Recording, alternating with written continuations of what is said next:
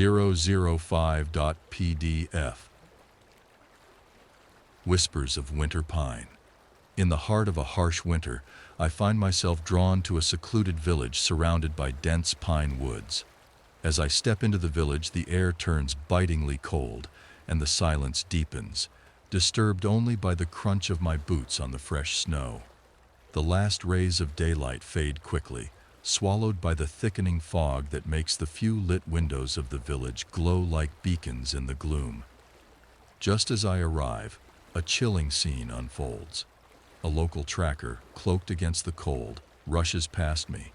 He exchanges hurried, hushed words with an elder at the village edge. I catch a glimpse of fear in his eyes before he glances back and then vanishes into the swirling snow, leaving no trace but the echo of his hurried steps. Driven by a mix of concern and curiosity, I seek shelter and soon find myself before the village's oldest inhabitant. The elder sits by a fire that casts more shadows than it banishes, and the flickering light reveals lines of worry etched deep into his face. "Ah, you must be new here." The elder speaks slowly, his voice tinged with a weary mystery. "Be wary, traveler. The woods are not kind to strangers, especially when the pines whisper like they do tonight." I frown, puzzled and intrigued. "I saw someone disappear into the snow. Can you tell me what's happening here?" "That was our tracker, and he's been troubled lately," the elder explains, stirring the fire absently. "But he's not the first to vanish. Many have walked into the woods, lured by whispers, and not returned. Here, take this." He hands me an old, leather-bound journal and a map. These belong to one who once tried to uncover the secrets of these woods and never returned. As I accept the items, the weight of the elder's gaze and the seriousness of the situation settle upon me. The journal feels heavy in my hands, filled with the promise of hidden truths and forgotten tales. I open it to the first page, where the neat script of a long-lost adventurer begins to tell a tale of ancient mysteries and enchanted whispers that beckon the brave and the foolhardy alike. With the map spread out before me, I plot my course into the heart of the whispering woods. The path is less traveled, obscured by snow and shadow, yet it calls to me, a siren song of old pines and deeper secrets. As the night deepens and the wind picks up, whispering through the towering pines, I feel a shiver that has little to do with the cold. The woods seem to watch, to wait, to weigh my worth. With each step, the whispers grow a bit clearer, weaving through the rustling needles like threads of an old story that is yet unfinished. The path twists and turns, leading me deeper into the forest than any have gone in many winters. Here the snow lies untouched, but for the tracks of woodland creatures, and the air grows colder with the promise of hidden things beneath the frost.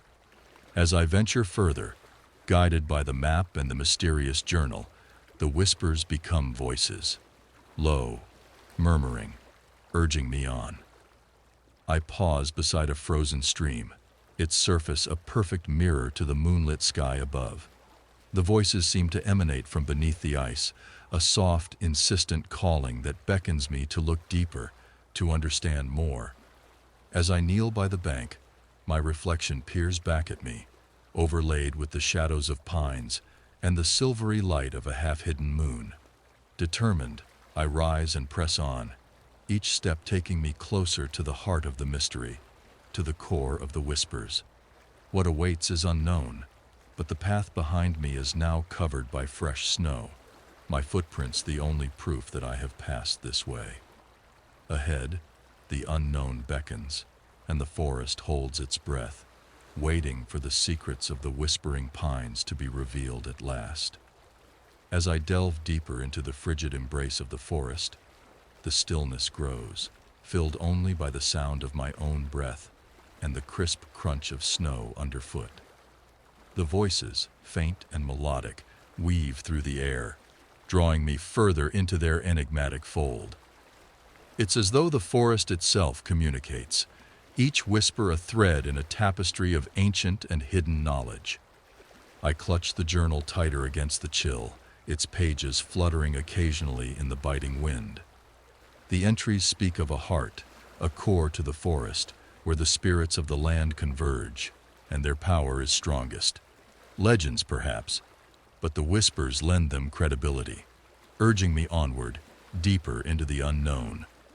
The map leads me to a clearing, unmarked by human presence. The snow here lies undisturbed, a pristine white blanket that glows under the moonlight. At the center of the clearing stands an ancient pine, larger and seemingly older than any I have seen before. Its branches stretch out wide, the tips touching the ground, forming a natural barrier that seems to protect whatever lies within. I circle the tree, searching for an entry or a sign. As I move, the whispers intensify, a chorus of voices that now plead and beckon. The air around the tree shimmers slightly, as if disturbed by some unseen force. Hesitant yet compelled, I step closer, my hand outstretched towards the rough bark. The moment my fingers brush against the tree, the air pulses. The whispers crescendo into a clear voice, or perhaps many voices overlapping, echoing in my head. Seeker, they call me, bringer of truths and revealer of secrets. The ground beneath my feet trembles gently, a slow rumble that sends small cascades of snow sliding from the tree's vast branches. The voices continue. To find what you seek, you must give of yourself, as the forest gives to those who honor it. Unsure but unable to resist, I nod, accepting the unseen covenant. From my pack, I retrieve a small, cherished token, a locket containing a picture of the sea, my home before the woods called to me. With reverence, I bury it at the base of the ancient pine, an offering to the spirits of this place. As the locket disappears beneath the snow, a wind picks up, swirling around the clearing. It lifts the snow in a dance, spiraling around me, around the tree. When the wind settles, the path beyond the tree is revealed, previously hidden by the forest's magic. A narrow, snow-covered trail leads further into the darkness, toward what I hope is the heart of the forest. With a deep breath, I follow the path, my steps guided by the light of the moon and the now gentle whispers of the forest.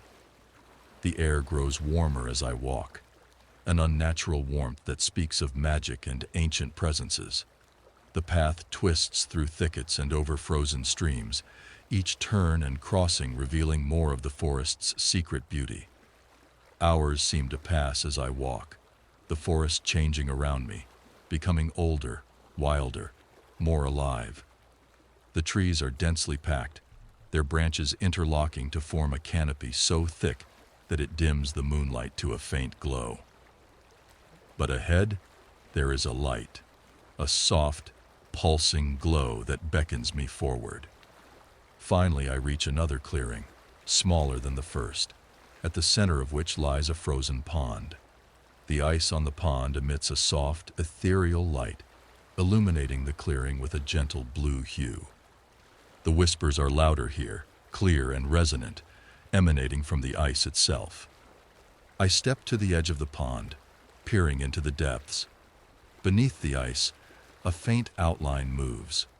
A shadow, large and imposing, swimming slowly beneath the frozen surface.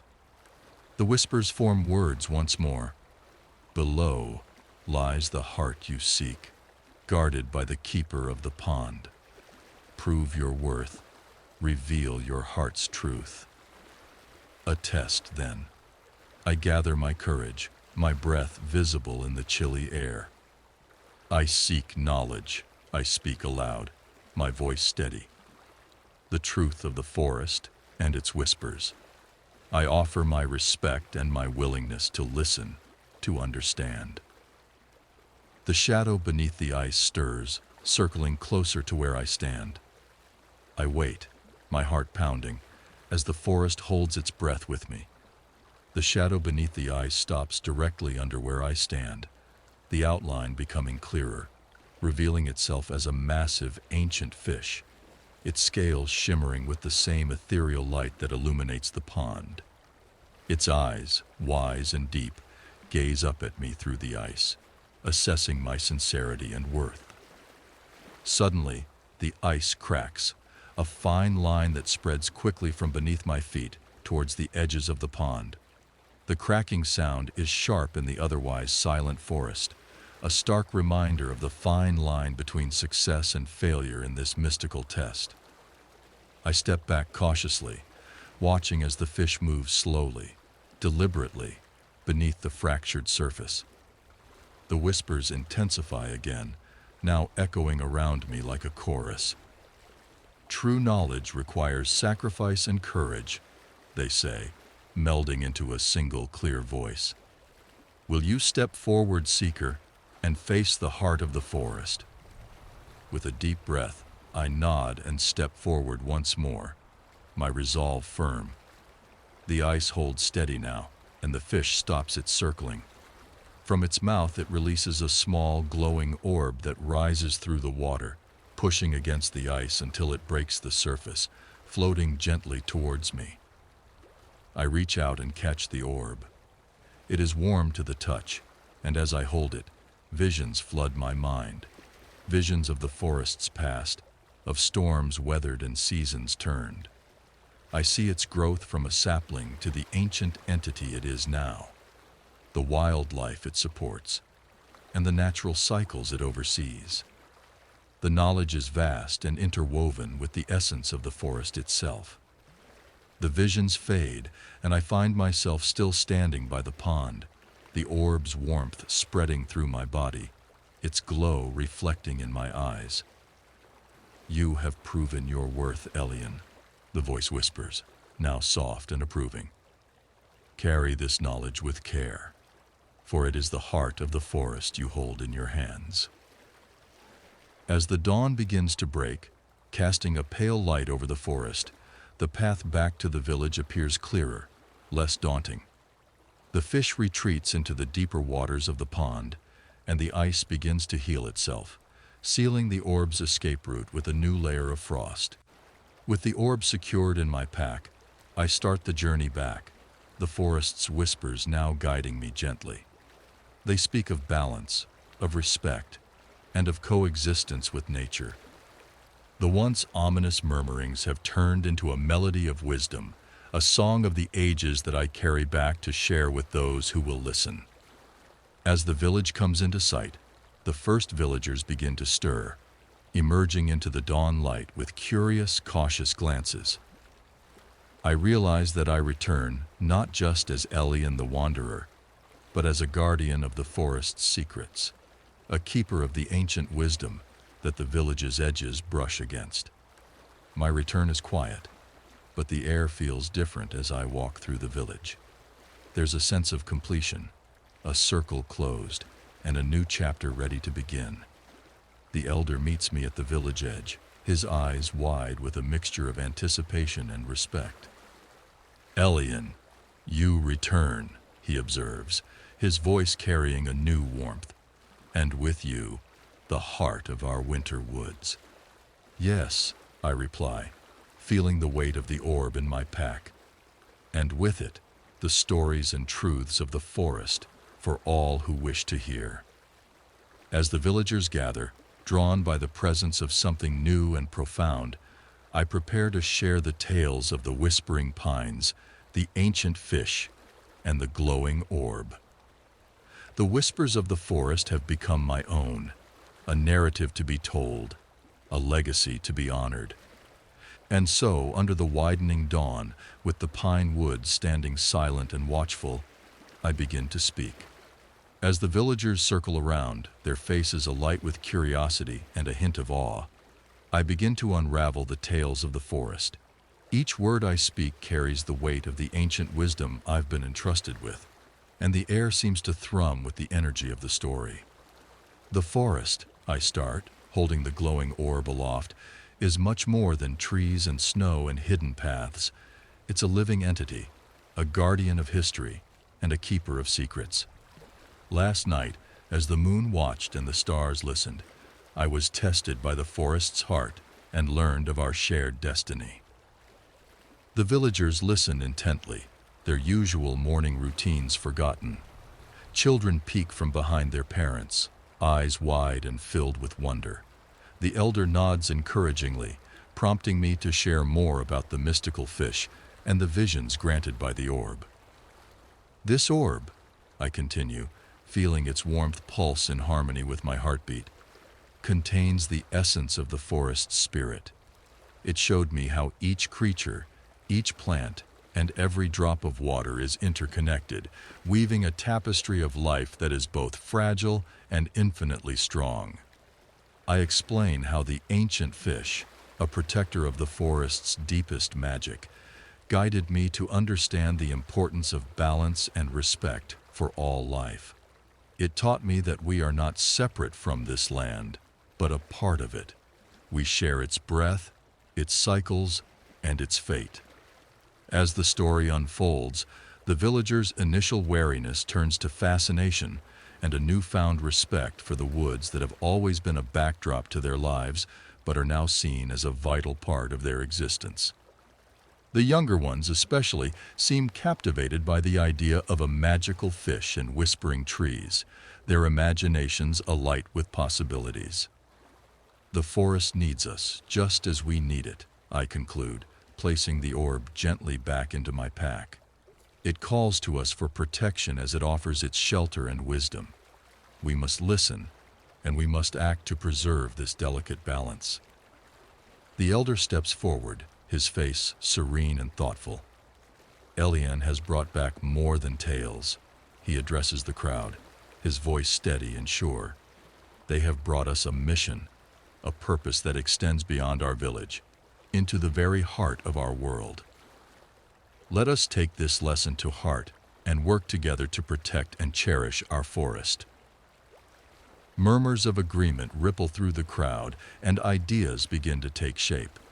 Plans for safeguarding the forest while utilizing its resources more sustainably are discussed. The children, inspired by the tales of magic and responsibility, vow to learn more and even start a group dedicated to exploring and protecting the woods. As the meeting disperses, the villagers move with a sense of purpose and unity. They approach me with questions, eager to learn more and to see the glowing orb for themselves. I promise to help guide them, to share all I have learned, ensuring that the wisdom of the forest is passed on and its whispers never fade into silence. With the dawn now fully upon us, casting golden light through the pines, I feel a profound connection to this place, to its past, and to its future.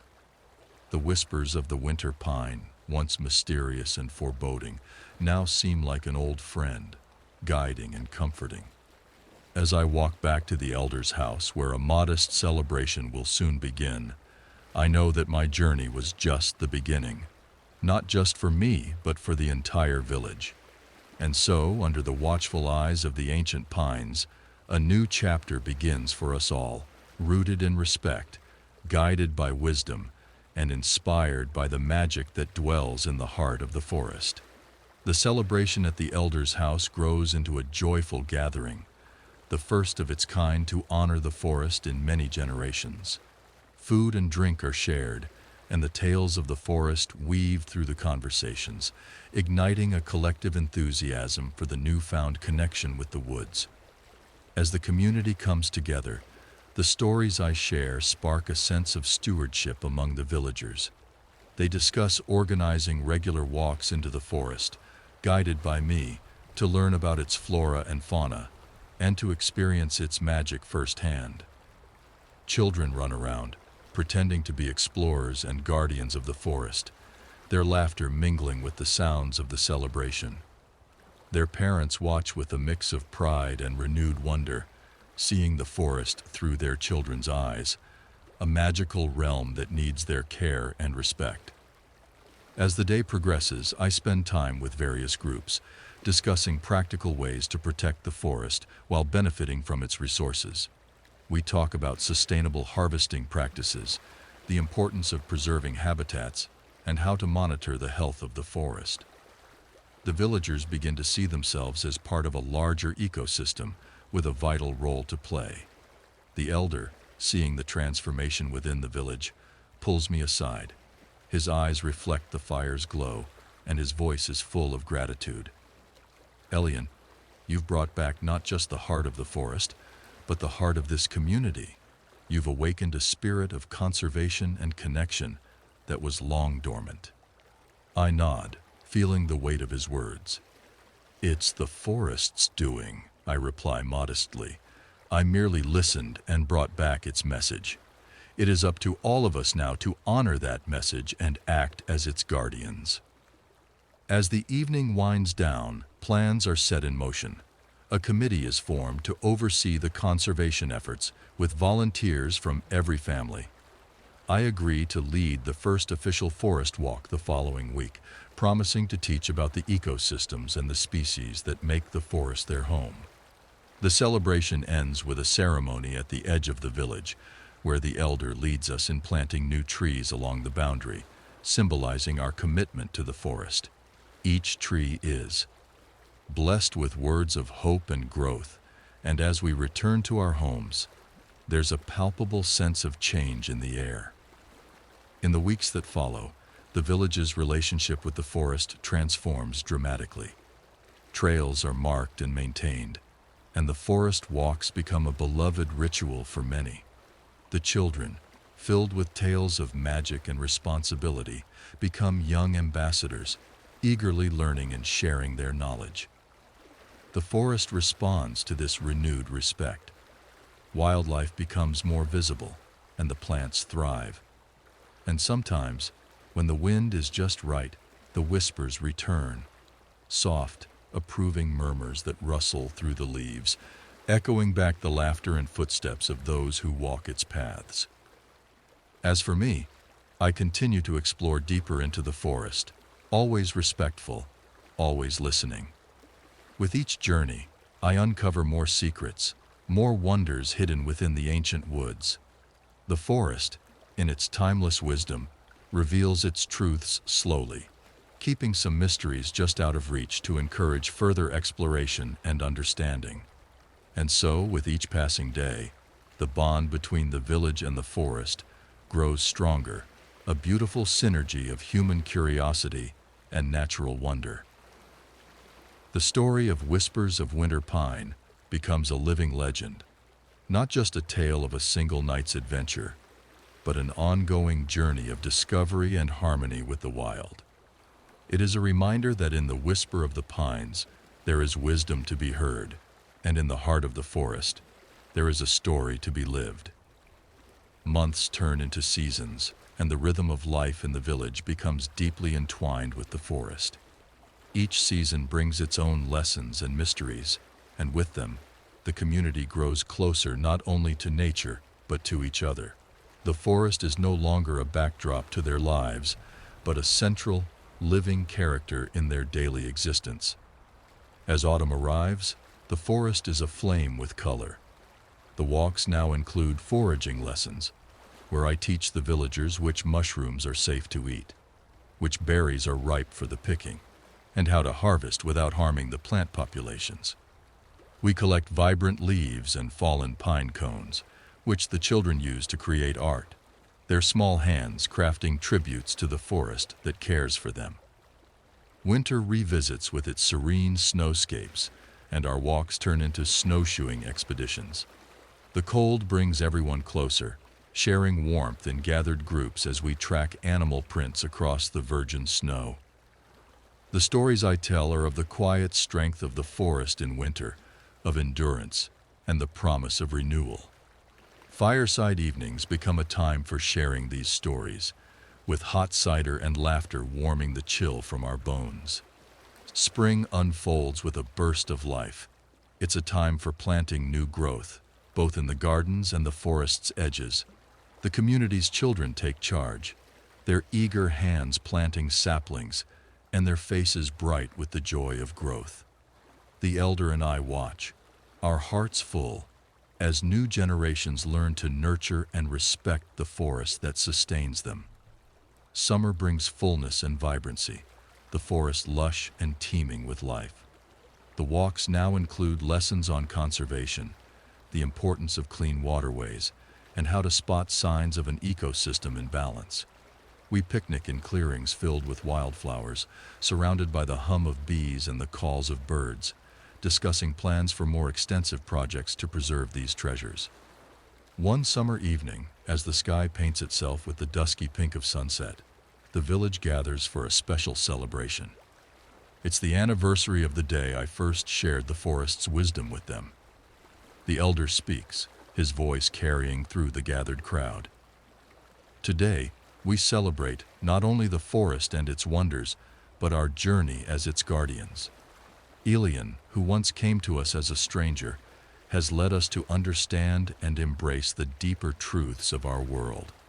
Let us continue this journey with the commitment and love that has brought us to this day.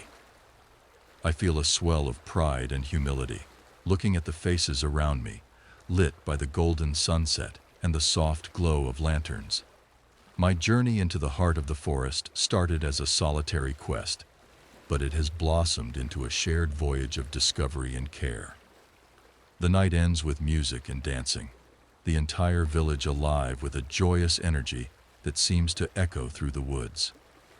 As the music plays, I step away for a moment, walking to the edge of the forest, looking into the shadowy depths that once whispered of secrets and tests. Now the forest seems to whisper a different message, a whisper of partnership, of unity, of endless stories yet to be told. With a smile, I whisper back a promise of continued guardianship, of respect and love for the ancient woods that have taught us so much. Returning to the celebration, I join in the dance, feeling the pulse of the earth beneath my feet, the rhythm of the forest in every beat, and the heartbeat of the village in every smile. Together, we step forward into another year, another cycle with the forest, not just as its inhabitants, but as its family. As the celebration winds down and the last notes of music fade into the night, the stars above seem to shine a little brighter, reflecting the joy and unity of our village. The children, tired from the day's festivities, slowly drift off to sleep, their dreams likely filled with tales of magical forests and ancient protectors. Their parents gather them up, whispering stories of tomorrow's adventures as they head home under the watchful gaze of the moonlit pines. In the quiet that follows, the elder and I take a moment to sit at the edge of the clearing, the remnants of the celebration around us, a few lingering lanterns, tables dotted with empty plates, a sense of contentment hanging in the air. "It's been a year of growth, hasn't it?" the elder remarks, his voice soft, blending with the rustle of leaves in the gentle night breeze.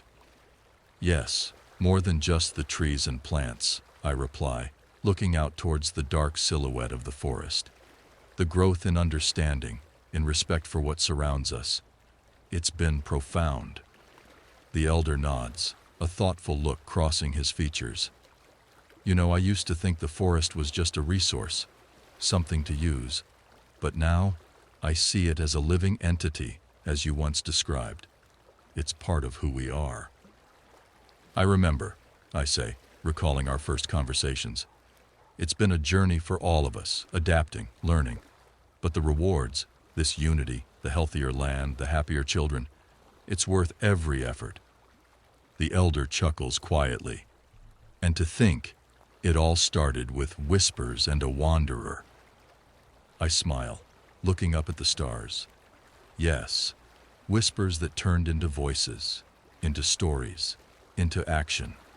It's a reminder of how even the smallest whisper can change the world, given the right ears to hear it. We sit in silence for a moment, each lost in thought, the tranquility of the night enveloping us. The soft whisper of the wind through the pines seems like a gentle affirmation of our thoughts, a soothing endnote to the day's celebrations. Finally, standing up and stretching his old bones, the elder extends his hand to me. "Come, Elian, let's ensure these lanterns are out, and then we too should find rest." tomorrow is another day, and the forest, as always, will be waiting. Together, we make our rounds, securing the site, dousing lanterns, ensuring everything is as it should be. As we work, the forest around us is alive with its own nocturnal symphony. The call of a night owl, the rustle of small creatures in the underbrush, the ever-present whisper of the wind. When all is done, we part ways at the edge of the village, the elder heading to his home, and I to my small cottage on the outskirts, where the forest is my nearest neighbor. As I walk the familiar path, the cool night air fresh on my face, my mind wanders through the past year, through every lesson learned and shared, every story told, every step taken together with my fellow villagers. The forest seems to listen, its presence a comforting constant by my side. Reaching my cottage, I pause at the door, taking a moment to look back at the forest. It stands majestic and serene in the moonlight, a world of mysteries and wonders, of whispers that speak of ancient truths and new beginnings. Good night, old friend, I whisper to the woods, feeling the peace of our shared silence. Inside, the warmth of my home welcomes me. I light a small fire, its glow a beacon in the night, and settle down with the journal that started it all, the one filled with tales of the winter pines. As the fire crackles, I begin to write, adding new stories to the old, weaving my voice with those of the past, continuing the legacy of the whispering woods. As my eyes grow heavy and the fire dims to embers, I realize that the journey continues with each new dawn, with every story shared, every lesson learned. And outside, the forest whispers on, an eternal dialogue with those who choose to listen, to understand, to cherish. In the quiet hush before sleep claims me, I feel a deep, abiding gratitude for all that has been and all that is yet to come. The forest and I, together in the dance of life, an ever-evolving story of harmony and hope. In the gentle embrace of sleep, dreams interweave with the memories of the day, blending past insights with future aspirations. In these dreams, the forest grows, not just in the physical sense, but as a vibrant community of souls connected by respect and love for the environment. Each tree, each whisper, each gentle breeze carries with it the spirit of unity and guardianship that has defined our past year. As dawn breaks, the first light of morning filters through my window, casting patterns of light and shadow across the room.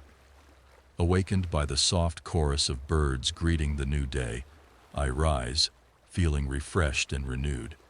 Today, like every day, begins with a walk through the forest, a ritual that has become as essential to my mornings as the rising sun. The forest greets me like an old friend, its paths familiar, yet always revealing new wonders. This morning, the dew glistens on spider webs spun between branches, turning them into intricate lattices of diamonds. Mushrooms have pushed their way through the earth overnight, dotting the landscape with their peculiar shapes and colors. The air is crisp, filled with the earthy scent of pine and wet earth, invigorating my senses. As I walk, I contemplate the changes the past seasons have brought. The children who once hesitated at the forest's edge now run ahead eagerly, their laughter ringing through the trees as they discover its secrets. Their parents, initially cautious, now engage deeply with conservation efforts, their conversations often turning to discussions on how best to sustain and nurture our natural heritage. Today's walk is special. It's not just a solitary commune with nature. Joined by a group of villagers, we're charting new paths for our upcoming seasonal festival, a celebration of the forest and our community's commitment to its well-being.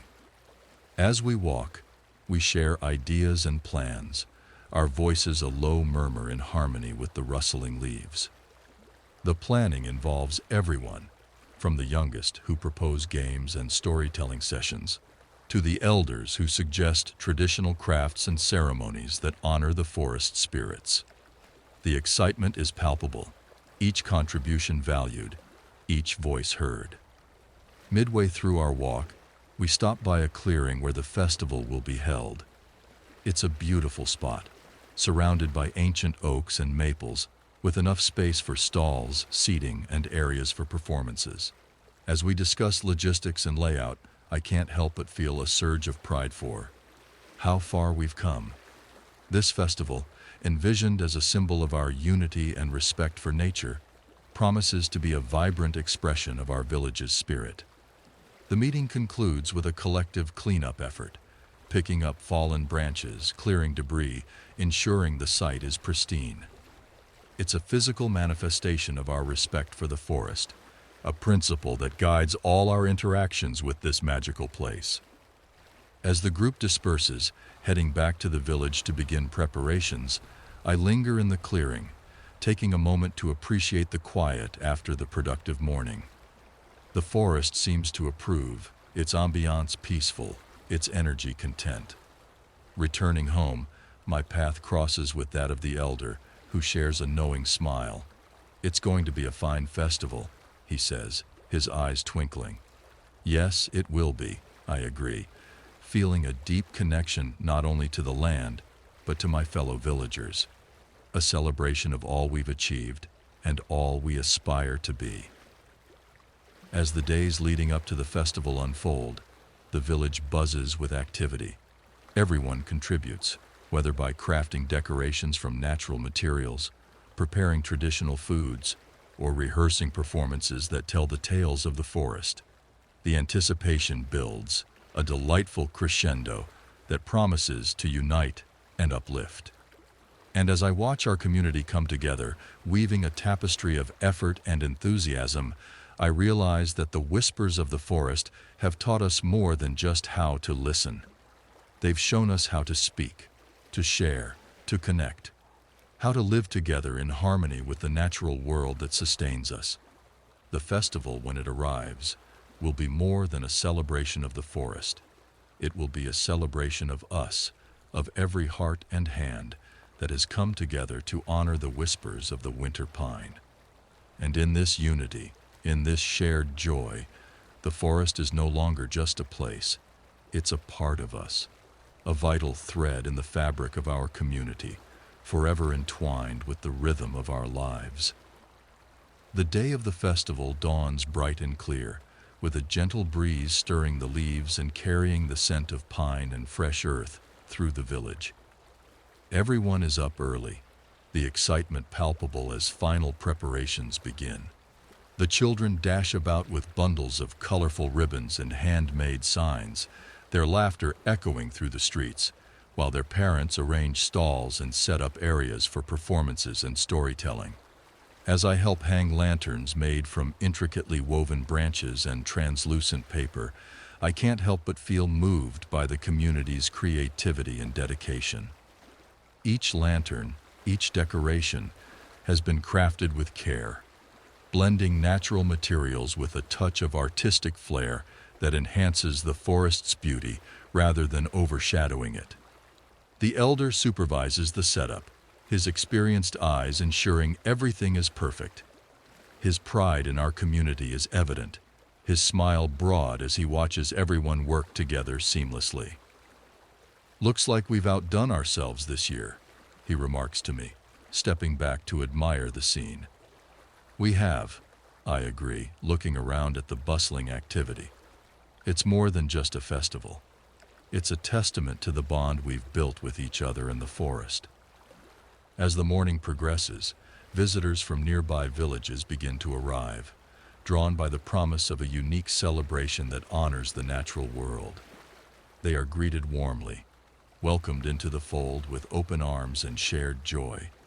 The festival becomes a melting pot of cultures and traditions, each guest bringing their own stories of nature and community, enriching the tapestry of the day. The festival officially opens with a ceremony at the heart of the clearing, where the elder gives a heartfelt speech about the importance of nature in our lives and the role each of us plays in protecting it. Today we celebrate not just the forest, but also the spirit of community, and the strength of our shared commitment to the environment," he declares, his voice resonant with emotion. Following the opening ceremony, the air fills with music. Local musicians play instruments made from natural materials, their melodies harmonizing with the ambient sounds of the forest. Dancers take to the makeshift stage, their movements evoking the flow of rivers, the growth of trees, and the dance of wind through leaves, captivating the audience with their grace. Children lead groups of visitors on guided walks along the forest paths, proudly pointing out various plants and animals, sharing the knowledge they've gained through their explorations. Their enthusiasm is infectious, and their guides return with a newfound appreciation for the world around them, a spark of curiosity ignited. At various stalls, artisans and crafters demonstrate traditional skills: basket weaving, wood carving, herbal medicine preparation, all sourced sustainably from the forest. The visitors are not just spectators, but participants, invited to try their hands at these crafts, bridging the gap between learning and doing. As the sun begins to set, casting long shadows and bathing the festival in golden light, a communal feast is laid out. Tables groan under the weight of dishes prepared from local ingredients, each recipe a story of the region's culinary heritage, shared and enjoyed by all. The feast is not just a meal, but a celebration of bounty and gratitude for the earth's gifts. The festival closes with a circle around a large bonfire, where stories of the forest are shared, tales of its mysteries and wonders passed down through generations. The fire crackles and sparks, its warm glow reflecting in the eyes of the storytellers and listeners alike, a symbol of the enduring light of community. As the embers die down and people start to make their way home, there's a sense of fulfillment, a shared accomplishment that resonates deep within. The forest, once a backdrop to their lives, is now a central figure, loved and respected as a vital member of the community. Walking back to my cottage, I feel a profound connection to everything around me: the land, the people, my own journey. The whispers of the forest, once cryptic and elusive, now feel like conversations with an old friend, comfortable and familiar. And in my heart, I carry the knowledge that this festival, this day of joy and unity, is just another beginning in our ongoing journey with the forest, a journey of mutual respect and endless discovery. Under the stars that have witnessed the day's joy and celebration, I walk slowly, allowing the peace of the evening to settle around me. The quiet after the festival's energy is profound, echoing with the day's laughter and learning. I reach my cottage, nestled on the edge of the forest, and pause to look back at the village, seeing it anew. The lights in the homes twinkle like stars on earth, each one a reminder of the connections forged today. Inside, the quiet of my home wraps around me like a familiar blanket. I stoke the fire back to life, its warm glow filling the room, casting dancing shadows against the walls.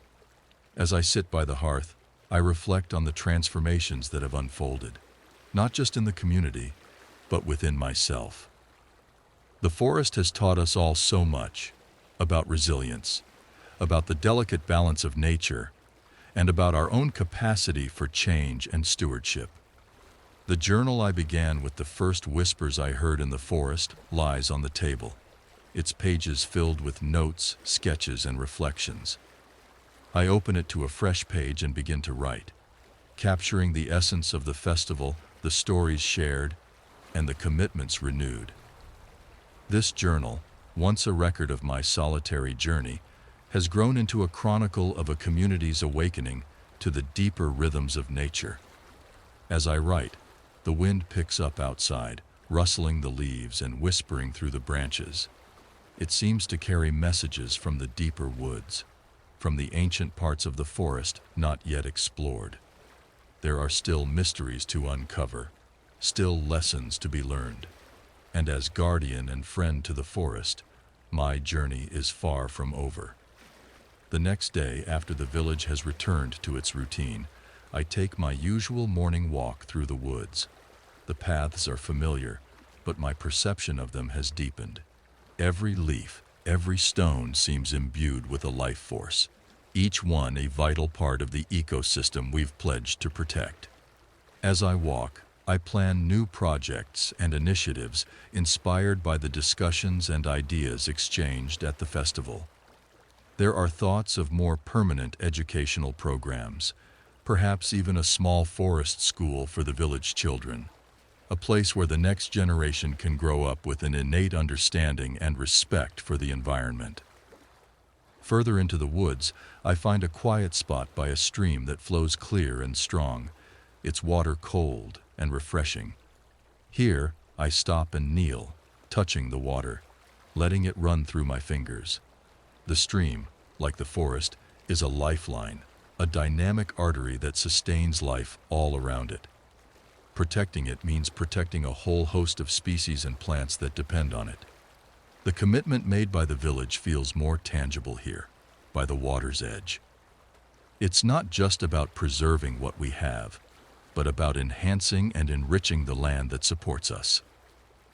This commitment is now a part of our daily lives, influencing decisions, guiding actions, and shaping the future of our community.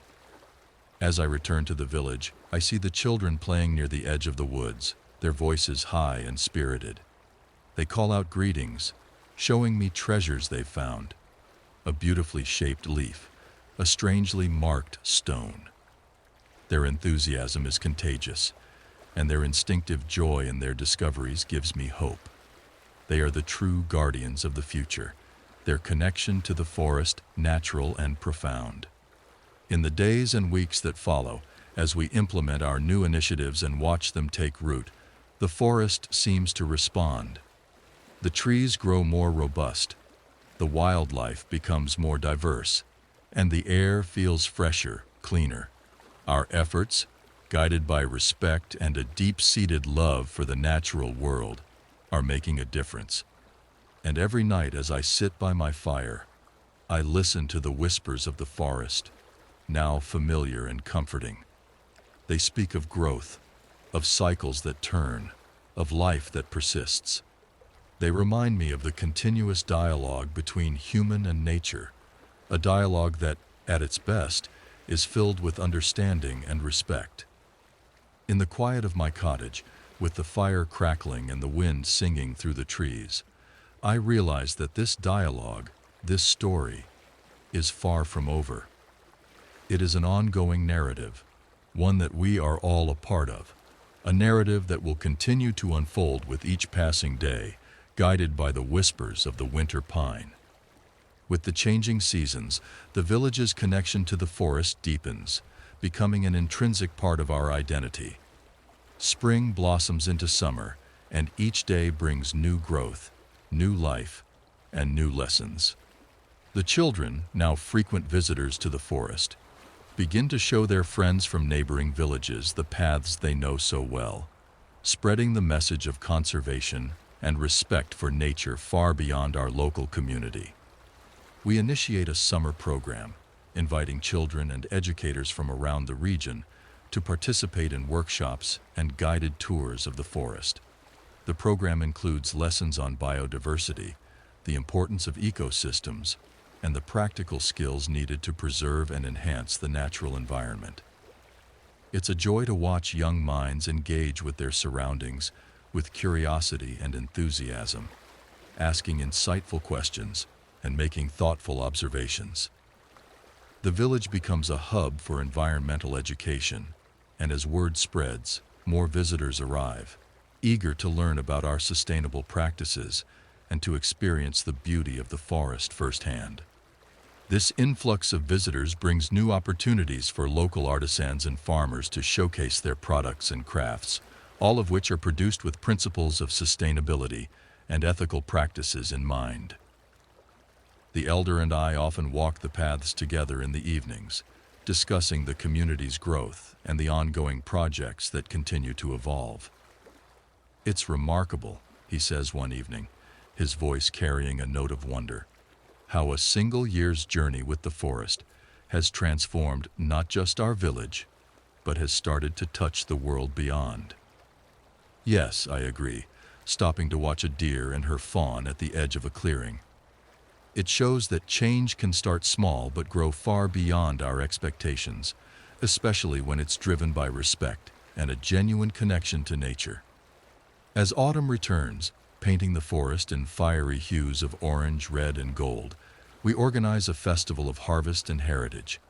It's not just a celebration of the season, but also a recognition of the forest's bounty and its role in our lives. Villagers and guests come together to share food, stories, and music.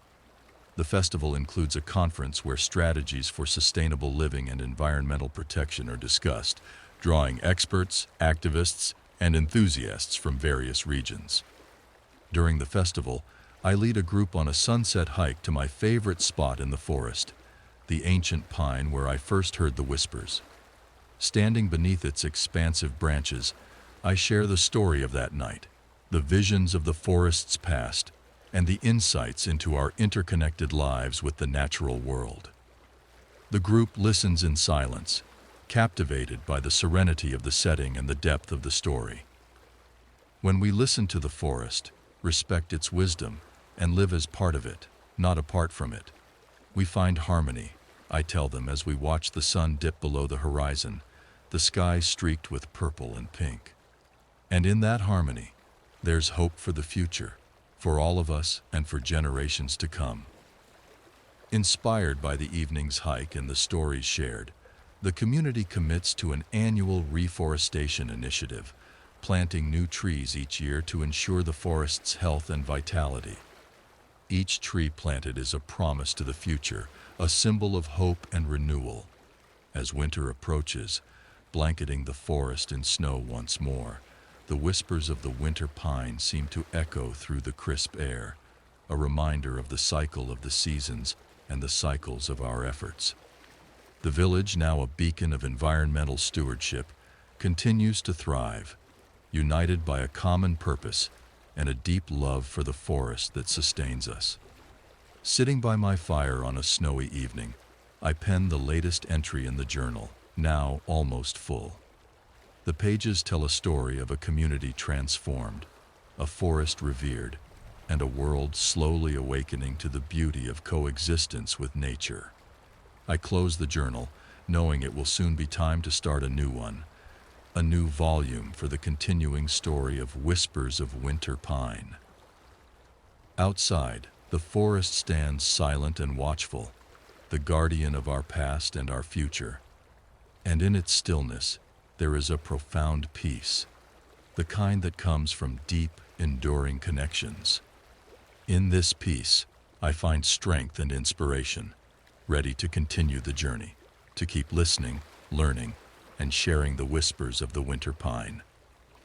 As the pages of the old journal fill, the promise of beginning a new one symbolizes not just the continuation of our story, but also the enduring cycle of learning and growth we have embraced. Each entry, each tale spun from our daily interactions with the forest, becomes a thread in the larger fabric of our community's history. The new year begins, and with it, the anticipation of fresh challenges and opportunities. As the snow blankets the ground, insulating the sleeping earth, the village gathers in the community hall to set goals for the coming year. We discuss enhancing our educational programs, expanding the trails for better accessibility, and increasing our outreach to bring more people into our fold of environmental stewardship. With spring's thaw, the forest reawakens, and so does our village. The meltwater feeds the streams, swelling them with the promise of renewal. Children and adults alike are eager to see the forest come alive, to witness the buds bloom and hear the return of birdsong. This year, we decide to document the spring awakening in a series of workshops that focus on the intricate balance of ecosystems. Biologists and ecologists are invited to lead these sessions, providing villagers and visitors with hands-on learning experiences. They teach us about phenology, the study of cyclic and seasonal natural phenomena, especially in relation to climate and plant and animal life. As we understand these patterns, our community becomes more adept at observing the subtle signs of climate change and more committed to mitigating its impacts. Summer arrives with a flourish of green, and the forest becomes a classroom for botany and conservation practices. The trails, now well-trodden paths of discovery, host new signs that describe the flora and fauna, offering self-guided tour opportunities for visitors. The local school children take part in a project to create these signs, researching each species and writing brief, informative descriptions that also include traditional uses of plants for medicine and food by indigenous peoples. The expanded visitor center at the edge of the village opens its doors mid-summer. It's a project that has been in the making for 2 years, designed to blend seamlessly into the surrounding landscape, with its green roofs and walls that mimic the natural colors of the forest. Inside, interactive displays and live feeds of various parts of the forest allow visitors to connect with nature even before they walk the trails. Our annual Harvest Festival in autumn now includes a symposium on forest health and climate resilience. Experts and community leaders from around the region gather to discuss strategies for coping with environmental changes, sharing success stories and innovations in sustainable living. The festival itself is a showcase of the bounty the forest and our gardens provide, celebrating the cycles that sustain us. As another winter approaches, reflecting by the fire one evening, I realize how much the village has come to embody the ideals we once only aspired to. We are not just a community. We are part of a broader movement, a beacon of environmental consciousness that spreads far beyond our local boundaries. One chilly evening, as snowflakes begin to drift down from a gray-laden sky, a young family from the city visits. They are weary of the fast pace and disconnected life they lead in the urban sprawl. They've come seeking a connection to nature, inspired by stories of our village and its deep relationship with the forest. As I lead them on their first walk through the whispering pines, their child, a young boy with wide, curious eyes, looks up and asks, "Do the trees really talk?" I smile, bending down to his level and say, "Listen." We stand together in silence, the soft rustling of the pines around us like a gentle murmur. After a moment, his face lights up with wonder as he hears it, the faint but distinct whisper of the winter pines. "Yes," I tell him, "they have much to say if you're willing to listen." That night, as I add another entry to the new journal, I write about the boy's discovery, about the future he represents, and about our ongoing responsibility to nurture this connection. The whispers of the forest continue, a timeless dialogue that we are now a part of, a dialogue that speaks of respect, coexistence, and hope for countless generations to come. As the boy's family decides to extend their stay, I witness their gradual transformation. Each day they join different educational walks and workshops. The parents, initially distant observers, become active participants, their questions growing deeper, their notes more detailed. They are particularly drawn to the sustainable practices we've integrated into daily village life, from solar panels that power our homes to the rainwater harvesting systems that irrigate our gardens. One morning, the boy's mother approaches me with an idea. "I'm a web designer," she says, "and I've been thinking, what if we could share what's happening here with a wider audience? Maybe a blog or an interactive website where people can learn about the forest, the village, and our events?" Her suggestion sparks a series of meetings with the village council. Together we conceptualize a digital platform that not only highlights our lifestyle and initiatives, but also offers virtual tours of the forest. The project is ambitious, aiming to connect with global audiences who might never physically visit, but who could learn from and be inspired by our model of community-based conservation. The website development is a community effort. Local teenagers snap photographs and film short videos of daily life and special events, capturing the essence of the village's bond with the forest. Elders contribute stories and wisdom about traditional herbal practices and the history of the land. Each segment of the site is peppered with interactive facts about biodiversity, conservation challenges, and climate action, making it a rich educational tool. By the time summer returns, the website is launched. It quickly gains traction, attracting viewers from around the world. Schools in distant countries use our content as teaching material, and environmental activists cite our village as a case study in local action. Feedback pours in, some visitors expressing a desire to implement similar practices in their communities, others simply thankful for a window into a more harmonious way of living. Emboldened by the success of the digital project, the village hosts its first international conference on sustainable living and community forestry. Experts, activists, and curious visitors travel to our village, eager to see firsthand the work we've done. The conference includes workshops held in the forest itself, where the real teachers are the trees, the streams, and the wildlife. During one of these forest workshops, I lead a group to the ancient pine, the heart of many of our village stories. As we circle the majestic tree, a hush falls over the group, its presence commanding respect and awe.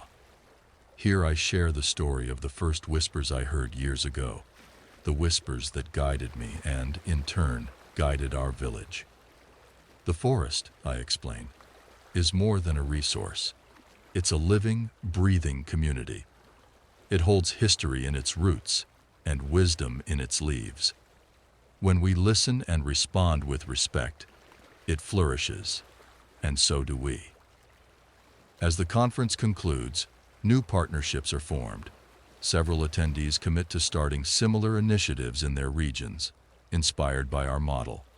They leave with saplings, a symbolic gift from our forest, to plant in their own communities, spreading the legacy of the winter pines. As winter once again cloaks the forest in snow, I reflect on the journey so far. The village is quiet, the busy season of visitors and conferences behind us, but the work continues. We plan the next year's events, aiming to expand our educational programs and deepen our research into forest ecology. One evening, as I update the community blog with news of upcoming projects, the gentle crackle of the fire accompanying my thoughts, I realize how far we've come. From a quiet village on the edge of a whispering forest to a beacon of environmental hope and learning. Our journey is a testament to the power of listening, to each other, to the community, and to the whispers of the forest. The story of the winter pines continues, each chapter woven from the threads of past lessons and future aspirations. It's a story without end, a living narrative that grows with each new voice that joins the chorus, with each new step we take into the heart of the forest. And as long as the pines whisper, we will listen, learn, and teach, guardians of the green legacy we've built together. As the village settles into the quiet rhythm of winter, the deeper impact of our shared efforts becomes more evident. Our community, once just a footnote in regional maps, now serves as a guiding star for sustainable living. Families looking for a change from the chaotic pace of urban life move closer, bringing fresh ideas and eager hands to help in our endeavors. Each new family brings a spark of energy, and our community grows richer and more diverse. In the midst of this growth, a local school proposes a partnership to establish a year-round environmental education program. The program aims to intertwine traditional classroom learning with hands-on experiences in the forest. The village council, along with the elder and I, work closely with educators to develop a curriculum that includes biology, ecology, and environmental science, but also lessons in cultural history and ethical land management practices.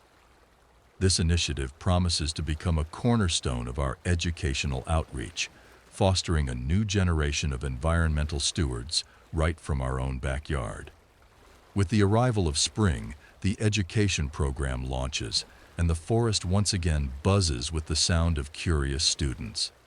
The children, equipped with notebooks and binoculars, are regular visitors on the forest trails, each day's lesson bringing them closer to nature. Their enthusiasm is contagious, their joy in discovery, a reminder of the wonder that first drew me to these woods. The success of the educational program attracts attention from larger environmental organizations, leading to grants and funding opportunities. These resources enable us to enhance conservation efforts, manage the forest sustainably, and provide scholarships for students who wish to pursue environmental studies. Summer brings a renewed sense of vitality and a busy calendar of events. The village hosts its second international conference, this time focusing on global conservation strategies and the role of small communities in global sustainability efforts. Delegates from different continents share their experiences and challenges, creating a vibrant tapestry of global environmental action. The conference, infused with practical workshops and guided forest walks, leaves participants inspired and more connected to the global community of conservation. As part of the conference, we launch a new initiative called Voices of the Forest, a collaborative project that collects stories, music, and art from cultures around the world, all celebrating the deep connection between humans and forests. This digital gallery becomes a part of our website, offering visitors a multicultural experience of nature's universality and the diverse ways in which human cultures honor the earth. Autumn arrives with its tapestry of colors, and the village prepares for the Harvest Festival. This year, we include a special ceremony to honor those who have contributed significantly to our conservation efforts. Among them, young students who have excelled in their studies and projects, local artisans who have pioneered sustainable crafts, and families who have worked to restore and protect nearby lands. The festival is also a time for reflection. As the community gathers, I share stories from the Voices of the Forest project, each tale a powerful reminder of our shared responsibility to the planet. The fire crackles as the night deepens, and voices join in song, a harmonious blend of past and present, of hope for the future. The seasons turn, and the years stack upon each other like layers of rich earth. Each layer is a testament to the village's evolution, from a quiet hamlet to a beacon of ecological and cultural sustainability. As I walk through the forest, now familiar yet always revealing new secrets, I feel a profound connection to every leaf, every bird, and every whispering wind. The forest, with its endless cycle of growth and renewal, mirrors our own journey. Just as the forest nurtures those who dwell within and near it, so too does our village nurture a broader vision for the future, a vision of a world where communities live in harmony with nature, not apart from it. And as long as the wind whispers through the winter pines, we will listen, adapt, and teach. We are more than a village. We are a testament to the enduring call of the wild, to the voices of the forest that speak of unity, respect, and an undying hope for the future.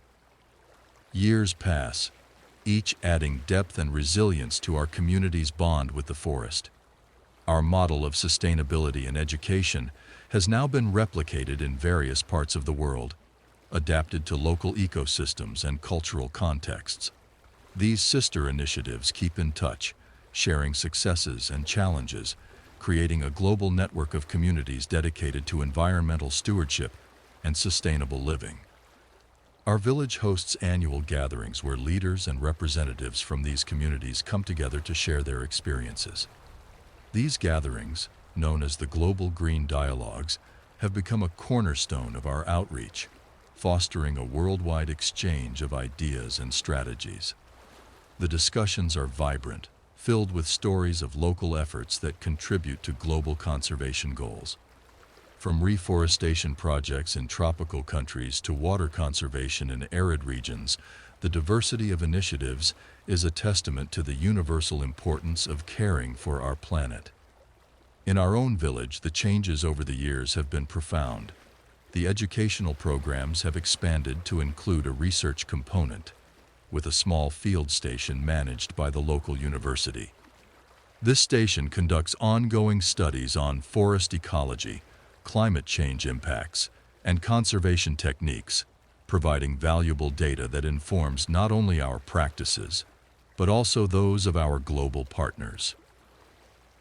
As I walk through the newly established Arboretum, a living library of local and exotic tree species, on a crisp autumn morning, I reflect on the growth and evolution of our efforts.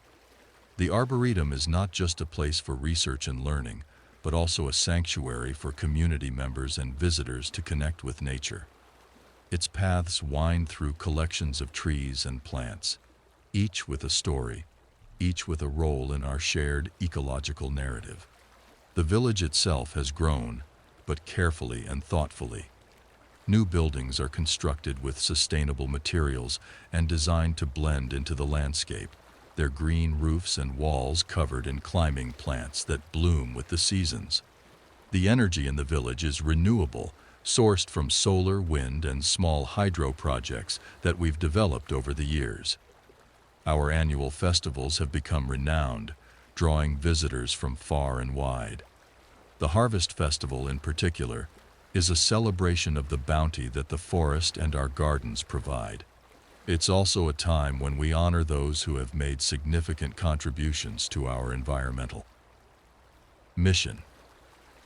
The festival is vibrant, a feast for the senses with music, dance, and an abundance of local food. But its heart is always the message of sustainability and respect for nature. One festival evening, as the sun sets and the community gathers around the large bonfire, a young girl, no older than 10, approaches me. Her eyes are bright with curiosity and excitement. "I want to be like you," she says earnestly. "I want to listen to the forest and help it grow. Will you teach me?" Her words remind me of the profound responsibility we carry, not just to our own generation, but to those that will follow. I smile and nod, my heart swelling with hope. "Of course," I reply, extending my hand. "Let's start tomorrow. We'll walk the forest paths, and I'll show you how to listen." That night, as we all share stories and songs around the fire, I realize that the legacy of our village, of our connection to the forest, is secure. It lives in the hearts and minds of our children, in the soil of our land, and in the global community we've helped to nurture.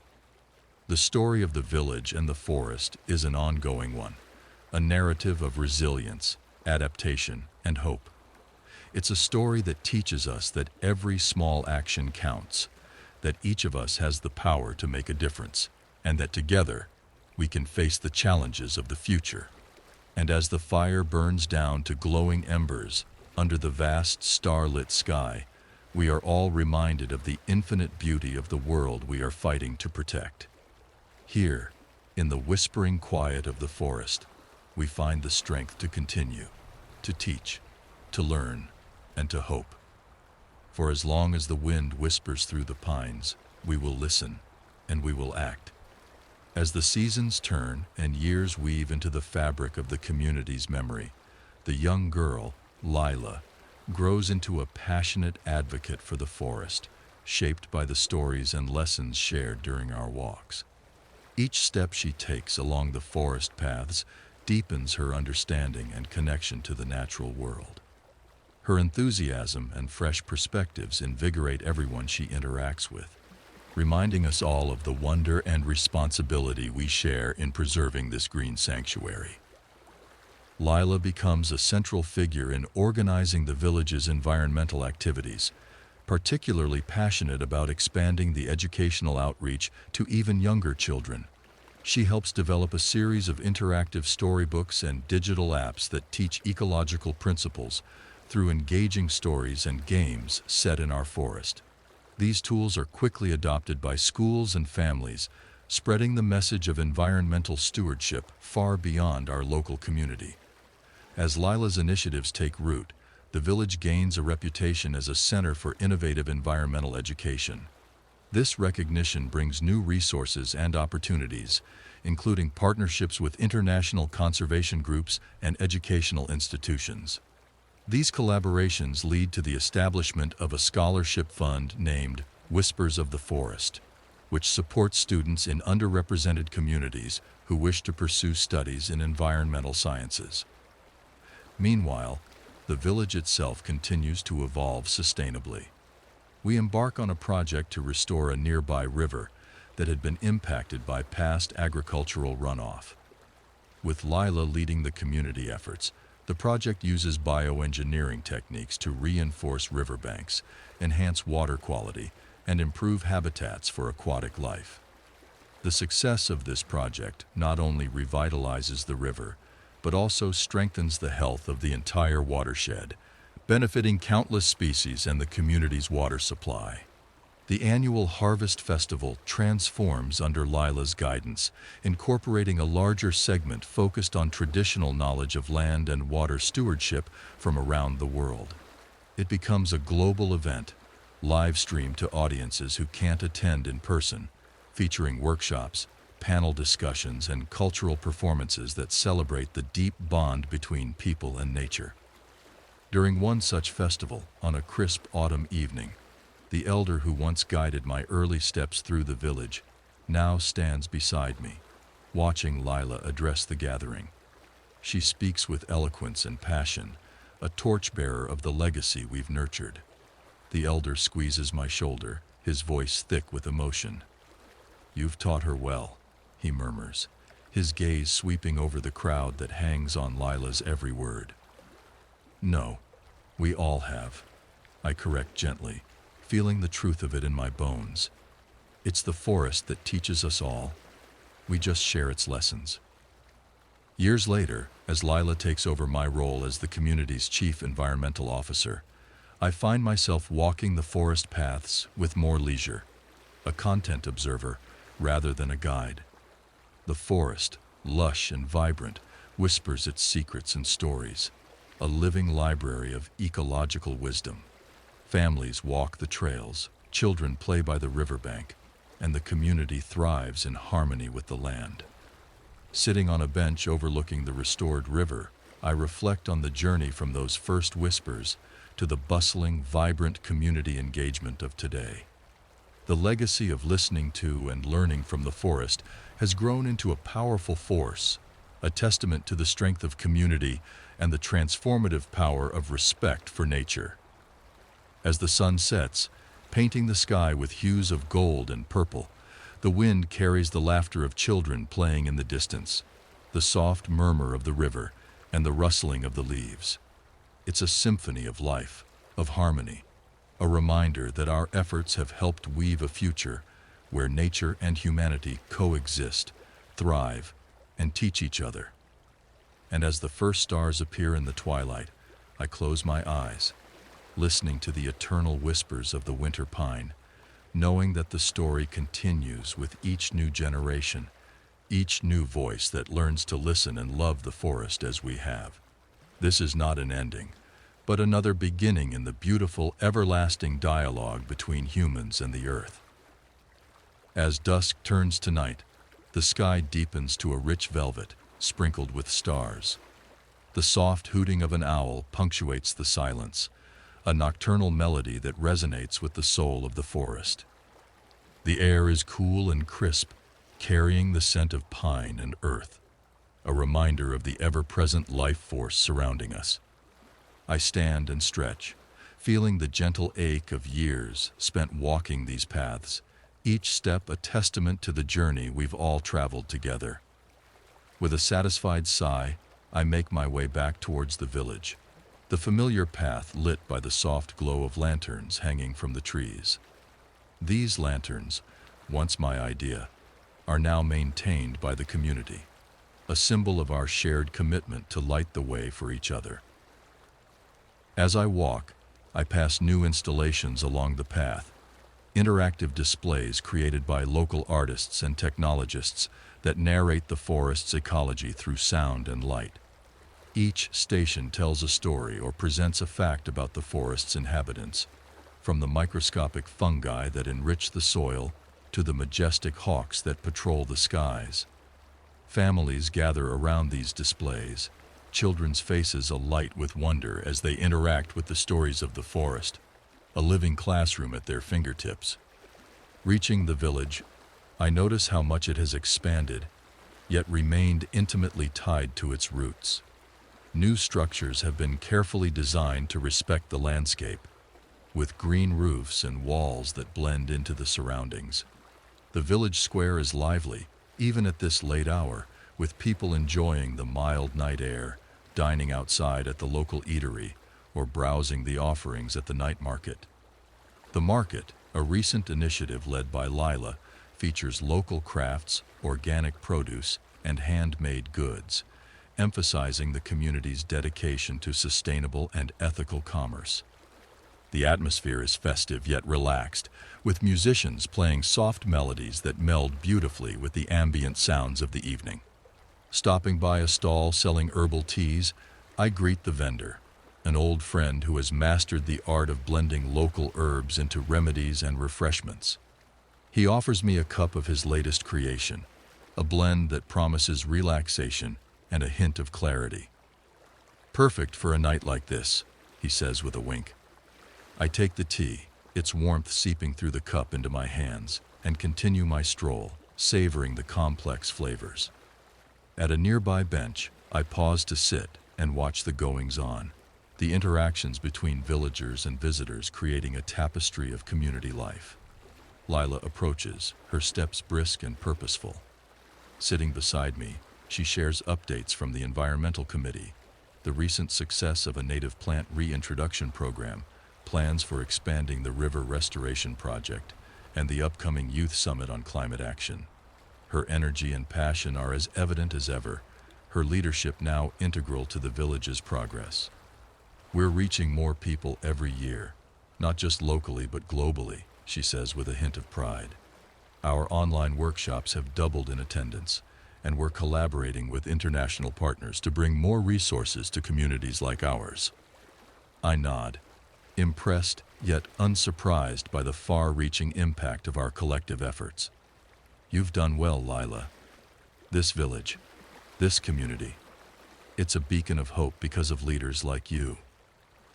She smiles, her gaze sweeping over the square. "We do it together, all of us, and we're not done yet. There's much more to learn, more to do." The night deepens, and the square slowly empties, leaving us in a quiet, reflective solitude. We sit in companionable silence, listening to the soft rustle of the trees and the distant call of the night birds.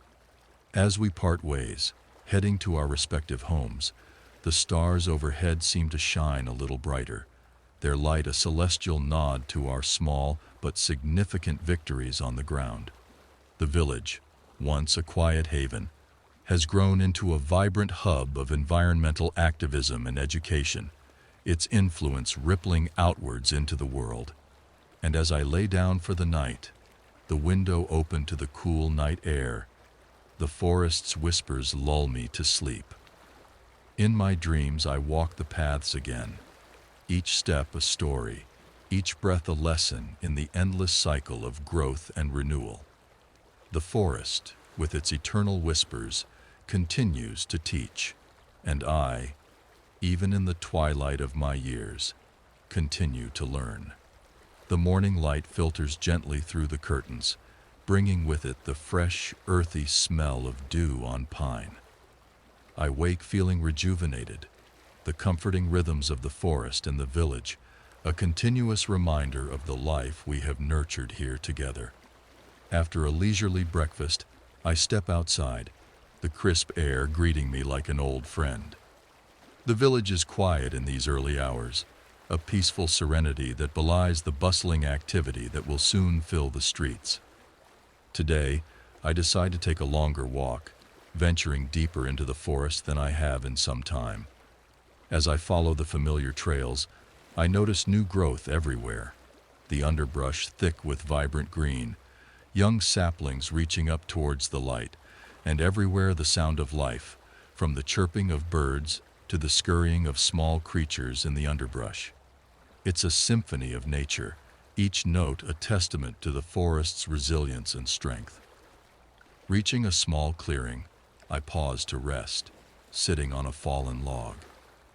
This spot, a natural amphitheater surrounded by towering pines, has always been a place of deep reflection for me. I close my eyes, listening to the wind whispering through the trees, the sound carrying echoes of the past, of challenges faced and overcome, of community gatherings, of laughter and learning. Each memory is a leaf on the great tree of our communal life, each one crucial to the whole. As I sit in contemplation, I think about the generational shift that has occurred. The children who once played under these trees are now the adults leading the village's initiatives, teaching their own children the importance of conservation and respect for nature. The continuity of care and commitment gives me profound hope for the future. Opening my eyes, I notice that the sun is higher now, its rays filtering through the branches, casting patterns of light and shadow on the forest floor. It's time to head back, but I feel a reluctance to leave this place of peace. As I stand, a gentle breeze picks up, rustling the leaves around me, as if the forest is speaking directly to my heart. I make my way back to the village, the sounds of the forest gradually giving way to the sounds of human activity. As I approach, I see that the community center is abuzz with preparation for an upcoming environmental fair. Stalls are being erected, banners hung, and displays arranged. Lila is there, coordinating efforts with her usual efficiency and warmth. She waves me over, her face alight with excitement. "We're expecting a big turnout this year," she explains as I approach. "Schools from all over the region are coming. We've got interactive exhibits, guest speakers, workshops, you name it. It's going to be fantastic." I nod, impressed by the scale of the event. "It's amazing to see how much this has grown," I comment, helping her adjust a banner. Lila laughs, tying off a rope. "I know, right? Remember when it was just us and a few booths?" "I do," I reply, the memory bringing a smile to my face. "It's a good change, Lila. You've done well." As we work, I can't help but feel a deep sense of fulfillment. This village, once a quiet sanctuary for those seeking a slower pace of life, has become a vibrant center of environmental education and activism. The impact of our work here reaches far beyond the geographic confines of our locale. It touches hearts and minds across the globe, inspiring change and fostering a deeper connection with the natural world.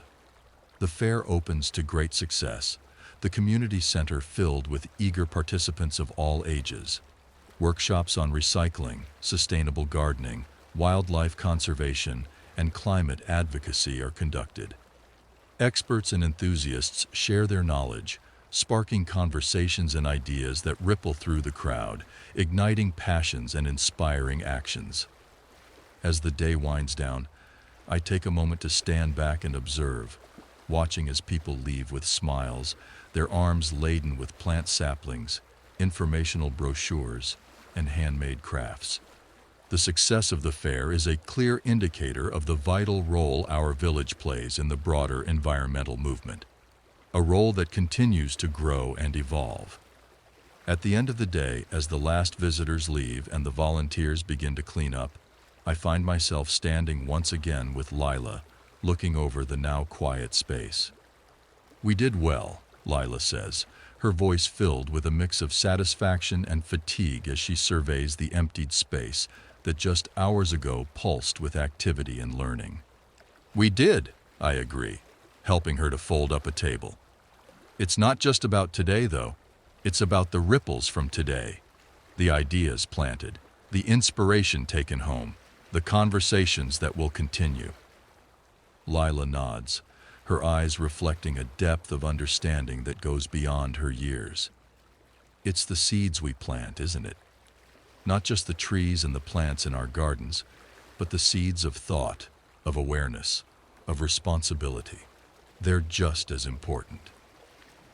As we work side by side to pack away the remnants of the day's event, the sun begins to set, casting long shadows and painting the sky in hues of orange and pink. The air cools, bringing with it the crisp scent of the evening. Around us, the village begins to quiet, a peaceful close to a bustling day.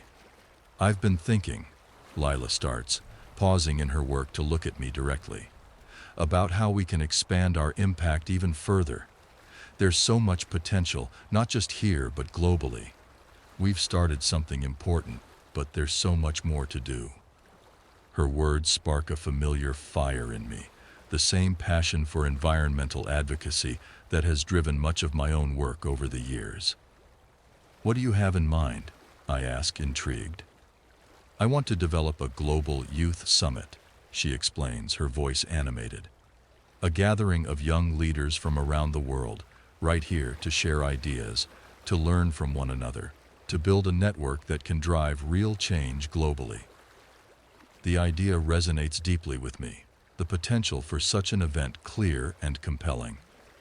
"That sounds incredible, Lila. A true convergence of minds and spirits, united for a common purpose." "Yes, exactly," she agrees, her enthusiasm palpable. "We have the model, the network, the credibility. We can host it right here, drawing attention not only to our work, but to the broader issues facing our planet. And we can broadcast it, make it accessible to anyone who wants to join the movement." As we finish packing up, the village now bathed in the soft light of twilight, Lila's idea begins to take shape in our conversation. We discuss potential sponsors, the logistics of hosting such an event, the themes and outcomes we hope to achieve. The challenge is significant, but the potential impact is even greater. Walking home later, under a sky now dotted with stars, I reflect on the journey this village has taken, from a quiet, isolated community to a center of global environmental education and activism. Lila's plan for a global youth summit feels like a natural next step, an expansion of our ongoing mission to foster a deeper, more profound connection with the environment. As I approach my house, the forest whispers around me, the sounds of the night creatures and the rustling of leaves a constant, comforting presence. It reminds me that while our work may reach around the world, it is always rooted here, in this soil, among these trees, within this community. That night, as I jot down notes about the proposed summit in a new journal, the old one filled with years of memories and achievements, I am struck by the continuity of our efforts. Each page, each entry, adds to the legacy we are building. It's a legacy not of stone or statue, but of living, breathing change. A legacy that grows, adapts and evolves, just like the forest that inspires it all. Closing the journal, I step outside for a moment, drawn by the need to feel the night air, to hear the whispers of the forest. Looking up at the stars, I am reminded of how small we are, but also of how connected. Each of us a part of something far greater. Each of us a voice in the chorus that sings for the health of our planet. The journey continues, and with each step, we move closer to understanding, closer to harmony, closer to a future where humanity and nature thrive together. As long as there are those who are willing to listen, to learn, and to act, there is hope. And here, in this village, surrounded by the eternal forest, hope is something we have in abundance. As the seasons continue their eternal cycle, each passing year adds layers of depth and richness to our intertwined lives with the forest. The Global Youth Summit, initially just an ambitious idea discussed during the cleanup of a local fair, becomes a reality. Under Lila's passionate leadership and with the collective efforts of our community, we managed to host the inaugural event the following year. The village buzzes with energy as young environmental leaders from diverse backgrounds converge on our little haven. Tents spring up in designated areas around the village, each representing different regions of the world and showcasing their unique environmental challenges and solutions. Workshops, panel discussions, and collaborative projects fill the days, while the nights resonate with the sounds of music, storytelling, and shared meals under the starlit sky. This summit becomes a confluence of youthful vigor and diverse perspectives, each participant bringing their own experiences and hopes for the future. It's not just a meeting of minds, but of hearts, a collective endeavor to forge a global network of young activists dedicated to fostering environmental stewardship. Lila and I often walk through the gatherings, observing, participating, and facilitating discussions when needed. One evening, as we walk along a newly created path that winds through the forest, Lila shares her reflections. Seeing all these young people here, so committed, so aware, it's inspiring. It gives me hope that this is just the beginning of something much larger than any of us. I nod, feeling the truth of her words. It's like planting a forest, I suggest, looking around at the thick trees. You start with individual saplings, but eventually they grow, connect, and become something much greater than just the sum of parts. As the summit concludes, the commitments made are both personal and collective. The participants pledge to take their new knowledge and connections back to their communities, to act as catalysts for change, and to meet again, continuing to build on the foundations laid during their time here. The success of the summit reverberates through our own community as well. The local residents, who had opened their homes and hearts to the young leaders, feel a renewed sense of purpose and pride in their role as the initial custodians of this global movement. The village, once a quiet sanctuary, is now seen as a beacon of hope and a model of environmental harmony. In the years that follow, the network of young environmentalists grows, facilitated by digital platforms that keep everyone connected despite geographical distances. Annual summits continue, each year in a different host country, allowing participants to experience new environments and challenges firsthand. Meanwhile, in our village, the cycle of the seasons continues. We maintain our traditions, our festivals, and our daily communion with the forest. The educational programs expand, incorporating new technologies and methodologies that arise from the summit discussions. The village evolves, adapts, and grows, but always with an eye towards maintaining the balance and health of the natural environment that surrounds us. As I grow older, stepping back from active leadership to take on more of an elder statesman role, I watch with pride and satisfaction as Lila and others like her lead the charge. The conversations I once had with the elder, who guided me when I first arrived, now take place between myself and the younger leaders. Each conversation is an opportunity to pass on wisdom, but also to learn, as each generation brings its own insights and experiences. One crisp autumn evening, sitting by the fire with a group of these young leaders, I realized that the story we've been writing is far from finished. It's a continuous narrative, shaped by each person who joins in our efforts, influenced by the lessons taught by the forest itself. As the fire crackles and the night deepens, we share stories, laughter, and plans for the future. The forest, with its whispering pines, watches over us, a steadfast guardian of both our past and our future. And in its whispers, I hear the echoes of countless voices, those who have walked its paths before us, those who walk them now, and those who will walk them in the years to come. The story of the village and the forest is an ongoing dialogue, a living testament to the power of community, conservation, and care. As long as we continue to listen, to learn, and to love, the whispers of the forest will continue, guiding us, inspiring us, and reminding us that we are all part of this beautiful, intricate tapestry of life. Under the vast canopy of stars, as the fire dwindles to glowing embers, the circle of young leaders and I share a quiet moment of contemplation. The forest's presence, ever watchful and wise, wraps around us, a comforting embrace that connects past, present, and future.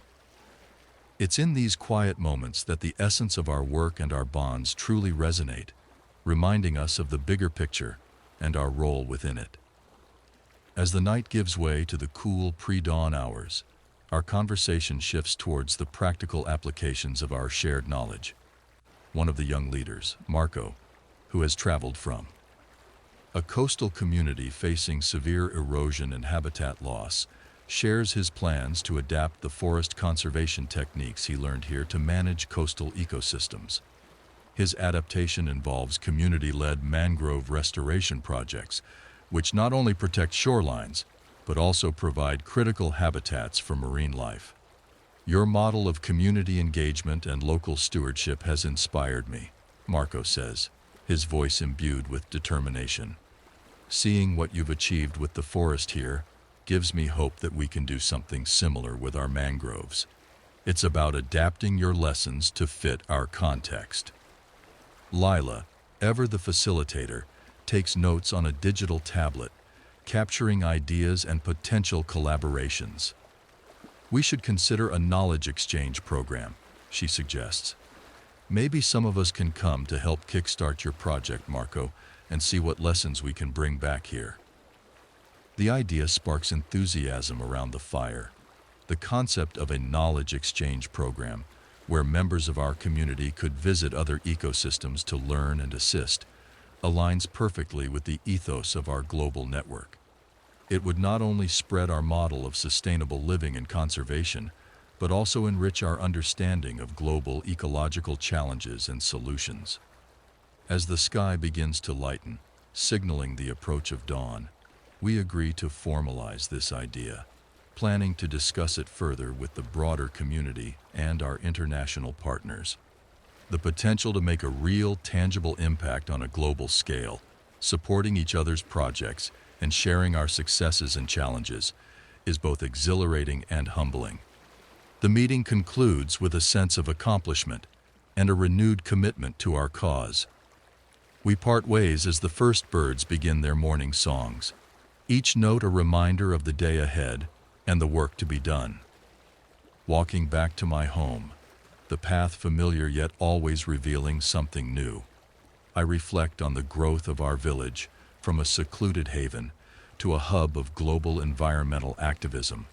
The journey has been long, filled with challenges and learning, but every step has been worth the effort.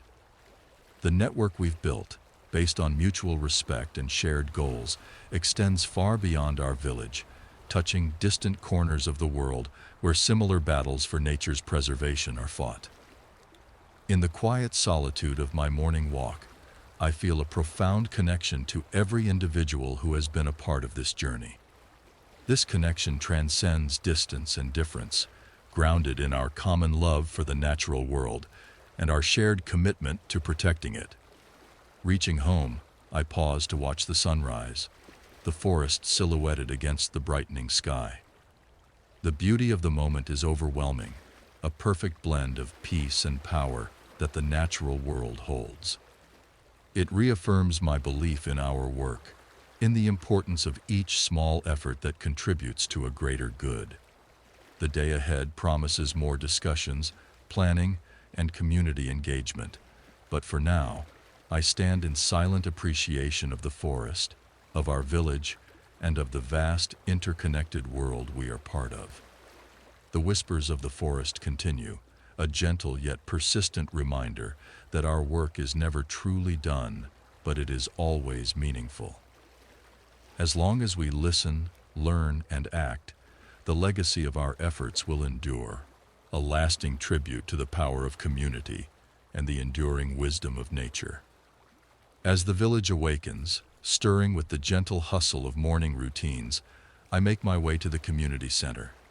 Today, we're hosting a planning session for the next series of community-led projects and preparing for another visit from a group of international environmental students. The center, a hub of activity and learning, buzzes with anticipation. Upon arriving, I find that Lila and several other community leaders are already deep in discussion. Maps, digital screens, and notebooks are spread out across tables, each displaying different facets of our ongoing and upcoming projects. The walls, adorned with photographs and charts, tell the story of our journey. Each image a snapshot of change, each chart a testament to the impact of our collective efforts. Joining the group, I listen as Lila outlines the agenda. Today, we need to finalize the logistics for the mangrove restoration workshop and discuss the expansion of our local seed bank project. We also have an update on the Community Solar Initiative, which I'm really excited about. The meeting progresses with a strong sense of purpose. The mangrove workshop, inspired by Marco's initiative, has sparked a lot of interest, not just within our community, but also among our international partners. We discussed the possibility of turning these workshops into a recurring event, potentially hosting them in different locations around the world to tackle various environmental issues. Meanwhile, the seed bank project has grown significantly. What started as a small collection of local plant varieties has expanded into a comprehensive repository, including seeds from endangered plants and those with particular significance to global biodiversity. This expansion not only helps protect genetic diversity, but also serves as a resource for reforestation and habitat restoration projects worldwide. The Community Solar Initiative update brings a wave of excitement. We've successfully increased our solar energy capacity, reducing our dependency on non-renewable sources, and significantly lowering the community's carbon footprint. The success of this initiative has led to discussions about exporting our excess power to nearby communities, supporting them in their transition to greener energy sources. As the meeting wraps up, I feel a surge of pride in what we've accomplished and a renewed sense of urgency for the work still ahead. These projects, each important in its own right, are more than just initiatives. They are the building blocks for a sustainable future, laying the groundwork for environmental resilience and community empowerment. Later, as the international students arrive, the village comes alive with new energy. These young, eager minds are the future environmental leaders of their respective countries, here to learn and share. Their presence is a reminder of our responsibility to educate and inspire, to pass on the knowledge and passion that have been the cornerstone of our own community's transformation. Over the next few days, the students engage in hands-on learning activities, from river restoration projects to sustainable farming practices. They visit our solar fields, explore the seed bank, and participate in ecological monitoring activities in the forest. The exchange of ideas is vibrant, with each student bringing unique insights influenced by their cultural and environmental backgrounds. On the final night of their visit, we gather around a large bonfire in the heart of the village. The fire crackles under the starry sky, a beacon of warmth and light. Here we share stories of our connection to the earth, of the challenges we face, and of our hopes for the future. The students speak of their plans to implement similar projects in their communities, inspired by what they've learned here.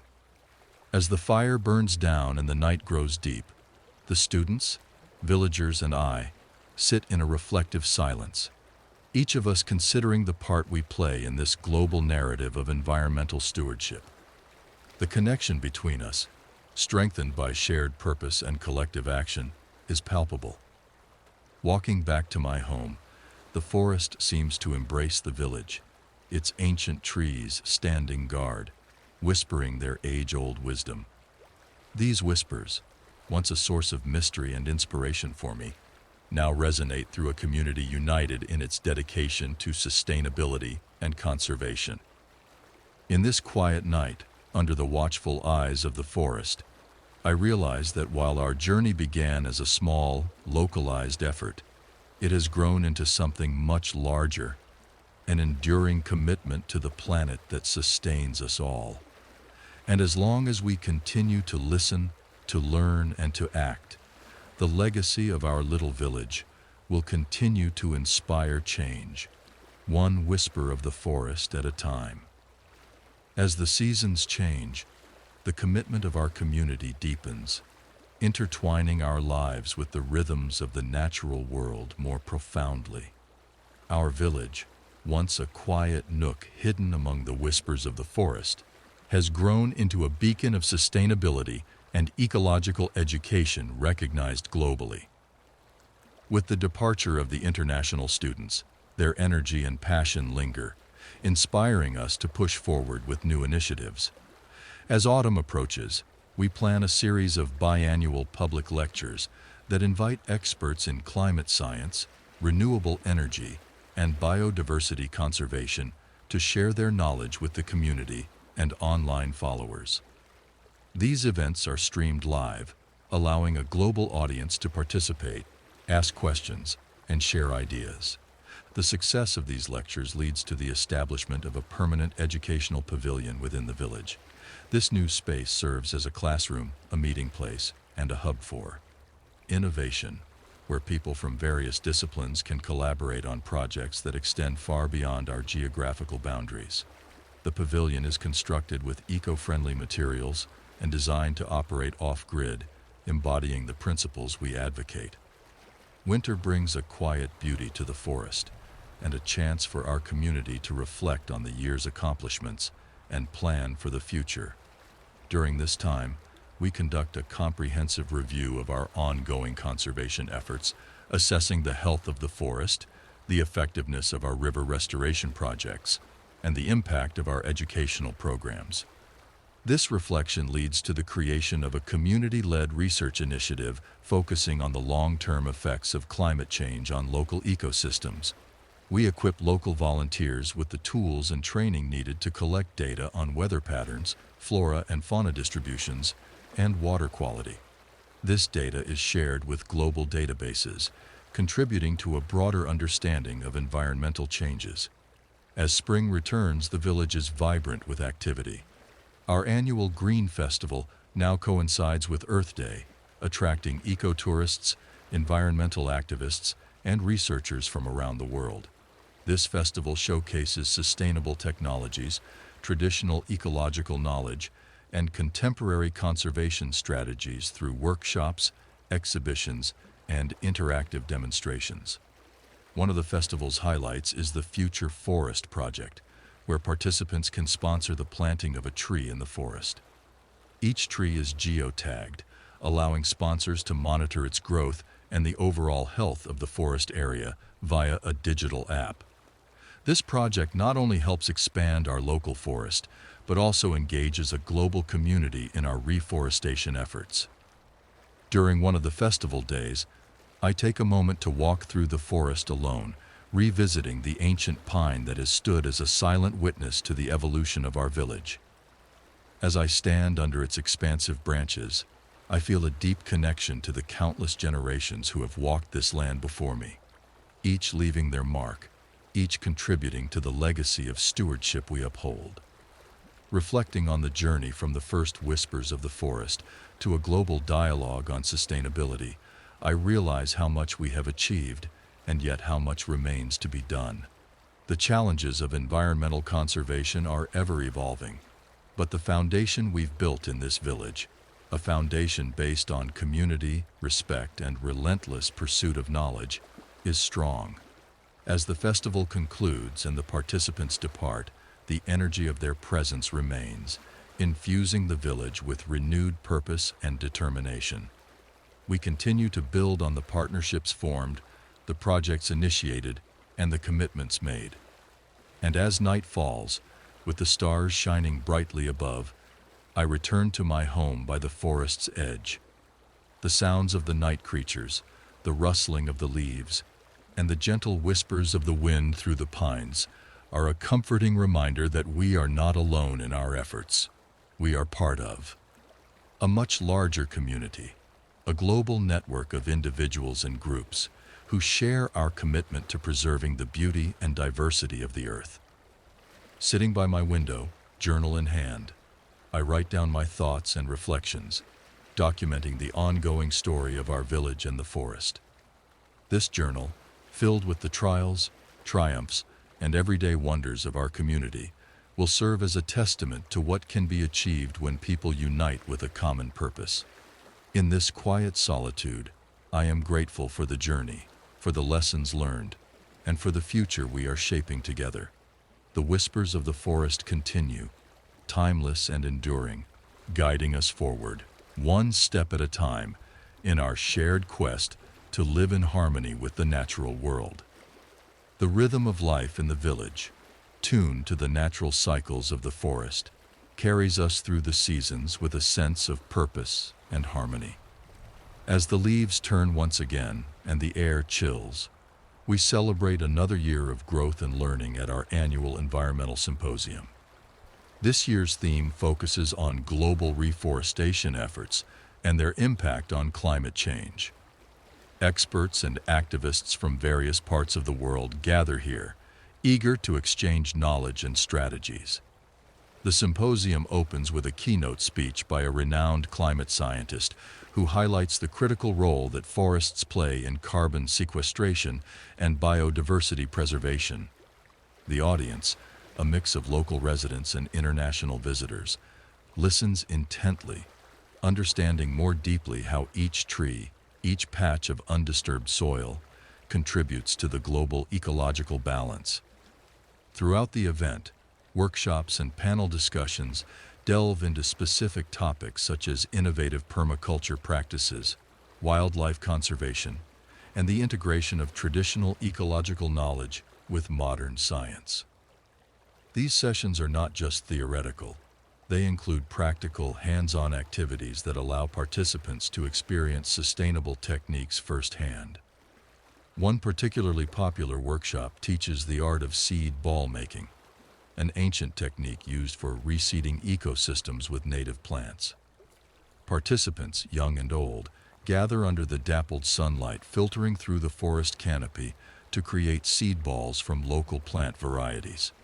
These seed balls are later distributed among participants to take back to their communities, spreading the growth of native flora far beyond our village. As the symposium draws to a close, a roundtable discussion sets the stage for future collaborations. Here, commitments are made, reforestation projects are planned, partnerships are forged, and funding is allocated. The energy is palpable, each person motivated by the collective vision shared here. After the guests leave and quiet settles over the village, I take a walk to the forest, drawn to the ancient pine that has become a symbol of our enduring commitment to the environment. Standing beneath its vast branches, I feel the continuity of our efforts, a tangible link to both past and future endeavors. Each needle, each root, each whisper of wind through the branches tells a story of resilience and adaptation. This year, as I reflect on the path we've traveled, I decide to start a mentorship program for young environmental leaders.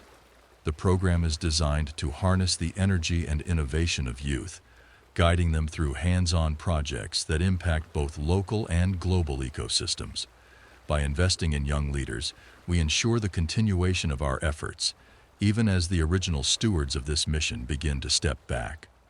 The mentorship program kicks off with a group of enthusiastic young adults from around the globe, each bringing a unique perspective and a shared passion for environmental stewardship. Together, we tackle projects ranging from local wetland restoration to developing educational materials that can be used in schools worldwide. As these young leaders grow into their roles, I find great joy in watching them take ownership of the projects, bringing new ideas and approaches that challenge and expand our traditional methods. Their vigor and commitment are a reminder that each generation has its guardians of nature, its champions of the Earth's well-being.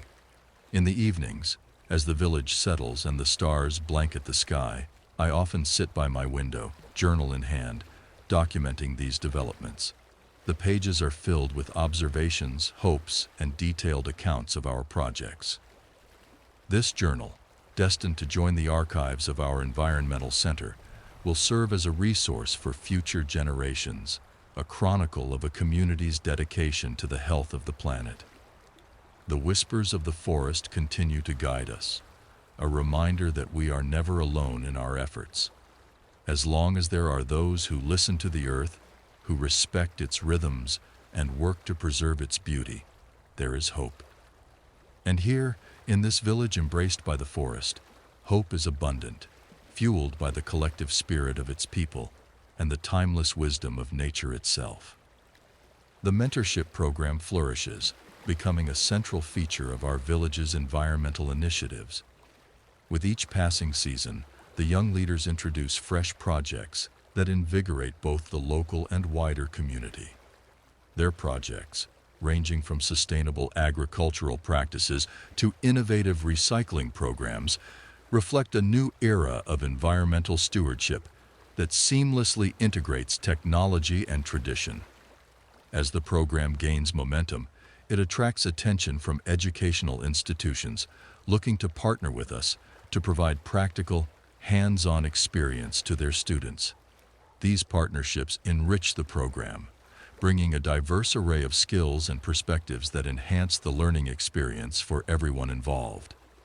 They also create opportunities for our initiatives to be showcased on larger platforms, spreading our influence and inspiring similar efforts elsewhere. The success of these young leaders is celebrated annually at our Environmental Leadership Awards, an event that I look forward to with great pride. Each year, the community gathers to recognize the outstanding contributions of these young environmentalists. The awards ceremony, held in the heart of the village square, is a vibrant affair with music, art displays, and speeches that highlight the importance of continued environmental advocacy and action. During one such ceremony, as I watch a young woman receive an award for her work in marine conservation, I am struck by the profound impact of our collective efforts. Her project, which started as a small initiative to clean up local beaches, has grown into a comprehensive marine ecosystem restoration program that now operates in multiple coastal communities. Her success story, like many others nurtured by our mentorship program, is a testament to the power of education, passion, and community support in driving meaningful change. Later, as the festivities wind down and the crowd disperses, I take my customary walk through the forest. The path is illuminated by the soft glow of lanterns hung from the trees, casting gentle shadows on the ground. The air is filled with the scent of pine and fresh earth, a soothing balm to the soul. As I walk, I reflect on the journey this village has taken, from a small, isolated community to a thriving center of global environmental education and activism. Reaching the ancient pine, I lean against its sturdy trunk, feeling the rough bark beneath my palms. The tree, much like our community, has grown stronger and more resilient over the years. It stands tall and proud, a silent witness to the changes around it, adaptable yet steadfast, a symbol of what we strive to be as a community. Underneath this tree, I feel a deep connection to the past, the dreams and challenges of those who walked these paths before me, and to the future, represented by the vibrant, passionate young leaders who are now at the forefront of our environmental efforts. It's a profound reminder that our work here is part of a much larger story, one that extends beyond our lifetimes. As I make my way back to the village, the path familiar yet always new, I am filled with a sense of hope and responsibility. The environmental challenges we face globally are daunting, but the collective spirit of our community, the innovative ideas of our youth, and the enduring wisdom of the forest give me confidence in our ability to face these challenges head-on. Returning home, I sit by my desk and open my journal. The pages are nearly full, each one a chapter of our collective journey. I write about the evening's reflections, the successes of our young leaders, and the enduring lessons of the forest. Closing the journal, I know it's time to start a new volume, a continuation of this ongoing story of growth, challenge, and hope. Outside, the forest whispers in the gentle night breeze, a timeless conversation that we are all a part of. As long as we continue to listen, to learn, and to act, the legacy of our village will live on, a beacon of sustainability and harmony with the natural world. And in this continuing dialogue with the earth and each other, we find the strength to keep moving forward, crafting a future that honors all life on this beautiful planet. The new journal begins with the turning of the season, as autumn casts a golden hue over the forest, heralding a time of preparation and reflection. With each entry, I document not only the progress of our community, but also the subtle changes in the environment around us, the way the leaves turn a fiery red before giving way to the bare, honest branches of winter. The migration patterns of the birds that we've started to monitor as an indicator of broader ecological shifts, and the cool whisper of the streams that are now clearer and more vibrant than when we first began our restoration efforts. As the colder months approach, the village gears up for its annual winter solstice celebration, an event that has grown over the years to become a cherished tradition. This celebration is a time to honor the darkness and welcome the return of light, symbolizing hope and renewal.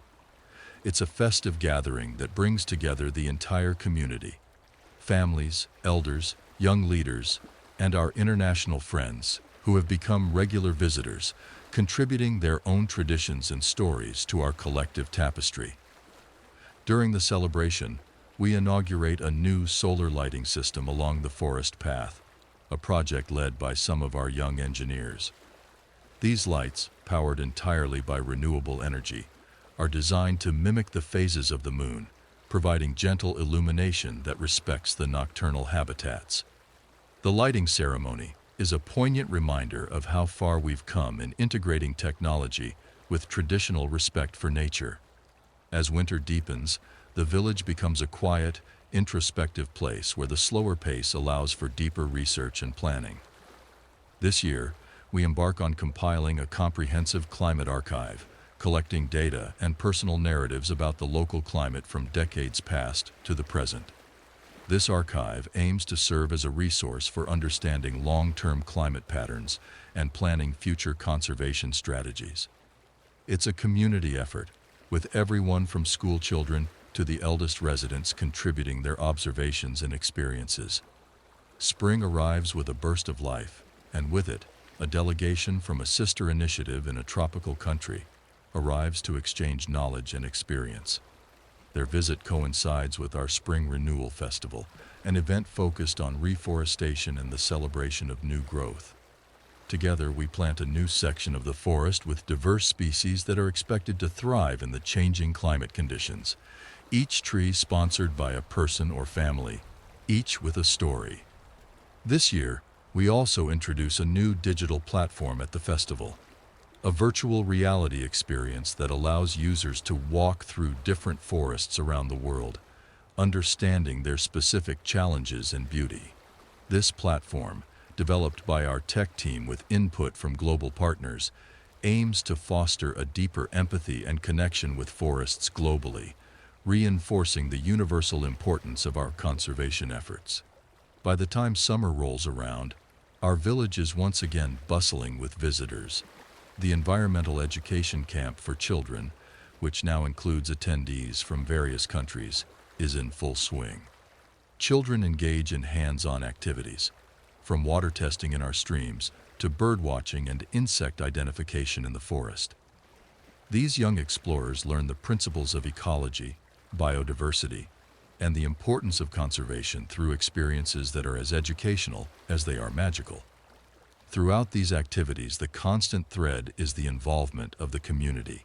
Each project, each event, each celebration is a reflection of our collective commitment to not only preserving our environment, but also sharing our lessons and joys with the wider world. The fabric of our community is woven from these myriad threads: local traditions, global innovations, youthful energy, and the wisdom of age.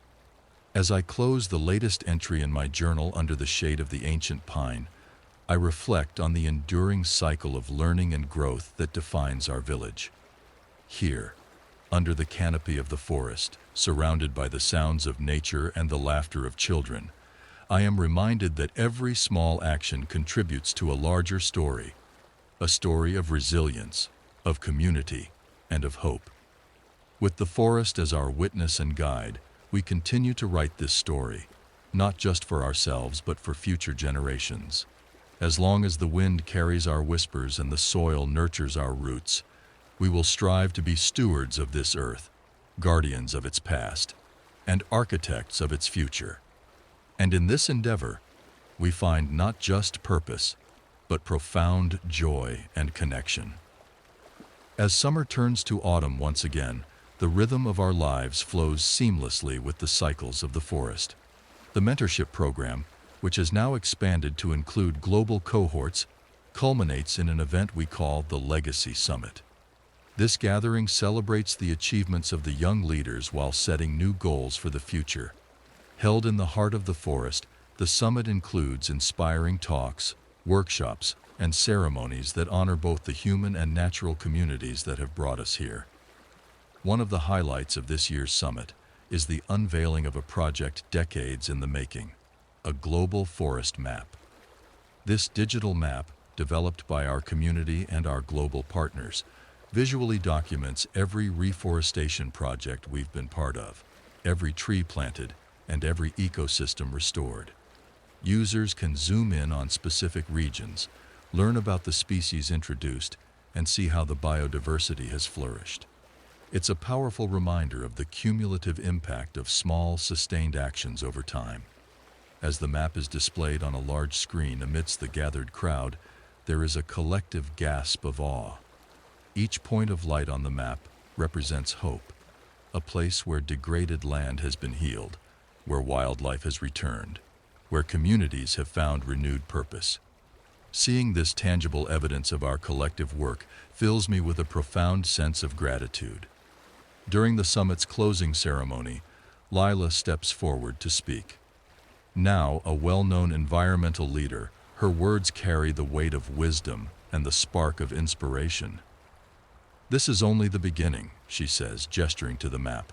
"Every light you see here is a seed of hope, but the forest is not yet whole. There are more trees to plant, more rivers to restore, more hearts to inspire, and we, together, will continue." Her words are met with thunderous applause. I watch her with pride, knowing that the future of our movement is in capable hands. As the crowd disperses, leaving the clearing alive with the quiet hum of conversation, I retreat to a familiar trail leading to the ancient pine. It has become my sanctuary over the years, a place where I come to reflect and renew my connection to the earth. Standing beneath its vast canopy, I rest a hand on its bark, feeling the deep, steady rhythm of life coursing through it. The pine has stood for centuries, a witness to countless changes, yet it remains steadfast, a symbol of endurance and wisdom. I whisper a silent thanks to it, to the forest, and to the community that has grown around it. Returning to the village, the stars are beginning to emerge, dotting the twilight sky with their distant light. The soft glow of lanterns along the path mirrors their celestial counterparts, a testament to the harmony we've cultivated between our human lives and the natural world. In the weeks that follow, the projects initiated during the summit begin to take shape. New reforestation sites are identified, more partnerships are forged, and the mentorship program continues to expand. The energy from the summit lingers, infusing our daily work with renewed vigor. Winter approaches, and the village settles into its quieter rhythm. The forest, draped in snow, is a serene reminder of the cycles of rest and renewal. During this time, we focus on reflection and planning, gathering around fires to share stories and dreams for the coming year. As the year closes, I find myself once again at my desk, journaling the milestones we've achieved and the hopes that lie ahead. The whispers of the forest have guided us far, and they will continue to do so. Each generation, each project, each small act of care adds a layer to this enduring story, a story of humans and nature finding their way back to each other.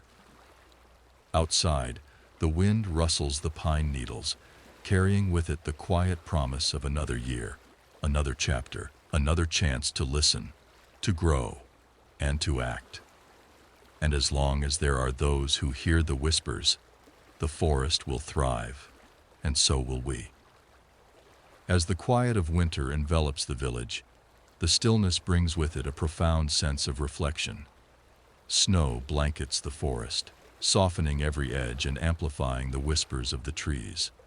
The village slows, its rhythm attuned to the season of rest, yet beneath this calm exterior, ideas and plans are taking root.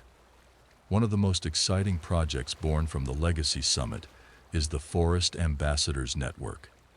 This initiative connects individuals and communities from around the world who are engaged in conservation and reforestation efforts.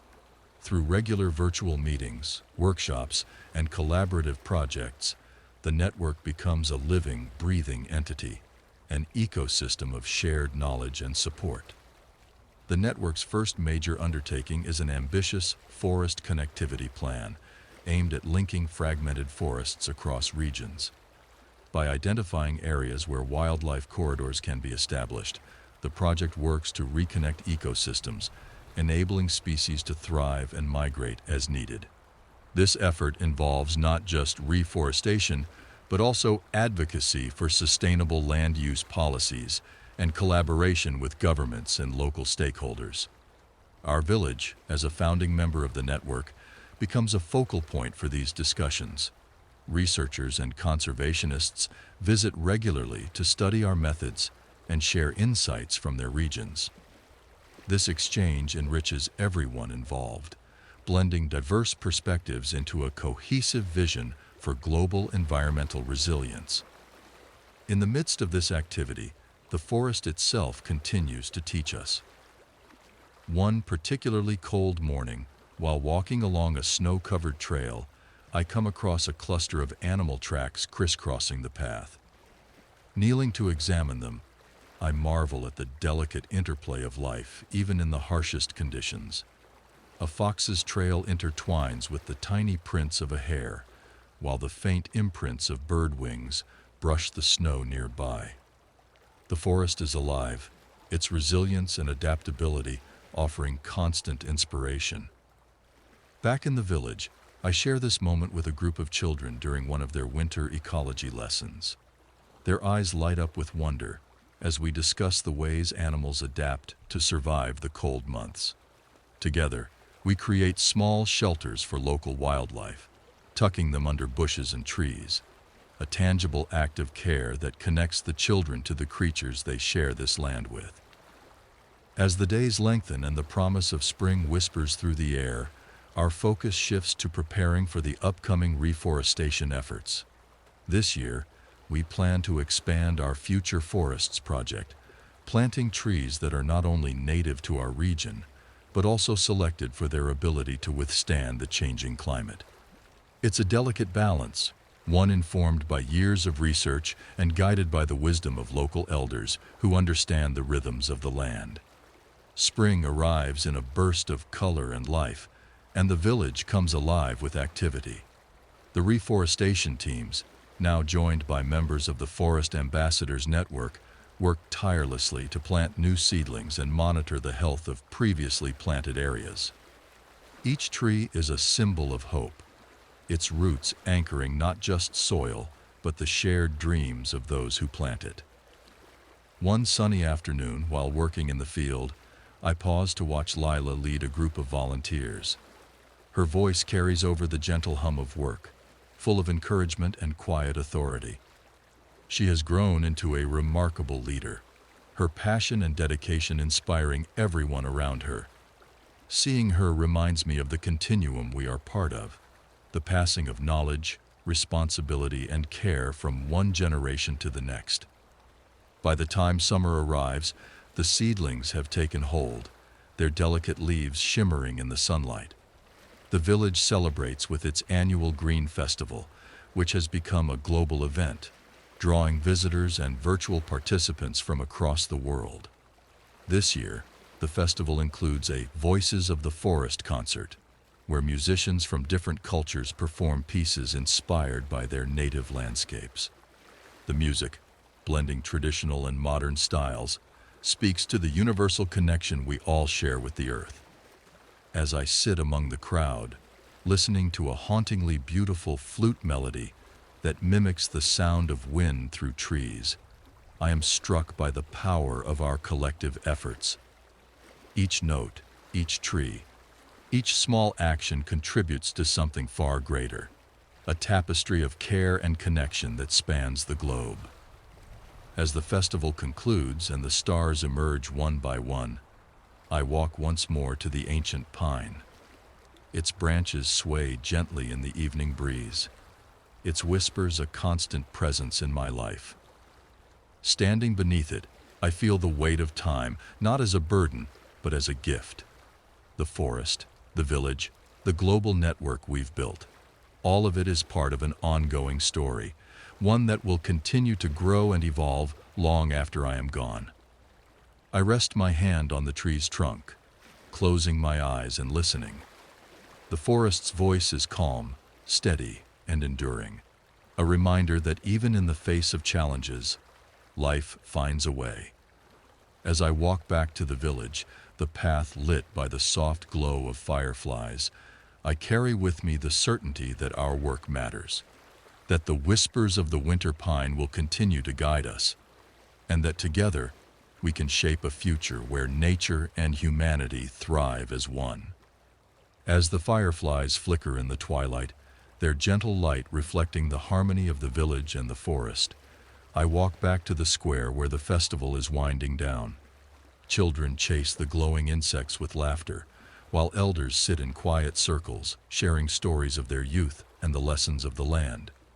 This balance, this connection, feels fragile yet powerful, a testament to what we've built and what we continue to protect. The summer unfolds with new projects and milestones. The Forest Ambassadors Network expands its influence, launching a global campaign to restore degraded lands, using a combination of traditional knowledge and cutting-edge technology.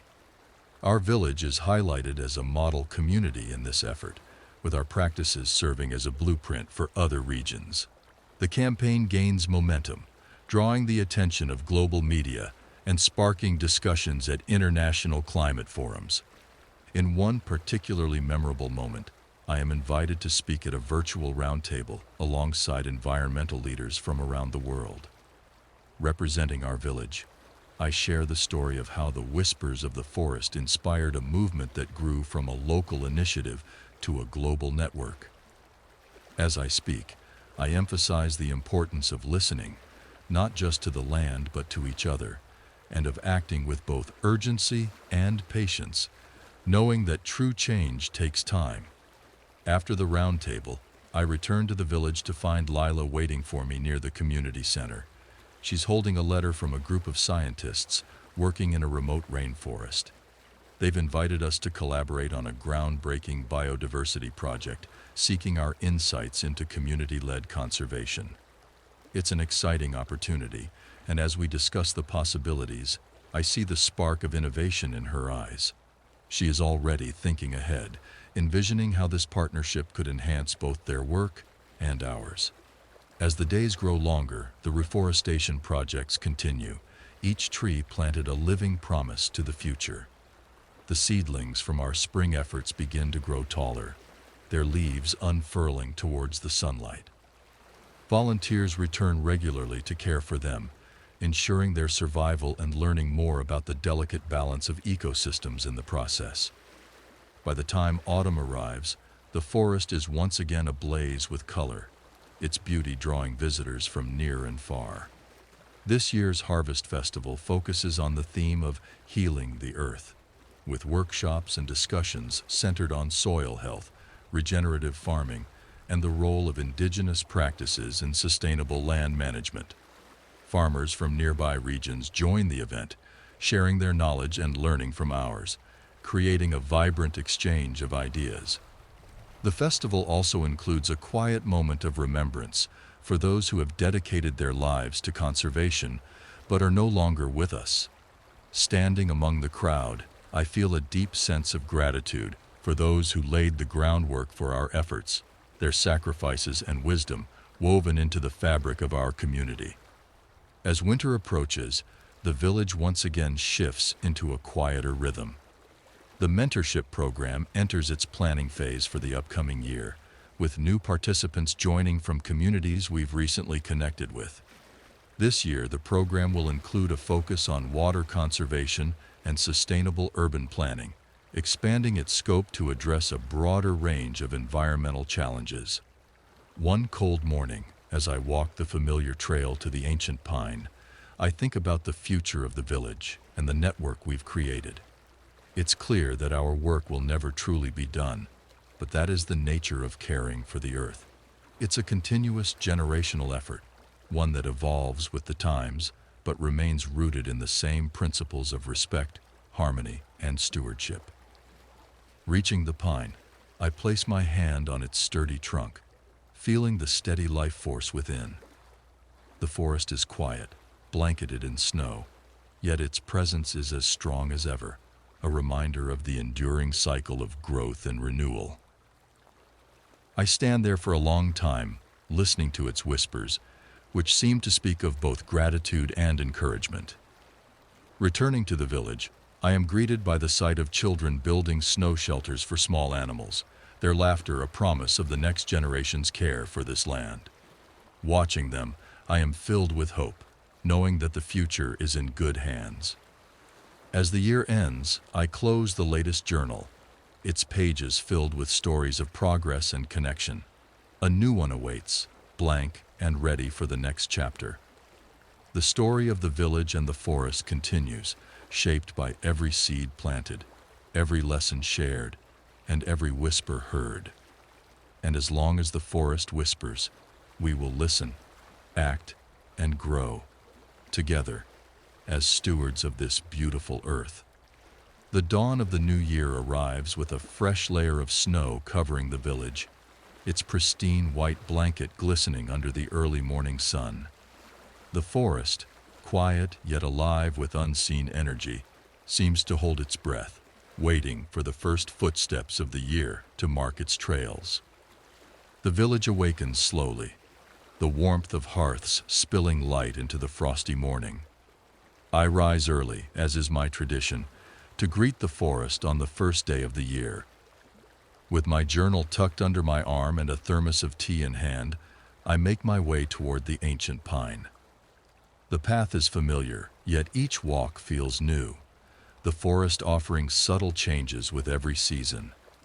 As I reach the pine, I notice something unusual. Tucked between its roots, half buried in snow, is a small wooden carving. Picking it up, I see that it's shaped like a pine cone, intricately detailed and clearly handcrafted. It's a gift from one of the children, I suspect, a quiet gesture of respect and gratitude for the forest that nurtures us all. Sitting beneath the tree, I open my journal to its first page, the crisp, blank space waiting to be filled. I begin to write, capturing the peace of the moment, the beauty of the forest in its winter stillness, and the hopes I carry for the year ahead. The words flow easily, a reflection of the gratitude I feel for being part of this ever-evolving story. Back in the village, preparations are underway for our annual New Year's gathering. This year's theme is The Seeds of Tomorrow, a reflection on how our actions today will shape the future. The gathering includes a series of community discussions where residents and visitors alike can share their visions for the coming year. Topics range from new conservation projects to innovative ways of integrating technology into sustainable living. One idea that sparks excitement is the creation of a traveling exhibit that showcases our village's journey. This exhibit, designed to visit schools, community centers, and museums around the world, will include immersive displays, virtual reality experiences, and interactive activities that allow people to connect with the story of the forest and the community it sustains. The goal is to inspire others to start their own journeys of environmental stewardship, no matter how small. As the evening approaches, the village square fills with the glow of lanterns and the hum of conversation. Families gather, sharing stories and meals, while musicians play soft, uplifting melodies. At the heart of the square stands a large wooden sculpture, a collaborative piece created by local artists and children, symbolizing the interconnectedness of all life. Its intricate design features trees, rivers, animals, and human hands reaching out to one another, a testament to the shared vision that guides our community. When the clock strikes midnight, marking the start of the new year, the village erupts in celebration. Fireworks, carefully designed to minimize noise and environmental impact, light up the sky in vibrant colors, their reflections dancing on the snow. As the bursts fade, a moment of quiet follows, and everyone gathers in a circle, holding hands as a symbolic gesture of unity and commitment. Lila steps forward to speak, her voice steady and warm. This year, let's continue to plant the seeds of hope, both in the soil and in our hearts. Let's nurture the connections we've built and reach out to those who have yet to join us. Together, we are stronger, and together, we can shape a future where people and nature thrive in harmony. Her words resonate deeply, and as the circle disperses, I feel a renewed sense of purpose. The year ahead holds challenges, as it always does, but it also holds infinite possibilities. Each project, each interaction, and each small step forward contributes to the larger tapestry of change we are weaving. As I return to my home that night, the forest whispers softly in the cold wind, a timeless melody that carries with it the wisdom of the ages. I know that the story of our village and the forest will continue to grow, shaped by the hands and hearts of those who care for it. And as long as the whispers call to us, we will answer, planting seeds for a better tomorrow, one act of kindness and care at a time. The days following the New Year's gathering are filled with quiet energy as the village gradually settles back into its daily rhythms. Yet, the air hums with the excitement of new ideas and projects sparked during the celebration. Plans for the traveling exhibit begin in earnest, with teams forming to gather stories, artifacts, and interactive elements that will bring the village's legacy to life for a global audience. Lila leads the project with her usual blend of focus and creativity. She envisions the exhibit as not just a static display, but an immersive journey. It should feel like walking through our forest, she says during one of our planning sessions. The whispers, the scents, the light filtering through the trees. It should transport people, even if they've never stepped into a forest before. As the team works to bring this vision to fruition, other initiatives also move forward. The Forest Connectivity Plan, now entering its second phase, identifies new areas where wildlife corridors can be established. These corridors are vital for ensuring that animals can move freely between habitats, maintaining genetic diversity and ecological balance. Volunteers, equipped with tools and knowledge, set out to restore these pathways, planting native species and removing invasive ones. Meanwhile, the mentorship program enters its fifth year, and its impact is evident in the growing confidence and expertise of the young leaders it has nurtured. This year, a new cohort joins from urban areas facing unique environmental challenges, such as air pollution and water scarcity. Their inclusion broadens the scope of the program, bringing fresh perspectives and innovative solutions to the table. One particularly inspiring mentee is Zara, a young woman from a densely populated city who has developed a method to create microforests in urban spaces. Her approach involves using small, densely planted patches of native trees and plants to create pockets of biodiversity in otherwise barren areas. During her time in the mentorship program, Zara refines her techniques and begins collaborating with architects and city planners, bridging the gap between urban design and ecological restoration. Zara's work is highlighted during our spring festival, where she presents a live demonstration of her microforest method. Watching her speak with passion and clarity, I feel a deep sense of pride. The program's goal, to empower the next generation to lead, has clearly succeeded. Zara's microforests, though small in scale, represent the larger principle we've always championed, that every effort, no matter how modest, can make a meaningful impact. As spring blooms into summer, the village's partnerships with international conservation organizations deepen. A new collaboration focuses on developing climate-resilient agriculture, combining traditional farming techniques with modern science.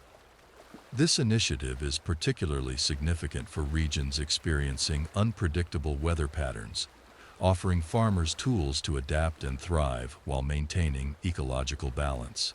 The traveling exhibit launches in midsummer, its first stop a major metropolitan museum. The opening event draws a large crowd, including policymakers, educators, and environmental activists. The exhibit, true to Lila's vision, immerses visitors in the sights, sounds, and stories of the forest. Interactive stations allow people to plant virtual trees, watch their growth over time, and learn about the species that rely on them. Panels tell the history of the village, the mentorship program, and the global projects that have stemmed from our work. The response is overwhelming. Visitors leave messages of gratitude and inspiration, many pledging to start their own conservation efforts. The exhibit is scheduled to travel for 2 years, reaching schools, community centers, and other museums around the world. Its impact ripples outward, spreading the story of our village and the wisdom of the forest far beyond its borders. Back in the village, the forest continues its quiet work of growth and renewal. The seedlings planted in the spring have become saplings, their leaves stretching toward the sun. The wildlife corridors are beginning to show signs of success, with animals returning to areas where they hadn't been seen in years. On a warm summer evening, I walked to the ancient pine, now surrounded by young trees that owe their existence to our efforts.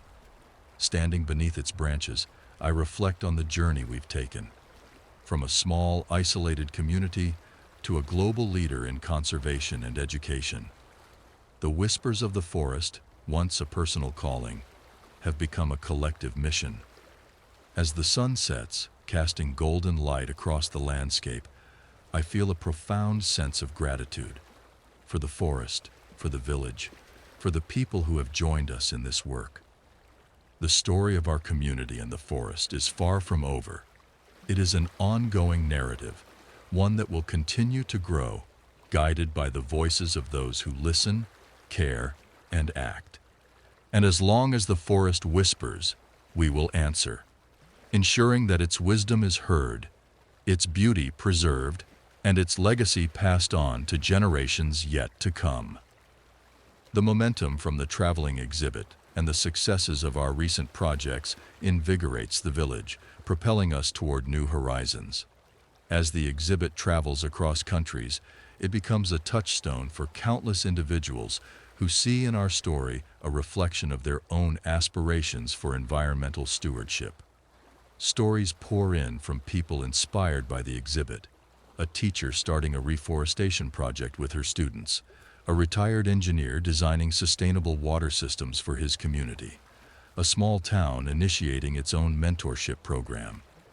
These responses remind us of the interconnectedness of our work and the wider world. Our village, nestled among the whispering pines, has become a part of a global ecosystem of change, each action rippling outward in ways we could never have predicted. Back at home, the seasons continue their timeless cycle, bringing new challenges and opportunities. As autumn arrives, painting the forest in hues of gold and crimson, we focus on expanding the forest connectivity plan. A new corridor, connecting two fragmented ecosystems, is selected for restoration. This project involves not only planting trees, but also collaborating with local farmers to implement agroforestry practices, blending conservation with sustainable agriculture. The work is labor-intensive but deeply rewarding. Teams of volunteers, local residents, and international partners come together to plant saplings, remove invasive species, and create water features to support biodiversity. Watching people of all ages and backgrounds working side by side reinforces the power of collective action, a central tenet of everything we do.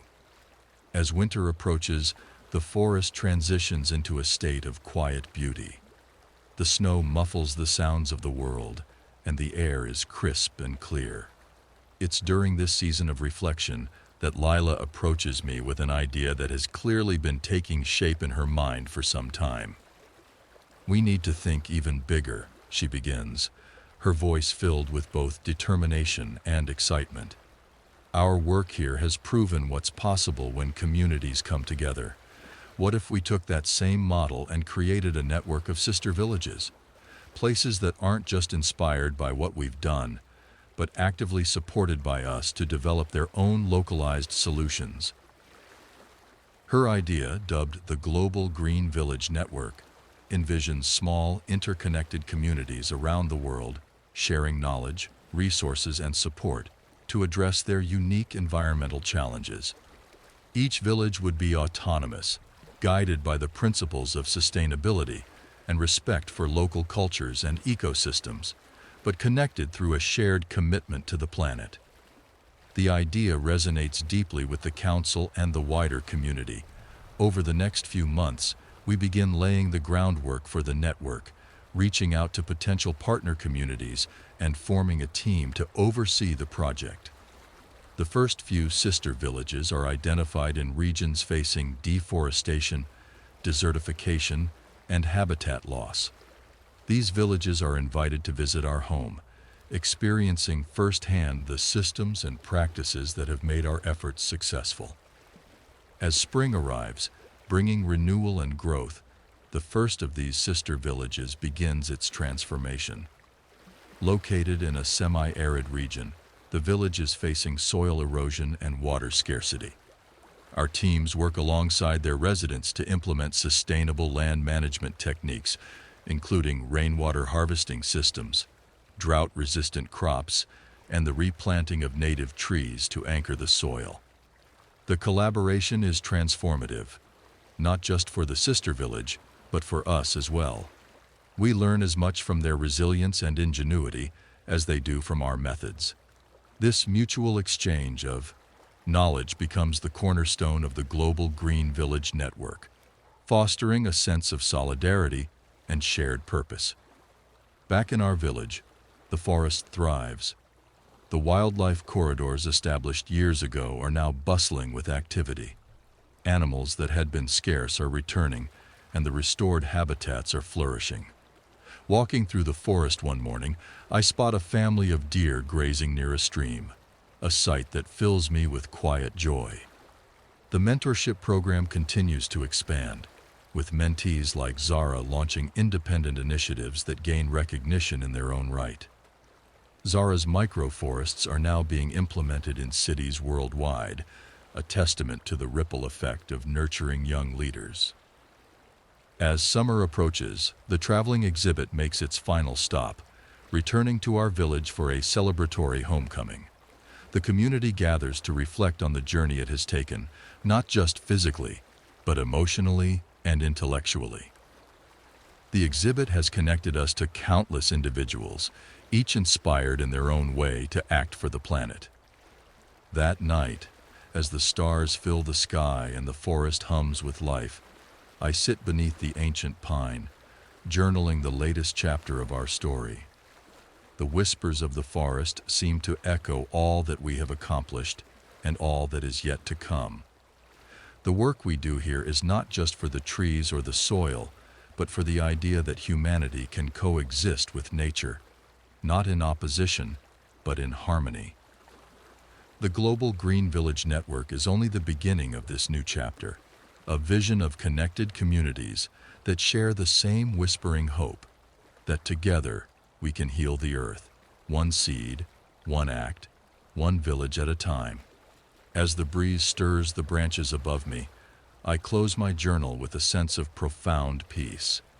The story of the village and the forest continues, growing stronger with each new voice, each new hand that joins in. And as long as the forest whispers, we will listen, we will act, we will grow, together. The Global Green Village Network evolves into a thriving tapestry of communities, each contributing its unique strengths to a collective vision of environmental stewardship. Over the next few years, the network grows, encompassing villages from diverse regions, mountain communities battling soil erosion, coastal villages restoring mangroves, and urban neighborhoods creating green corridors in the heart of cities. Our village becomes a hub for training and collaboration. Visitors from partner villages arrive regularly to learn about our approaches to conservation, education, and sustainable development. In return, they share their innovations, enriching our understanding of diverse ecosystems and the creative solutions needed to address their challenges. One of the most impactful developments is the creation of a shared knowledge platform, an online repository where communities in the network can upload case studies, resources, and updates. The platform becomes a digital forest of wisdom, connecting people across continents and fostering a sense of global unity in the face of ecological crises. As this network deepens, the mentorship program expands its reach, evolving into an eco-leadership academy. This academy, headquartered in our village, offers immersive programs for young leaders, educators, and policymakers. Participants learn not only the practical skills needed for environmental conservation, but also the philosophy that underpins our work: respect for nature, collaboration, and the understanding that small actions can lead to profound change. One spring morning, the Academy welcomes its largest cohort yet, individuals from over 20 countries, representing urban planners, farmers, artists, and educators. The diversity of their backgrounds underscores the universality of our mission. Every community, no matter its size or location, has a role to play in healing the planet. Lila, now the director of the Academy, oversees the program with grace and vision. Her ability to inspire others and bridge cultural divides is nothing short of extraordinary. Watching her lead, I am reminded of the quiet confidence of the forest itself, rooted, steady, yet always growing. In the midst of these developments, the forest continues to thrive. The wildlife corridors are now fully established, and biodiversity surveys reveal a remarkable resurgence of species. The forest hums with life, birds nesting in restored groves, foxes and deer roaming freely, and pollinators flourishing in meadows of wildflowers. One afternoon, while walking through the forest, I come across a grove of trees planted years ago during one of our early reforestation projects. The saplings have grown into strong young trees, their branches intertwined, forming a canopy of dappled sunlight. Standing there, I feel the weight of time, not as a burden, but as a gift. Each tree represents a choice made, a promise kept, and a future nurtured. As summer approaches, the village prepares for a milestone event, the first ever Global Green Village Summit. Delegates from all over the network, as well as environmental leaders and thinkers from around the world, converge on our village to share insights, celebrate achievements, and plan for the future. The summit is a week-long celebration of unity and action. Each day features panels, workshops, and field visits to showcase the projects that have become hallmarks of our work. One highlight is a collaborative art installation created by representatives from each village in the network. Using materials native to their regions, they construct a mosaic that symbolizes the interconnectedness of their efforts. The final piece, unveiled during the closing ceremony, is breathtaking, a vibrant, living testament to what can be achieved through collaboration and shared purpose. As the summit concludes, there is a palpable sense of momentum. Commitments are made, partnerships are strengthened, and new projects are envisioned. The network, once a dream, is now a global force for change. That evening, as the village quiets and the delegates begin their journeys home, I find myself once again beneath the ancient pine. Its roots, like the connections we've built, run deep, anchoring us to the land while allowing us to reach outward. The whispers of the forest are as steady as ever, a reminder of the enduring work ahead. I open my journal to write, but this time the words come slowly. The magnitude of what we've accomplished and the potential for what lies ahead is almost too vast to capture. Still, I write, knowing that this story is not mine alone. It belongs to the village, to the forest, to every hand that has planted a tree, every voice that has spoken for the earth, and every heart that has dared to hope. As the stars begin to appear, I close the journal and look up at the canopy above me. The forest, with its whispers, its resilience, and its quiet power, is both our guide and our responsibility. And as long as it speaks, we will listen. The story of the village and the forest continues, one seed, one act, one whispered promise at a time. The Global Green Village Summit leaves a profound mark, both on the village and on the network it has nurtured. Delegates depart with renewed vigor, their heads brimming with ideas and their hearts inspired by the sense of collective purpose. The summit becomes a turning point, cementing the network's role as a global catalyst for change. Back in the village, the momentum carries us forward into a flurry of activity. Projects sparked during the summit are quickly set into motion. Among them is the creation of a forest diplomacy program, where young leaders from participating villages work together to advocate for policy changes on a regional and international scale. This program empowers voices often overlooked, bringing grassroots perspectives to global platforms where decisions about the environment are made. Lila, now widely recognized as a leader in the global conservation movement, becomes a key figure in this advocacy. She travels to conferences, speaks before policymakers, and builds coalitions, always returning to the village with stories and insights that strengthen our efforts at home. Despite her growing prominence, her connection to the forest and the community remains steadfast. She often says, "The forest taught me everything I know about leadership, patience, resilience, and the wisdom to listen." As the forest diplomacy program gains traction, its participants achieve significant milestones. One group successfully campaigns for the creation of a transnational wildlife corridor, connecting forests across borders and ensuring safe passage for migratory species. Another secures funding for community-led reforestation projects in areas devastated by deforestation, bringing life back to barren landscapes. Back in our village, the Eco Leadership Academy expands its curriculum to include these new successes, ensuring that every participant understands the power of advocacy alongside practical conservation. The Academy also launches a digital series called Roots and Wings, where alumni share their journeys and projects, inspiring a global audience with their stories. Meanwhile, the forest itself continues to flourish. One crisp autumn morning, while walking through the trails, I notice a group of children eagerly observing a newly restored pond. The pond, part of our wetland restoration project, has become a vibrant ecosystem teeming with frogs, dragonflies, and waterfowl. The children, guided by a young mentor from the academy, jot down notes and sketches, their excitement palpable. Watching them, I am reminded of the cyclical nature of our work.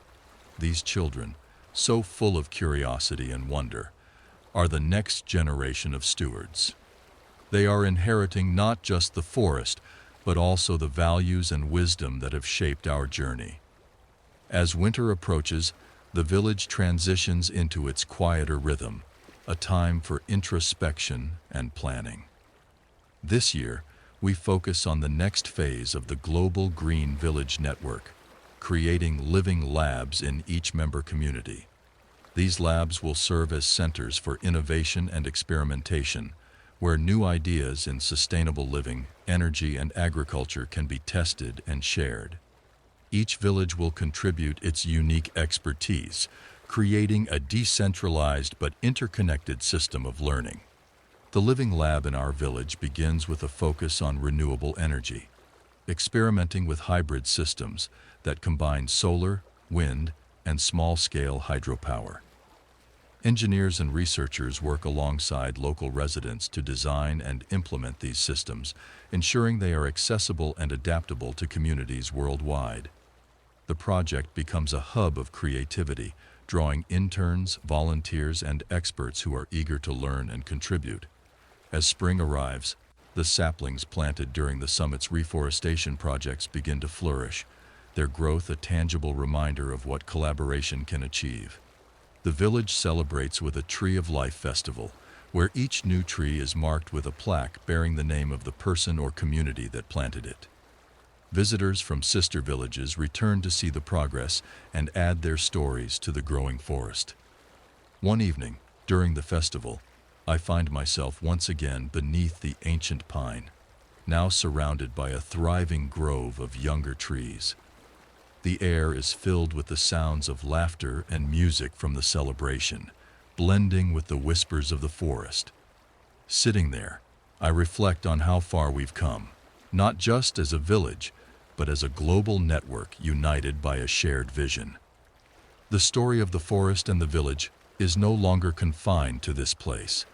It is a living narrative, carried by every tree planted, every policy changed, every mind inspired. It grows with each new voice that joins the chorus, each new hand that tends the earth. As the stars emerge and the forest settles into its nightly stillness, I open my journal to capture the moment. The whispers of the forest feel more like a song now, a melody of resilience, hope, and endless possibility. Closing the journal, I whisper my thanks to the pine, to the forest, and to the countless people who have become part of this story. And as I walk back toward the village, the lights of the festival shining brightly against the darkening sky, I know that the journey is far from over. The forest will continue to whisper, and we will continue to listen, to learn, and to act. Together, we are writing a story that will echo through the ages, a story of harmony, of stewardship, and of a future where humanity and nature thrive as one. As the Tree of Life festival concludes, the village settles back into its natural rhythm, yet the echoes of the celebration linger in the air. The new grove near the ancient pine stands as a living testament to the power of collective effort, each tree embodying the shared dreams of people from across the world. It is no longer just our forest. It is a global symbol of hope and regeneration. The coming months bring a wave of innovation as the living labs within the Global Green Village Network begin to bear fruit. Each village contributes breakthroughs uniquely suited to their environments. Desert communities develop water-saving irrigation systems. Coastal villages refine mangrove restoration techniques, and urban hubs pioneer vertical gardens that bring biodiversity to dense cityscapes. The shared knowledge platform hums with activity, connecting these discoveries and ensuring they are accessible to all. In our village, the focus on hybrid renewable energy systems gains recognition as a model for small-scale, sustainable energy independence. The Living Lab attracts engineers, students, and entrepreneurs eager to learn from the project and adapt its principles to their regions. The energy produced not only powers the village, but also supports nearby communities, creating a ripple effect of sustainability. Meanwhile, the Forest Diplomacy Program achieves another milestone: the designation of an international conservation corridor connecting forests across 3 countries. This corridor ensures the free movement of wildlife while also fostering cross-border collaboration in ecological research and policymaking. It's a tangible example of what can be accomplished when communities and governments work together, inspired by the grassroots success of villages like ours. As summer approaches, a new generation of mentees arrives at the Eco Leadership Academy. This cohort includes participants from regions facing emerging climate challenges, such as rising sea levels and extreme weather patterns. Their presence broadens our understanding of global issues, and their passion energizes the Academy. They bring fresh ideas, from innovative carbon capture techniques to culturally rooted conservation practices, enriching the ongoing dialogue. One evening, while walking through the forest with a group of mentees, I paused by a stream newly restored as part of a wetland project. The water flows clear and strong, its banks lined with thriving vegetation. A mentor points out the signs of returning life, small fish darting. Through the shallows, dragonflies hovering above. The mentees take notes and photographs, their excitement palpable. As we walk back toward the village, one of them, a young man named Arun, shares his dream of replicating this project in his flood-prone hometown. If we can restore wetlands there, he says, we can reduce flooding and create habitats for wildlife. Seeing this gives me hope. It shows me what's possible. His words remind me of the power of witnessing transformation firsthand. The village, the forest, and the projects we've nurtured are not just lessons.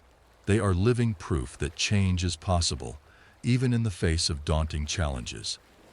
The summer also marks the release of the first annual State of the Green Villages report, a comprehensive overview of the achievements, challenges, and goals of the Global Green Village Network.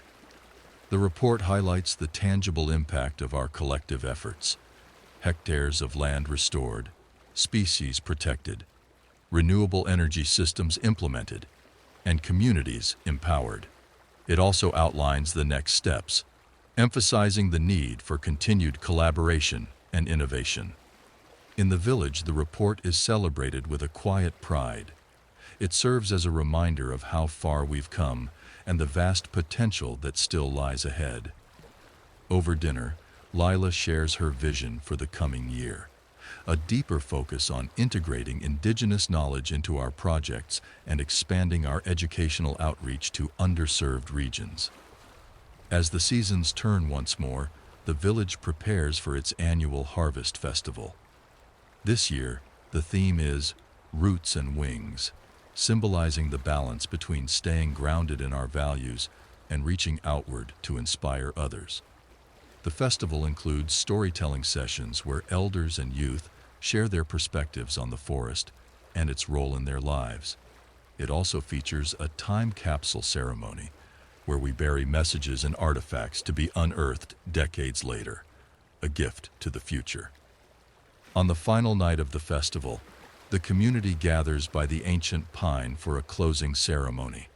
The grove surrounding the tree has grown dense, its young trees now tall and sturdy, their roots intertwined in a testament to unity.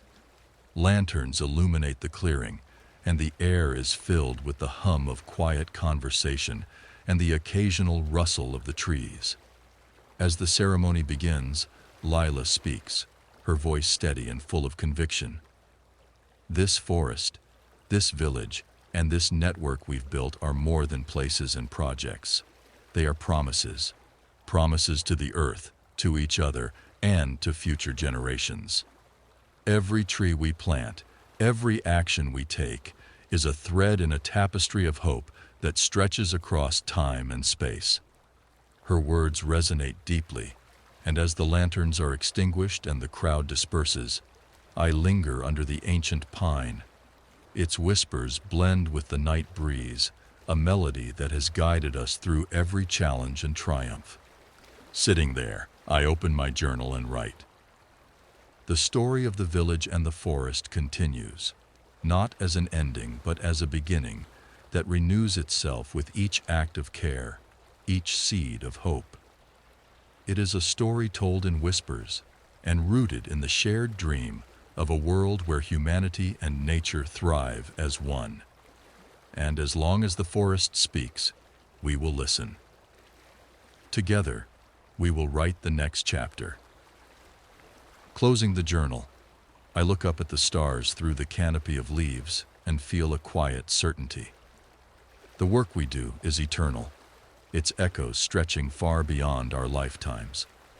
The whispers of the forest will continue, and we will be here to answer, guided by their wisdom and inspired by their promise.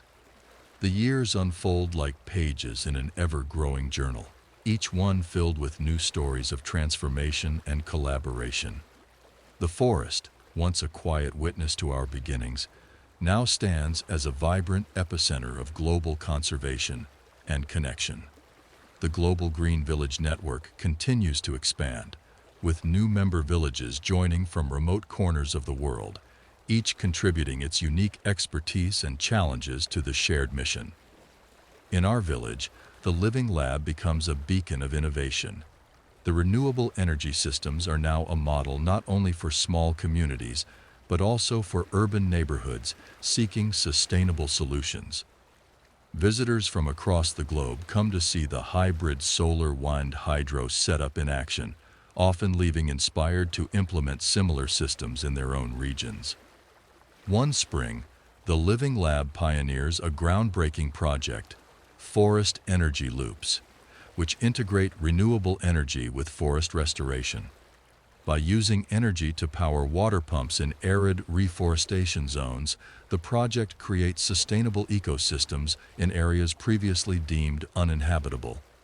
The first pilot is launched in a sister village in a desert region, transforming barren land into a budding forest in just a few years. Back home, the forest thrives as it never has before. The wildlife corridors are now home to robust populations of deer, foxes, birds, and pollinators, each playing its part in the intricate dance of biodiversity. Regular ecological surveys show a stunning recovery of species once thought endangered, their habitats now protected and flourishing. The forest whispers not only of growth, but of resilience, a testament to what is possible when humans and nature work together. One summer morning, I lead a group of children on a forest walk. It's a tradition that has become a cornerstone of our village's educational programs, a way to nurture curiosity and respect for the environment in the youngest among us. As we stop by the ancient pine, the children pepper me with questions about its age, its roots, and the stories it might hold. One child, a quiet boy with bright eyes, tugs at my sleeve. "Do you think the tree knows about us?" he asks, his voice barely above a whisper. I kneel to meet his gaze. "I think it does," I say, smiling. "Trees like this, they've been here so long, they feel everything, every footstep, every breath of wind, and I think they know we're trying to help." The boy smiles, seemingly reassured, and I feel a spark of hope for the future. These children, with their unfiltered wonder and genuine care, are the ones who will carry forward the work we've started. As autumn arrives, we celebrate another milestone, the completion of the first transcontinental rewilding project, spearheaded by the Forest Diplomacy Program. Spanning 5 countries, the project reconnects fragmented habitats, creating pathways for migratory species and revitalizing degraded ecosystems. The success is hailed as a breakthrough in global conservation, and our village is invited to present the project at a major environmental summit. At the summit, Lila delivers a keynote speech that moves the audience to a standing ovation. Her words capture the essence of everything we've achieved. The story of the forest is the story of us all. It is a story of resilience, of adaptation, of unity. It teaches us that even the smallest seed, given care and time, can grow into something mighty. And so can we. Back in the village, the Eco Leadership Academy graduates its largest cohort yet, with participants launching projects that address challenges as diverse as coral reef restoration, urban heat islands, and sustainable food systems. Zara's Microforest Initiative, now a global movement, celebrates its millionth tree planted, its impact stretching across continents. On a cold winter night, as the village settles into its quiet rhythm, I find myself once again beneath the ancient pine. The grove around it has grown into a thriving forest of its own, a living legacy of our shared efforts. Sitting on a moss-covered rock, I open my journal and reflect on the journey. We began with whispers, soft, uncertain, yet filled with possibility. Over time, those whispers grew into voices, into actions, into movements. They carried us across borders, connected us to people we might never have met, and taught us to dream bigger than we ever thought possible. The forest spoke, and we listened. And in listening, we found our place, not as masters of the earth, but as its humble stewards. The night is still, the stars bright above, the forest alive with its quiet symphony. Closing the journal, I breathed deeply, feeling the weight of time and the promise of the future all at once. The work we do here, and in every village connected by our network, is never finished. It evolves, just as the forest does, always reaching for the light. As I walk back to the village, the soft crunch of snow beneath my boots, I feel a profound sense of peace. The whispers of the forest continue, steady and unwavering, guiding us forward. And as long as they call, we will answer, shaping a world where humanity and nature thrive together, rooted in harmony and reaching ever upward. As the frost melted, the village embraced the first signs of spring with a renewed sense of purpose. The Living Lab's latest project, a regenerative food forest initiative, had taken center stage. Under Maya's guidance, the carefully designed forest began to take shape, blending sustainable agriculture with the natural rhythms of the land. Volunteers worked tirelessly, planting rows of fruit trees, nut-bearing shrubs, and medicinal plants alongside native species. The goal was clear: create a self-sustaining system that could feed the community while enhancing biodiversity. The excitement in the village was palpable as visitors from sister communities arrived to witness the progress. They marveled at the careful integration of human needs with ecological restoration. Maya's work inspired many to plan similar projects in their regions, her leadership shining as a testament to the power of the mentorship program. By early summer, the Global Green Festival brought people from across the world to the village. The event had grown into a celebration of ideas, with interactive exhibits showcasing projects that balanced tradition and innovation. A digital forest chronicle became the highlight of the festival, allowing visitors to explore the grove of pines and learn the stories of individual trees through augmented reality. Children and elders alike wandered through the forest, discovering how each tree connected to the history of the village and its mission. The festival also introduced a synchronized global planting day, where thousands of trees were planted across the network simultaneously. A live stream connected the villages, capturing moments of people planting seeds and saplings in unison, bridging the gaps of geography with a shared act of regeneration. Watching the live feed of young hands digging into the soil, elders guiding the process, and families coming together filled the community with a profound sense of unity. As autumn arrived, the village prepared for the harvest festival, now a cornerstone of the year's activities. The forest, vibrant with the colors of the season, served as a backdrop for storytelling sessions.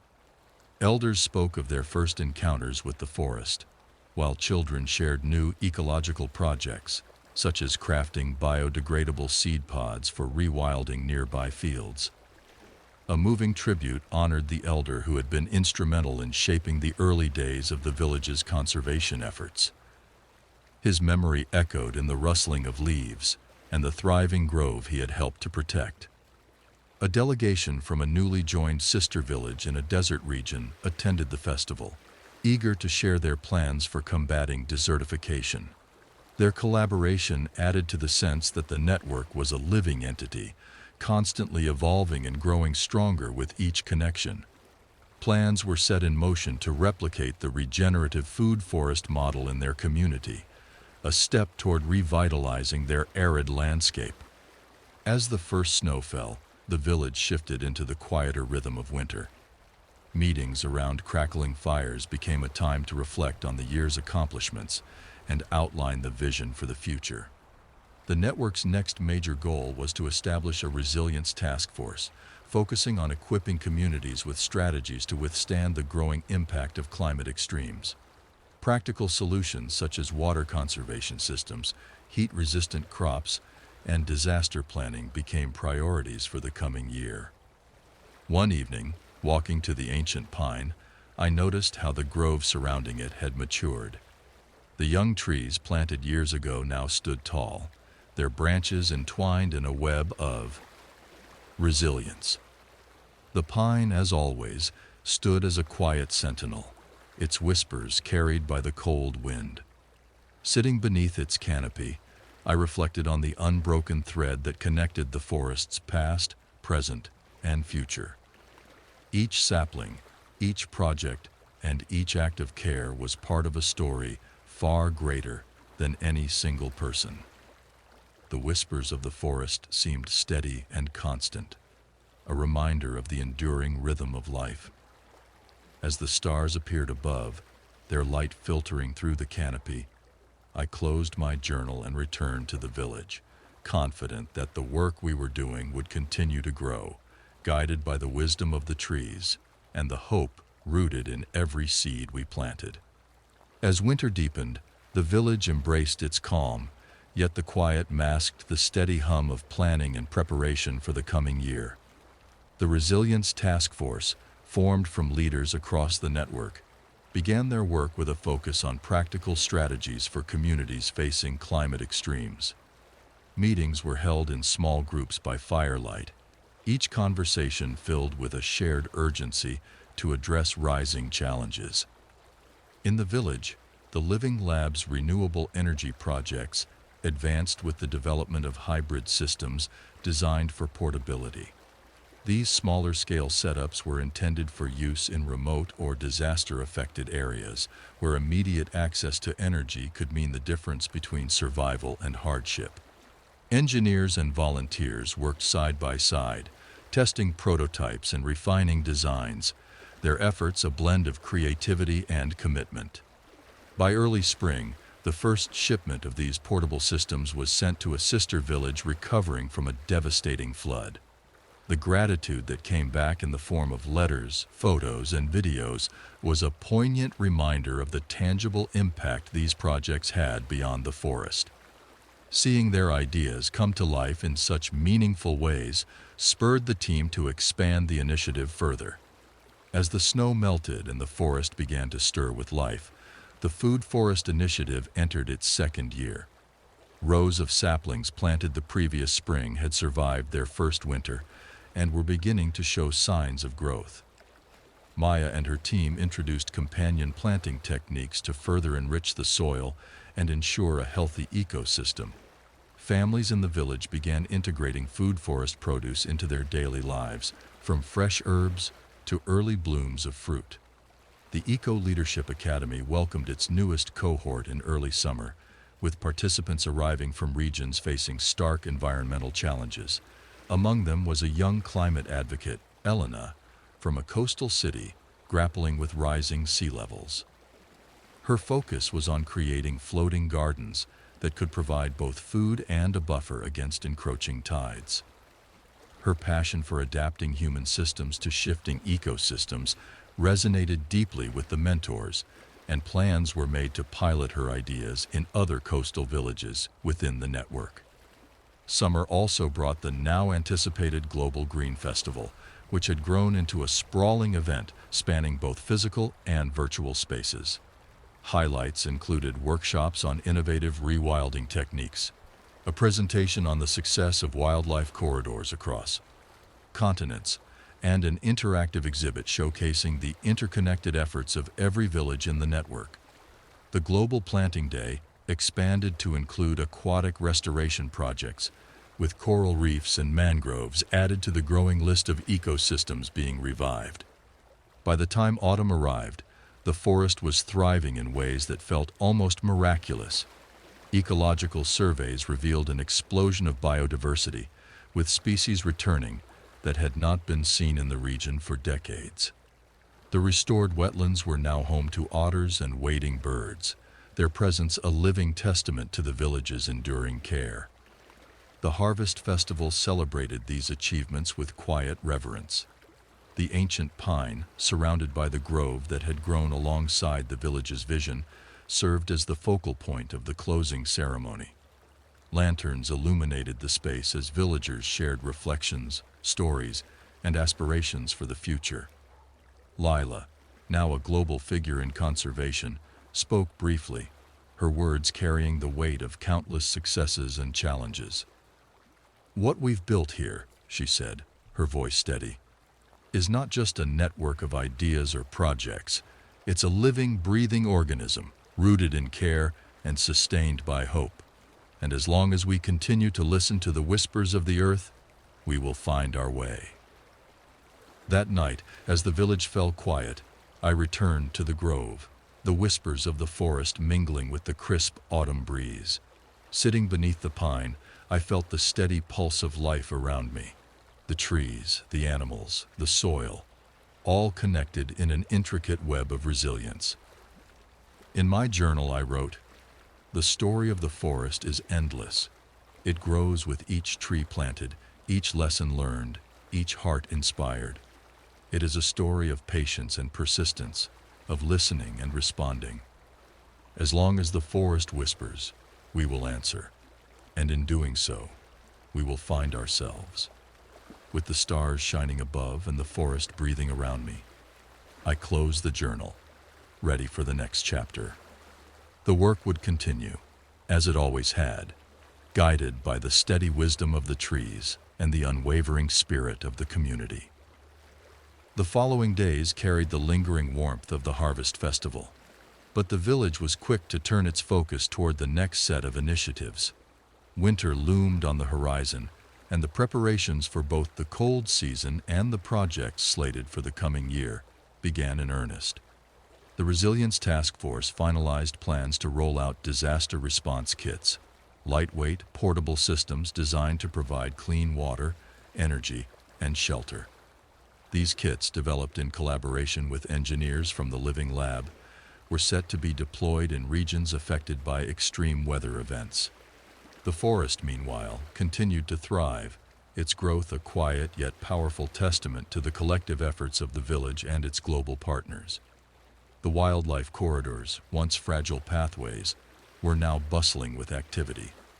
A visiting ecologist, conducting a biodiversity survey, reported sightings of rare birds and small mammals that had not been seen in decades. These findings filled the community with pride, reinforcing the value of the work that had begun with the simple planting of trees. One crisp morning, I walked through the forest to visit the Food Forest Initiative. The air was sharp with the scent of pine and earth, and frost glistened on the leaves. Maya and her team were inspecting the young trees, noting their growth and discussing plans for the next planting season. Families had begun harvesting small yields of fruit and herbs, integrating them into the village's communal meals. The food forest was not only feeding the community, but also teaching them about the intricate balance of ecosystems, a lesson that carried through every aspect of their daily lives. In the evenings, the village gathered in the community hall to share updates and reflect on their shared progress. Elena, the young advocate from the academy, presented the first prototype of her floating gardens, a compact modular system designed to grow food in flood-prone areas. Her enthusiasm was infectious, and plans to implement the gardens in coastal sister villages were met with unanimous support. The idea of adapting to nature's rhythms rather than resisting them resonated deeply with everyone present. As the first snow of winter fell, covering the forest in a soft, glistening blanket, the village shifted into a slower, quieter pace. Meetings continued, but they were tempered by the reflective mood that the season brought. The Living Lab focused on refining its renewable energy systems, while the Eco Leadership Academy prepared for its next cohort, selecting participants from regions facing urgent environmental challenges. One evening, as the village lights glowed warmly against the snow, I found myself once again walking toward the ancient pine. The grove surrounding it had become a sanctuary, its trees now tall and sturdy, their roots interwoven in a network of strength. The pine stood at the center, its branches heavy with snow, its presence as commanding as ever. Sitting beneath it, I opened my journal and let the silence of the forest guide my thoughts. The year had been one of profound growth, not just for the village, but for the entire network. Each project, each seed planted, each connection forged, had added to the larger story of what was possible when people and nature worked in harmony. In the stillness, I wrote, "The whispers of the forest are louder now. They carry the voices of countless others, villages, individuals, communities, each one adding their own note to the symphony. This is no longer just the story of our village. It is the story of a movement rooted in care and reaching for a future where humanity and the earth thrive together." As the wind stirred the branches above me, I felt the quiet certainty that comes from knowing you are part of something larger than yourself. The forest, the village, the network, it was all connected, an ever-expanding web of life and hope. Closing the journal, I rose and began the walk back to the village. The lights of the homes glowed like stars against the dark, and the laughter of children carried on the wind. The whispers of the forest followed me, steady and enduring, guiding us forward as they always had. And as long as they spoke, we would listen, continuing to grow, to learn, and to plant the seeds of a brighter future.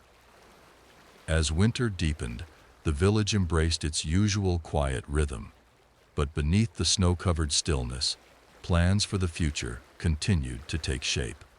The Resilience Task Force finalized their portable disaster response kits, now ready to be distributed to vulnerable regions through the network. Each kit was designed with care, integrating renewable energy, water filtration, and modular shelters to provide immediate relief in emergencies. They represented more than tools. They were symbols of solidarity, crafted with the belief that no community should face hardship alone. In the heart of the village, the Eco Leadership Academy prepared for its next intake. This year, the focus would expand to include conflict resolution and environmental advocacy. As the network grew and its influence spread, challenges occasionally arose when balancing conservation efforts with local economic needs. The Academy aimed to equip its participants with the skills to navigate these complexities with empathy and creativity. The forest, though blanketed in snow, pulsed with quiet life. The Food Forest Initiative, now dormant for the season, had already begun yielding measurable benefits. Maya and her team, meeting around a wood-burning stove in the living lab, reviewed their data and planned the next planting phase.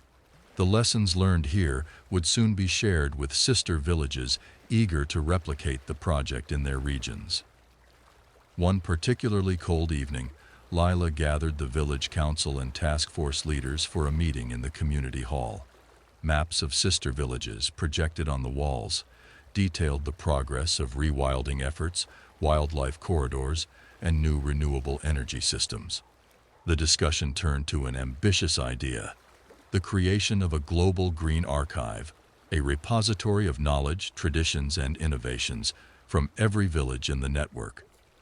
"The archive won't just be about us," Lila explained, her voice calm but resolute. "It will be a legacy for future generations, a way to document what we've learned and ensure that even if we face setbacks, the wisdom we've gained won't be lost."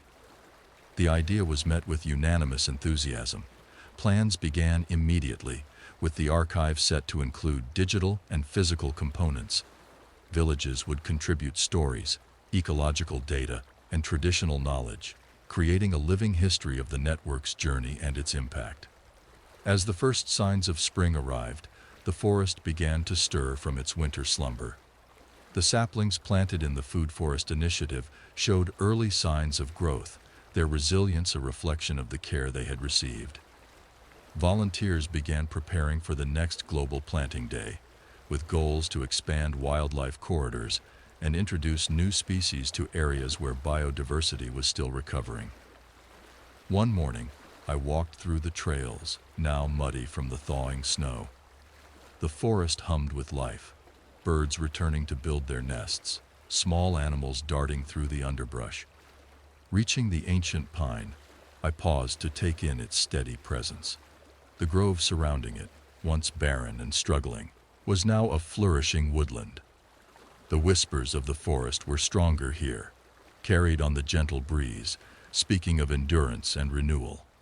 Sitting beneath the pine, I opened my journal and began to write. The forest has taught us to listen, to act, and to grow, not just for ourselves, but for a world that needs these lessons now more than ever. The roots we've nurtured here have spread far beyond what we could have imagined, connecting people and places in ways that feel as natural as the growth of a tree. We are not just stewards of this forest, we are part of it, as it is part of us. Later that day, the village gathered for the annual Spring Renewal Festival, a celebration of growth and beginnings.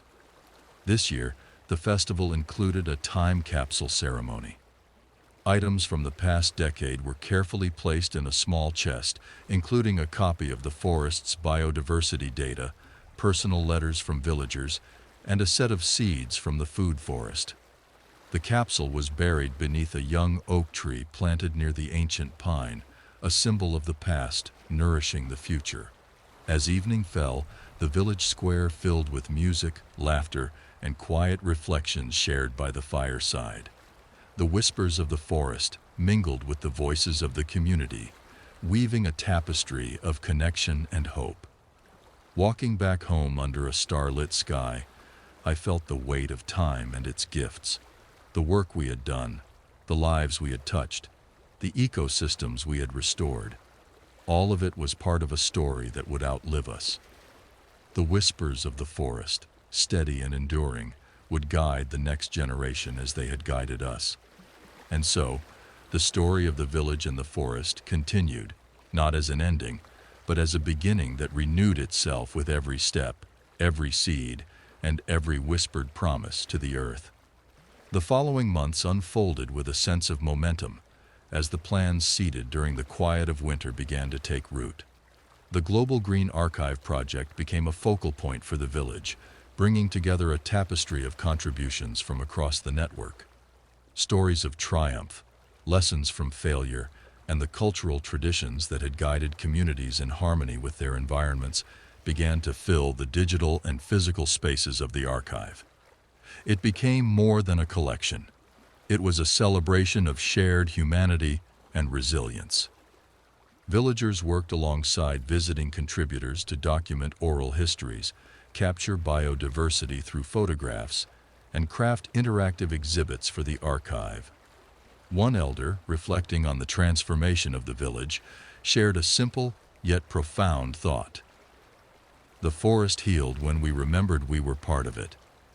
His words became the opening statement of the archive, setting the tone for everything it represented. Spring melted into summer, and the village pulsed with life. The Eco Leadership Academy welcomed its newest cohort, a diverse group of participants ready to tackle challenges as varied as urban heat islands, river restoration, and sustainable housing. Among them was Zahir, a young architect from a city facing rapid urbanization. Inspired by the village's food forest and renewable energy systems, he proposed a design for living neighborhoods where urban planning mimicked natural ecosystems. His ideas sparked excitement, and plans were set in motion to pilot the concept in a sister village. Meanwhile, the portable disaster kits developed during the winter saw their first major deployment. A cyclone had ravaged a coastal village in the network, displacing hundreds of families. The kits, delivered within days, provided shelter, clean water, and energy to help the community stabilize and begin rebuilding. Reports of their effectiveness spread quickly, leading to discussions about scaling up their production and pre-deploying them in regions at high risk for climate-related disasters. One sunny afternoon, I visited the food forest, now entering its third year. Rows of fruit trees were heavy with their first real harvest, and the herbs and vegetables beneath them were flourishing. Maya and her team worked alongside families, teaching them how to care for the plants and showing children how to identify edible species. The food forest was no longer just a project. It had become an integral part of the community's life, connecting them to the land and to each other. As summer waned, preparations for the Global Green Village Summit began. This year's theme, Threads of the Future, focused on weaving together the insights gained from across the network to address global challenges. Delegates from over 50 villages planned to attend, bringing with them projects, innovations, and stories of resilience. The summit promised to be the most ambitious gathering yet, with a focus on creating actionable plans for rewilding, renewable energy transitions, and climate resilience. When the summit finally arrived, the village became a bustling hub of activity. Workshops and panels filled every corner of the community, from the living lab to the grove near the ancient pine. One evening, Lila led a fireside discussion with leaders from sister villages, reflecting on the interconnected nature of their work. "Every action we take," she said, "is like a thread. Individually, it may seem small, but together, those threads weave a fabric strong enough to hold the future." The summit concluded with the planting of a new grove, its saplings symbolizing the commitments made during the week. Delegates, villagers, and visitors took turns digging into the soil, their laughter and determination blending with the quiet hum of the forest. The grove, planted within sight of the ancient pine, represented the growing legacy of the village and its global network. That night, as the village lights twinkled in the distance, I returned to the ancient pine. Sitting beneath its sprawling branches, I reflected on how far we had come. The forest had once been a fragile sanctuary, its survival uncertain.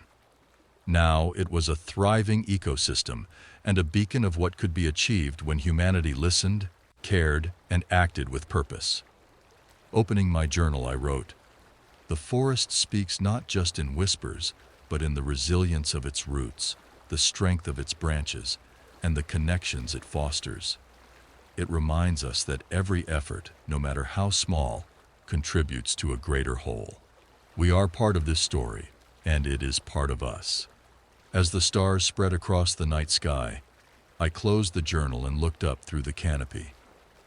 The whispers of the forest carried on the breeze, steady and enduring. They spoke of the past we had honored, the present we had built, and the future we would continue to shape. And so, the story of the village and the forest continued, growing with each season, each act of care, and each new voice that joined the chorus. It was a story without end, a testament to what is possible when we remember our place in the natural world, not as its masters, but as its stewards. As the summit's energy lingered in the air, the village began the quiet, yet purposeful work of turning the commitments made during those vibrant days into tangible action. The newly planted grove, now a centerpiece of the forest's expansion, was lovingly tended by villagers and visitors alike. Each sapling carried the story of a pledge, a promise to restore, protect, and learn from the land. One of the first initiatives born from the summit was the Global Pollinator Pathways Project, a collaborative effort to create interconnected habitats for pollinators across member villages. Led by a young entomologist from the Eco Leadership Academy, the project began with a comprehensive map of key pollinator species and their migration patterns. Villages committed to planting native flowers, shrubs, and trees along critical routes, ensuring that bees, butterflies, and other vital species had safe passage and ample resources. In the village, the food forest played a significant role in this effort, with its diverse planting scheme naturally supporting pollinator populations. Maya's team organized community workshops, teaching villagers how to identify and protect pollinator habitats.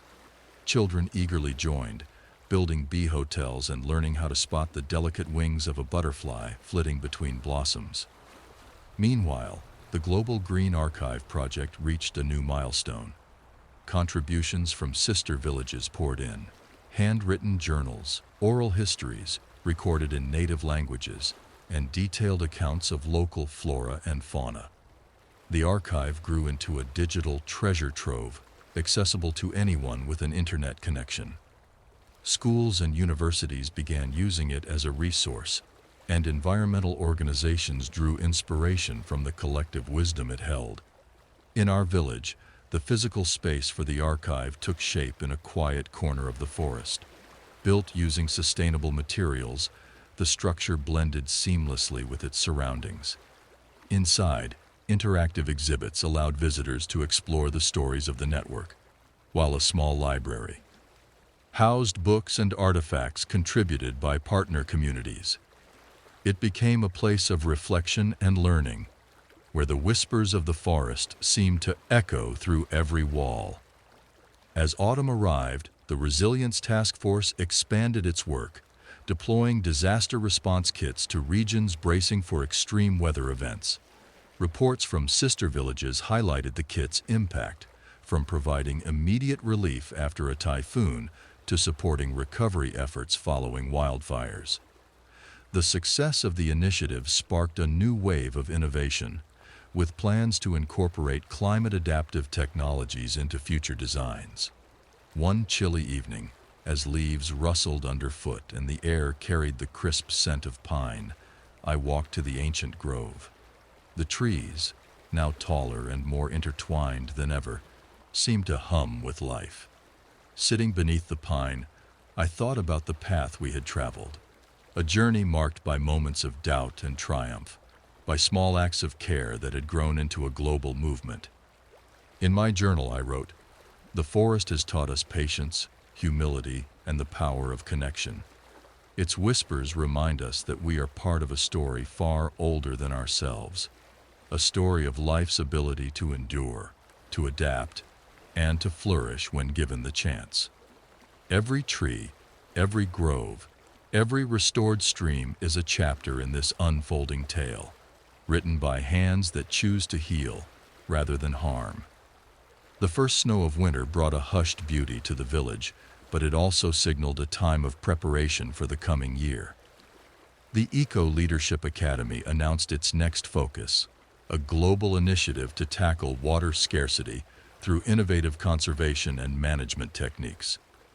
Participants from arid regions joined the program, bringing first-hand knowledge of the challenges they faced and a determination to find solutions. At the same time, the village council began discussions on a bold idea, establishing a second hub for the network. This new center, located in a sister village in a tropical region, would focus on restoring rainforests and developing sustainable livelihoods for local communities. It was a testament to how far the network had grown and a signal of its future potential. As the year drew to a close, the village gathered once more for the winter solstice celebration. Lanterns lined the forest paths, casting a warm glow against the snow. The community came together beneath the ancient pine, their voices mingling with the soft whispers of the wind. Lila spoke, her words carrying the quiet strength of someone who had walked this path with unwavering purpose. This forest has always been more than trees. It is a teacher, a refuge, and a guide. What we've built together, from this village to the farthest reaches of the network, is rooted in the lessons it has given us. Let us carry those lessons forward into every grove, every river, every place that calls for care. As her voice faded, the forest seemed to breathe in response, its whispers a timeless melody of life and resilience. Standing beneath the pine, I felt the weight of the past and the promise of the future settle into balance. The story of the village and the forest was no longer ours alone. It belonged to every hand that had planted a seed, every heart that had listened, and every voice that had joined in its song.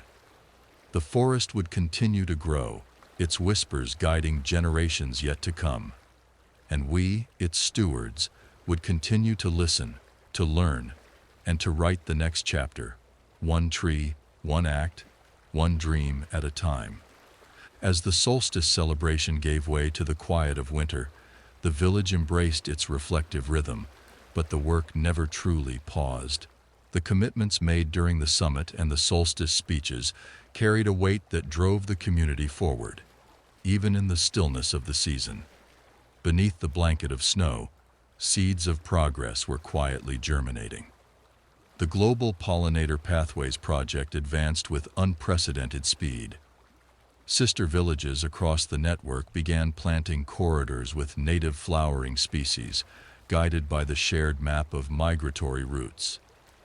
Satellite imagery, shared among partners, revealed the slow but steady reanimation of ecosystems once considered too fragmented to sustain life. Pollinator populations began to stabilize, and reports of flourishing wildflowers and vibrant buzzing activity brought hope to regions long accustomed to ecological silence. Closer to home, the Food Forest Initiative reached new heights.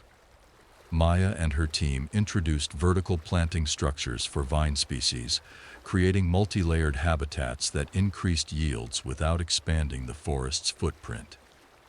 Families visiting the forest found joy in harvesting their first baskets of produce, clusters of grapes, ripe tomatoes, and fragrant herbs. The children, their laughter echoing through the trees, treated the forest as both playground and classroom. In early spring, the Living Lab unveiled a new prototype for a modular aquaponics system, developed as part of the Academy's focus on water conservation. Designed for arid and flood-prone areas alike, the system combined fish farming with hydroponic plant growth, creating a closed-loop system that could thrive in challenging conditions. Sister villages in desert regions volunteered to test the system, hopeful for its potential to address both food security and water scarcity. Meanwhile, the plans for the tropical hub of the Global Green Village Network solidified. The chosen sister village, nestled in the heart of a rainforest under threat, welcomed the opportunity with open arms. Together, villagers from both regions collaborated on a blueprint for the hub, ensuring it would reflect the unique needs and traditions of its location. The hub's primary focus would be reforestation, sustainable harvesting of forest resources, and developing ecotourism to support the local economy. As the hub took shape, the Global Green Archive continued to grow. A delegation from the archive team visited the tropical village to record oral histories and gather knowledge about the rainforest's delicate ecosystem. Stories of ancient trees, medicinal plants, and traditional agricultural methods enriched the archive, reminding all involved of the deep connection between culture and the environment. By summer, the village prepared for another Global Green Festival. This year's theme, Harmony in Action, celebrated the network's diversity while emphasizing the shared vision that bound it together. Delegates from over 70 villages arrived, bringing with them innovations, stories, and a collective determination to address pressing global challenges. The festival grounds, now seamlessly integrated with the surrounding forest, buzzed with activity. Among the festival's highlights was a presentation by Zahir, the young architect from the Academy. His Living Neighborhoods concept had evolved into a fully realized design, now being piloted in urban sister villages. His talk, accompanied by vivid renderings and testimonials from residents, inspired many to rethink the possibilities of blending urban living with ecological principles. One evening during the festival, I found myself walking with Lila along the edge of the forest. The sounds of the celebration faded into the background as we talked about the future. Her vision had grown with the network, but her connection to the village and the forest remained as deep as ever. "This place will always be the heart of it all," she said, her gaze sweeping over the trees. "But the heart only thrives because of everything around it. The connections, the people, the shared dreams. That's what makes this work endure." Her words stayed with me as the festival concluded and the village returned to its quieter rhythm. The commitments made during those days echoed in every corner of the network. Projects were launched, partnerships strengthened, and plans set in motion for the next steps in rewilding, water management, and education. As autumn arrived, I found myself once again beneath the ancient pine. The grove around it had grown dense, the young trees now reaching for the sky with a vigor that mirrored the spirit of the village. Sitting beneath its branches, I wrote, "The forest has always been a teacher, its lessons unfolding with the seasons. It has shown us the power of patience, the necessity of care, and the beauty of connection. Each tree, each whisper, is a reminder of what we've built together and what we continue to build." The whispers of the forest carried on the breeze, steady and enduring. The story of the village and the network was no longer just ours. It belonged to the world, and as long as the forest whispered, we would listen, ensuring that its song carried on, stronger and more vibrant with each passing year. As autumn deepened, the village hummed with the quiet satisfaction of progress. The commitments forged in the festival's glow were taking root, and the momentum carried into every project, every conversation, every act of care. The forest, as always, seemed to respond, its vibrant hues a testament to the resilience nurtured by countless hands and hearts. One of the most exciting developments was the completion of the tropical hub of the Global Green Village Network. Built with materials sourced sustainably from the rainforest and designed to harmonize with its surroundings, the hub became a beacon for conservation efforts in the region. Its focus on reforestation included partnerships with local farmers to transition to agroforestry systems, blending economic growth with ecological restoration. Delegations from sister villages traveled to witness its impact firsthand, returning with ideas to implement in their own communities. Closer to home, the village saw the expansion of its living lab projects. The aquaponics system tested in arid regions had shown promising results, and plans were set to scale up its production. A team from the academy took the lead, designing systems that could be adapted to both rural and urban settings, ensuring they were accessible to communities with limited resources. The system's potential to simultaneously address food and water security earned it recognition beyond the network, with invitations to present it at global climate conferences. The Global Green Archive, too, continued to grow, becoming a touchstone for conservationists, educators, and policymakers. Its physical space within the forest had become a favorite destination for visitors, who marveled at its blend of traditional knowledge and cutting-edge storytelling technologies.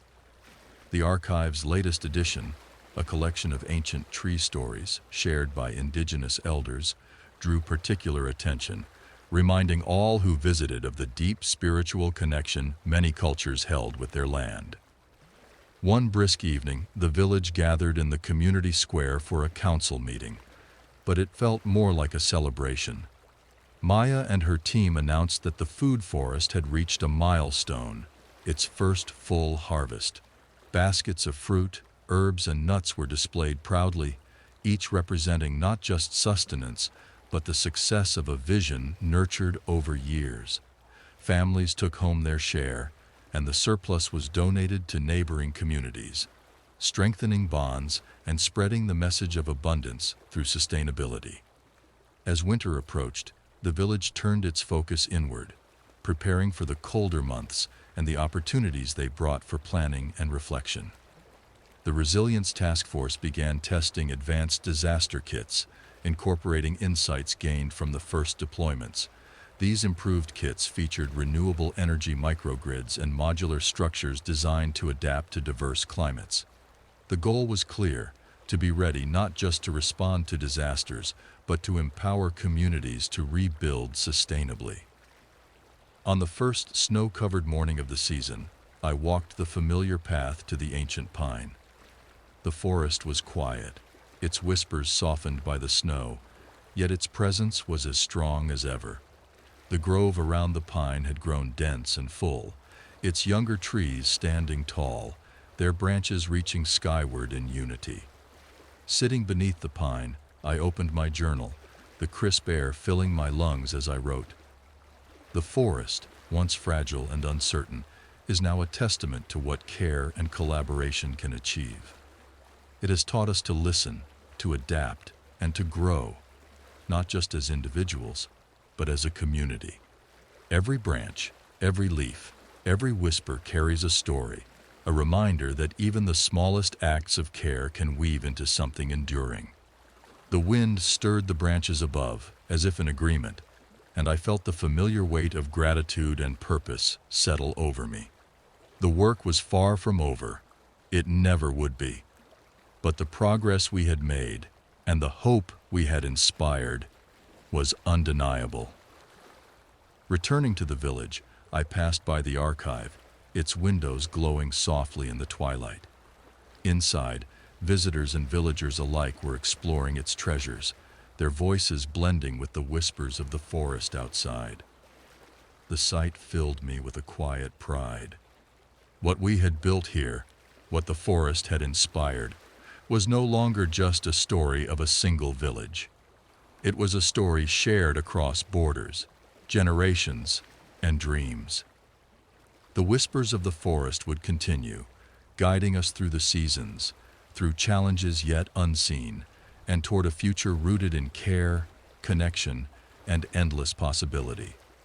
And as long as those whispers called to us, we would listen, planting seeds of hope for every tomorrow to come. As winter settled into its full embrace, the village embraced its usual rhythm of quiet preparation and reflection. Though the snow softened the landscape, the energy within the community was anything but dormant. Projects sparked during the autumn were unfolding steadily, weaving the commitments of the year into tangible progress. The Global Pollinator Pathways Project had expanded significantly, with reports of thriving pollinator populations arriving from sister villages across the network. In the village, Maya's food forest had become a cornerstone of the effort, with newly planted flowering herbs and shrubs providing abundant food for bees, butterflies, and other vital species. Even in the snow, the structures they had built to shelter pollinators offered a reminder of the intricate care woven into every initiative. The tropical hub, meanwhile, had entered its first full year of operation. Early reports from the rainforest region highlighted the success of agroforestry systems that were now supporting both biodiversity and sustainable livelihoods. Communities there had begun developing small-scale ecotourism projects, inviting visitors to experience the thriving ecosystems and learn about the delicate balance between conservation and cultural heritage. Delegates from the hub often sent updates to the archive, ensuring their insights were shared widely across the network. In the village, preparations began for a new initiative, the Guardians Program. This program was designed to train local youth to monitor and protect critical ecosystems, combining traditional ecological knowledge with modern tools such as drones and GIS mapping. The Guardians would not only ensure the health of the forest, but also act as ambassadors, teaching others the importance of conservation and ecological balance. One cold, clear evening, the village gathered in the community hall for a special announcement. Lila stood at the front, her presence commanding yet warm. She spoke of a new opportunity that had emerged, a global collaboration between the network and major environmental organizations. Together, they would work to scale up the principles of the network, creating regional hubs to support rewilding, renewable energy adoption, and water conservation on a larger scale. This partnership, she said, her voice steady, is a chance to amplify what we've learned here. The forest taught us to listen, to act with care, and to trust in the power of connection. Now, we have the chance to take those lessons and share them with the world in ways we never imagined. The room erupted in applause, the excitement palpable. For many, this was the culmination of years of dedication, a recognition that the quiet work of a small village could inspire change on a global stage. As the weeks passed, the plans for these regional hubs began to take shape. Each hub would focus on the unique challenges of its area, while remaining deeply connected to the network's shared goals. In arid regions, the emphasis would be on water conservation and desert reforestation. In coastal areas, mangrove restoration and coral reef preservation would take precedence. The village's role as the heart of the network remained central, with its projects and archives serving as a blueprint for the hubs. One evening, as snowflakes fell softly and the forest stood quiet beneath its wintry mantle, I made my way to the ancient pine. The grove around it had become a favorite gathering place, even in the cold months. Tonight, though, I was alone. The crunch of snow underfoot, the only sound. Sitting beneath the pine, I let the whispers of the forest surround me. The weight of the year's accomplishments and the scope of the plans ahead felt almost overwhelming. But the steady presence of the tree calmed me. Opening my journal, I wrote, "The forest whispers of continuity." It reminds us that every seed, every tree, every action is part of a larger story, a story that stretches far beyond our lifetimes. The work we do today is a gift to those who will come after us, just as the ancient roots of this forest were a gift to us. The whispers guide us forward, grounding us in the knowledge that care, no matter how small, always matters. As the wind stirred the branches above, I felt a quiet resolve settle over me. The work would continue, as it always had, fueled by the whispers of the forest and the hope that had taken root in every project, every grove, and every life touched by the network. Walking back to the village, the warm lights of the community hall came into view, glowing softly against the snowy backdrop. Inside, plans were being made, laughter was shared, and the future was being crafted piece by piece. The forest's whispers carried with me, steady and enduring, guiding the next chapter of a story that would never truly end. As winter deepened, the village embraced its quiet resolve, preparing for what would undoubtedly be a transformative year ahead. The energy from Lila's announcement of the regional hubs had sparked a wave of activity, with teams forming to lay the groundwork for these ambitious projects. Discussions filled the community hall late into the evenings, as leaders, villagers, and visiting partners worked to ensure that the principles guiding the village's success could be adapted to diverse landscapes and cultures. In the forest, even under the snow, signs of resilience and growth were visible. The saplings in the grove around the ancient pine stood strong, their bare branches catching the light of frosty mornings. The food forest, now dormant, was carefully maintained to ensure its continued health when spring arrived. Maya and her team were already drafting plans to expand the initiative, incorporating perennial vegetables and experimenting with natural pest control methods to further enhance its sustainability. The Guardians program officially launched in February, with an inaugural group of young participants eager to learn. Training sessions combined hands-on experience in the forest with lessons in ecological monitoring, data collection, and conservation ethics. The young Guardians, equipped with drones and mapping software, quickly became adept at identifying areas of concern within the forest, such as signs of soil erosion or the presence of invasive species. Their enthusiasm brought a renewed sense of purpose to the entire village, as the next generation took its place as stewards of the land. One particularly cold afternoon, I accompanied the Guardians on a walk through the wildlife corridors. Snow blanketed the ground, but the corridors were alive with activity. Deer tracks crisscrossed the trail, and the distant calls of birds echoed through the trees. The young Guardians paused frequently, documenting their observations and discussing ways to improve the corridor's connectivity. Watching them work, I felt a profound sense of hope. They were not just protecting the forest, they were building a legacy of care and understanding that would endure. Back in the village, the Global Pollinator Pathways Project reached another milestone. Sister villages across the network reported a dramatic increase in pollinator activity, with species once in decline now thriving in restored habitats. Inspired by this success, a new initiative emerged: pollinator sanctuaries. These designated areas within forests and urban spaces would be protected zones where pollinators could nest, feed, and flourish without interference. Plans for the first sanctuary in our village began immediately, with Maya leading the effort to integrate it seamlessly with the food forest.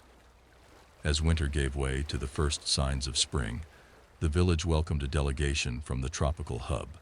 Their visit was part of an exchange program designed to strengthen ties between the network's growing regions. The delegation brought stories of their own successes, of rainforests regaining their vibrancy, of rivers running clear, of communities thriving through ecotourism and sustainable harvesting. They also brought new ideas, such as creating mobile education units to bring environmental knowledge to remote areas.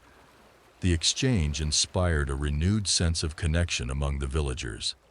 A series of joint workshops was planned, blending the wisdom of tropical and temperate ecosystems. One particularly memorable session focused on the use of native plants in reforestation, with participants sharing techniques for seed propagation and soil enrichment that had been tailored to their respective climates. By the time summer arrived, the village was buzzing with activity. The food forest's third harvest was in full swing, with villagers gathering baskets of fruit, herbs, and vegetables that had become an essential part of their daily lives. The Guardians program expanded, with additional participants joining from sister villages to learn and share their knowledge. The pollinator sanctuary began to take shape, its wildflowers and nesting sites drawing an array of bees and butterflies. The forest, as always, thrived alongside these efforts. Wildlife corridors were teeming with life, and the restored wetlands had become a haven for birds, fish, and amphibians. On quiet evenings, the air was filled with the hum of insects and the rustling of leaves, a symphony of life that spoke to the enduring resilience of nature when given the chance to heal. One evening, I walked to the ancient pine, drawn as always by its steady presence. The grove around it was lush and vibrant, the young trees now standing tall enough to form their own canopy. Sitting beneath the pine, I opened my journal and began to write. The forest reminds us that growth is not linear. It comes in seasons, in cycles, in moments of quiet persistence and sudden flourishing. What we have built here is more than a network of projects. It is a testament to the power of collective care. Each tree, each whisper, carries the story of countless hands and hearts working together to ensure that life not only survives, but thrives. As the sun set, casting golden light through the trees, I closed the journal and let the quiet of the forest settle over me. The whispers of the forest, steady and eternal, spoke of continuity, connection, and hope. They reminded me that the work we were doing would continue, carried forward by the next generation of stewards, rooted in the wisdom of the past and the promise of the future. Walking back to the village, the lights of the community hall glowed warmly against the dusk. Inside, plans for the regional hubs were taking shape, laughter and conversation filling the air. The forest's whispers followed me, their song as timeless and enduring as the work we had dedicated our lives to. The story of the village and the forest would never truly end. It was a living narrative, growing with every act of care, every connection forged, and every seed planted for a brighter tomorrow. As the seasons turned and the whispers of the forest continued to guide the village, the network's impact expanded in ways that none could have predicted when it all began. The Regional Hubs Initiative, a bold vision born from the village's success, began to take form with remarkable speed. Each hub, rooted in its local context, became a focal point for rewilding, sustainable practices, and community empowerment, spreading the lessons learned in the village to far-reaching corners of the world. The tropical hub flourished, its agroforestry systems not only restoring degraded land, but also providing sustainable livelihoods for surrounding communities. Farmers in the region reported improved yields and healthier soils, and the biodiversity surveys showed a steady return of once endangered species. Visitors to the hub left inspired, often implementing similar systems in their own regions, creating ripples of change that crossed borders. In the arid regions, a hub focusing on water conservation and desert reforestation transformed vast stretches of barren land. Innovative techniques, such as capturing and redirecting floodwaters to replenish groundwater reserves, began to reverse years of desertification. The aquaponic systems pioneered in the village's living lab became a cornerstone of this hub, providing both food and water security in one elegant design. Reports of greenery returning to previously lifeless areas filled the network with a shared sense of triumph. Back in the village, the Guardians program matured into a vital part of the community. The young Guardians, now skilled in ecological monitoring, played a pivotal role in maintaining the health of the forest and its wildlife corridors. They also became mentors to new participants, sharing their knowledge with peers from sister villages who visited to learn from the program. The Guardians had grown into a symbol of resilience and hope, embodying the village's commitment to nurturing both the forest and its people. The pollinator sanctuary in the food forest became a haven of activity. Maya's team meticulously documented the species it supported, their findings contributing to a growing database of pollinator health across the network. Children visiting the sanctuary marveled at the vibrant flowers and the hum of bees, learning firsthand about the delicate balance that pollinators maintained in the ecosystem. The sanctuary's success inspired sister villages to establish their own, creating a network of pollinator-safe zones across continents. Summer arrived, and with it came the Global Green Festival, now an annual highlight that drew participants from across the world. This year's theme, Roots of Renewal, celebrated the interconnectedness of the network's projects and the communities that nurtured them. Workshops ranged from hands-on rewilding techniques to advanced sessions on using data for ecosystem monitoring. The festival also debuted a virtual reality experience, allowing attendees to visit each hub and see the progress firsthand. One evening during the festival, I walked with Lila to the ancient pine, as we often did during moments of reflection. The grove surrounding it had become a thriving ecosystem of its own, its trees now tall enough to provide shade and shelter for countless species. Standing beneath the pine, Lila spoke softly. "This," she said, gesturing to the grove, "is proof of what's possible. Not just the trees, but everything they represent. The people, the connections, the care. It started small, but look how it's grown." I nodded, feeling the weight of her words. The forest, the village, and the network had become more than any of us could have imagined. They were a testament to the power of collective action, rooted in humility and a deep respect for the natural world. Later that night, as the festival's final ceremony unfolded beneath a canopy of stars, delegates from the network planted a new tree in the grove. Each person added a handful of soil, their hands working together to nurture the next chapter of the forest's story. As the tree was watered and the circle of people stood in quiet reverence, the whispers of the forest seemed to grow louder, carried on the gentle breeze. Returning to my journal, I wrote, "The forest is not just a place, it is a promise that life, when given care and space, will find a way to thrive. Each tree, each sanctuary, each connection is a thread in a larger tapestry, one that stretches across time and space, binding us to each other and to the earth. The work we do is never finished, but that is its beauty. It grows, adapts, and endures, just like the forest itself." As the festival concluded and the village returned to its quieter rhythm, the plans set in motion during those days continued to unfold. The regional hubs, the guardians, the sanctuaries, all were part of a legacy that would carry on long after we were gone. The forest's whispers remained steady, a reminder of the enduring cycle of life and the infinite possibilities born from care and connection.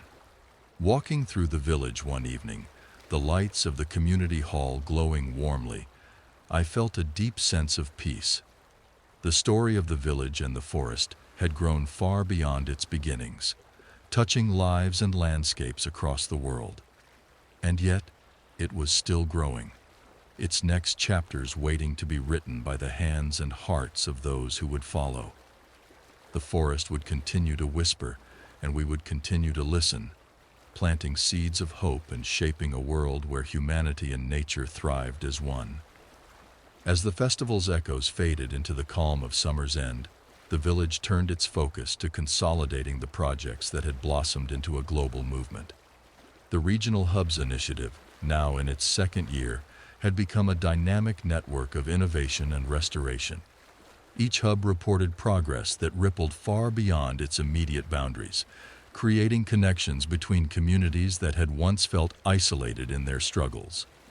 The Tropical Hub sent updates about its newly established seed bank, which preserved rare and endangered plant species unique to rainforests. Farmers in the region began integrating these species into their agroforestry systems, blending tradition with modern sustainability practices. The hub had also become a vital educational center, hosting students and researchers eager to learn about the rainforest's intricate ecosystems. In arid regions, the Desert Hub celebrated its first year of reforestation success. Native trees planted in degraded lands were not only stabilizing soil, but also creating microclimates that allowed other plant species to take root. The aquaponics systems pioneered in the village were being adapted for desert use, providing food and clean water in areas once thought inhospitable.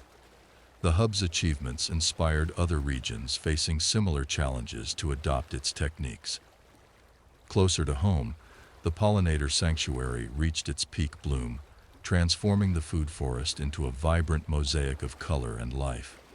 Bees, butterflies, and hummingbirds flitted between flowers, their activity a clear sign of the sanctuary's success.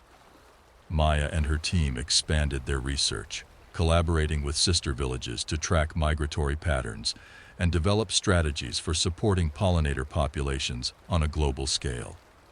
The Guardians program continued to thrive, with its young participants taking on leadership roles within the community. They organized workshops for children, teaching them how to identify animal tracks, monitor water quality, and recognize the signs of a healthy ecosystem. The Guardians' work inspired visiting youth from sister villages to start similar programs, creating a ripple effect of ecological stewardship across the network. As autumn arrived, the village hosted a gathering of network leaders to assess the progress of the Global Green Archive. The archive, now containing thousands of entries, had become an invaluable resource for communities and organizations worldwide. Its stories of resilience and innovation were being used in classrooms, environmental campaigns, and even policy discussions. Plans were made to expand the archive further, integrating more interactive elements to engage younger audiences. One particularly memorable evening, the council held a discussion about the future of the network itself. Lila, as always, spoke with clarity and purpose. "The work we're doing isn't just about restoration," she said. "It's about reimagining how we live with the earth. We've shown that small, dedicated efforts can create global change.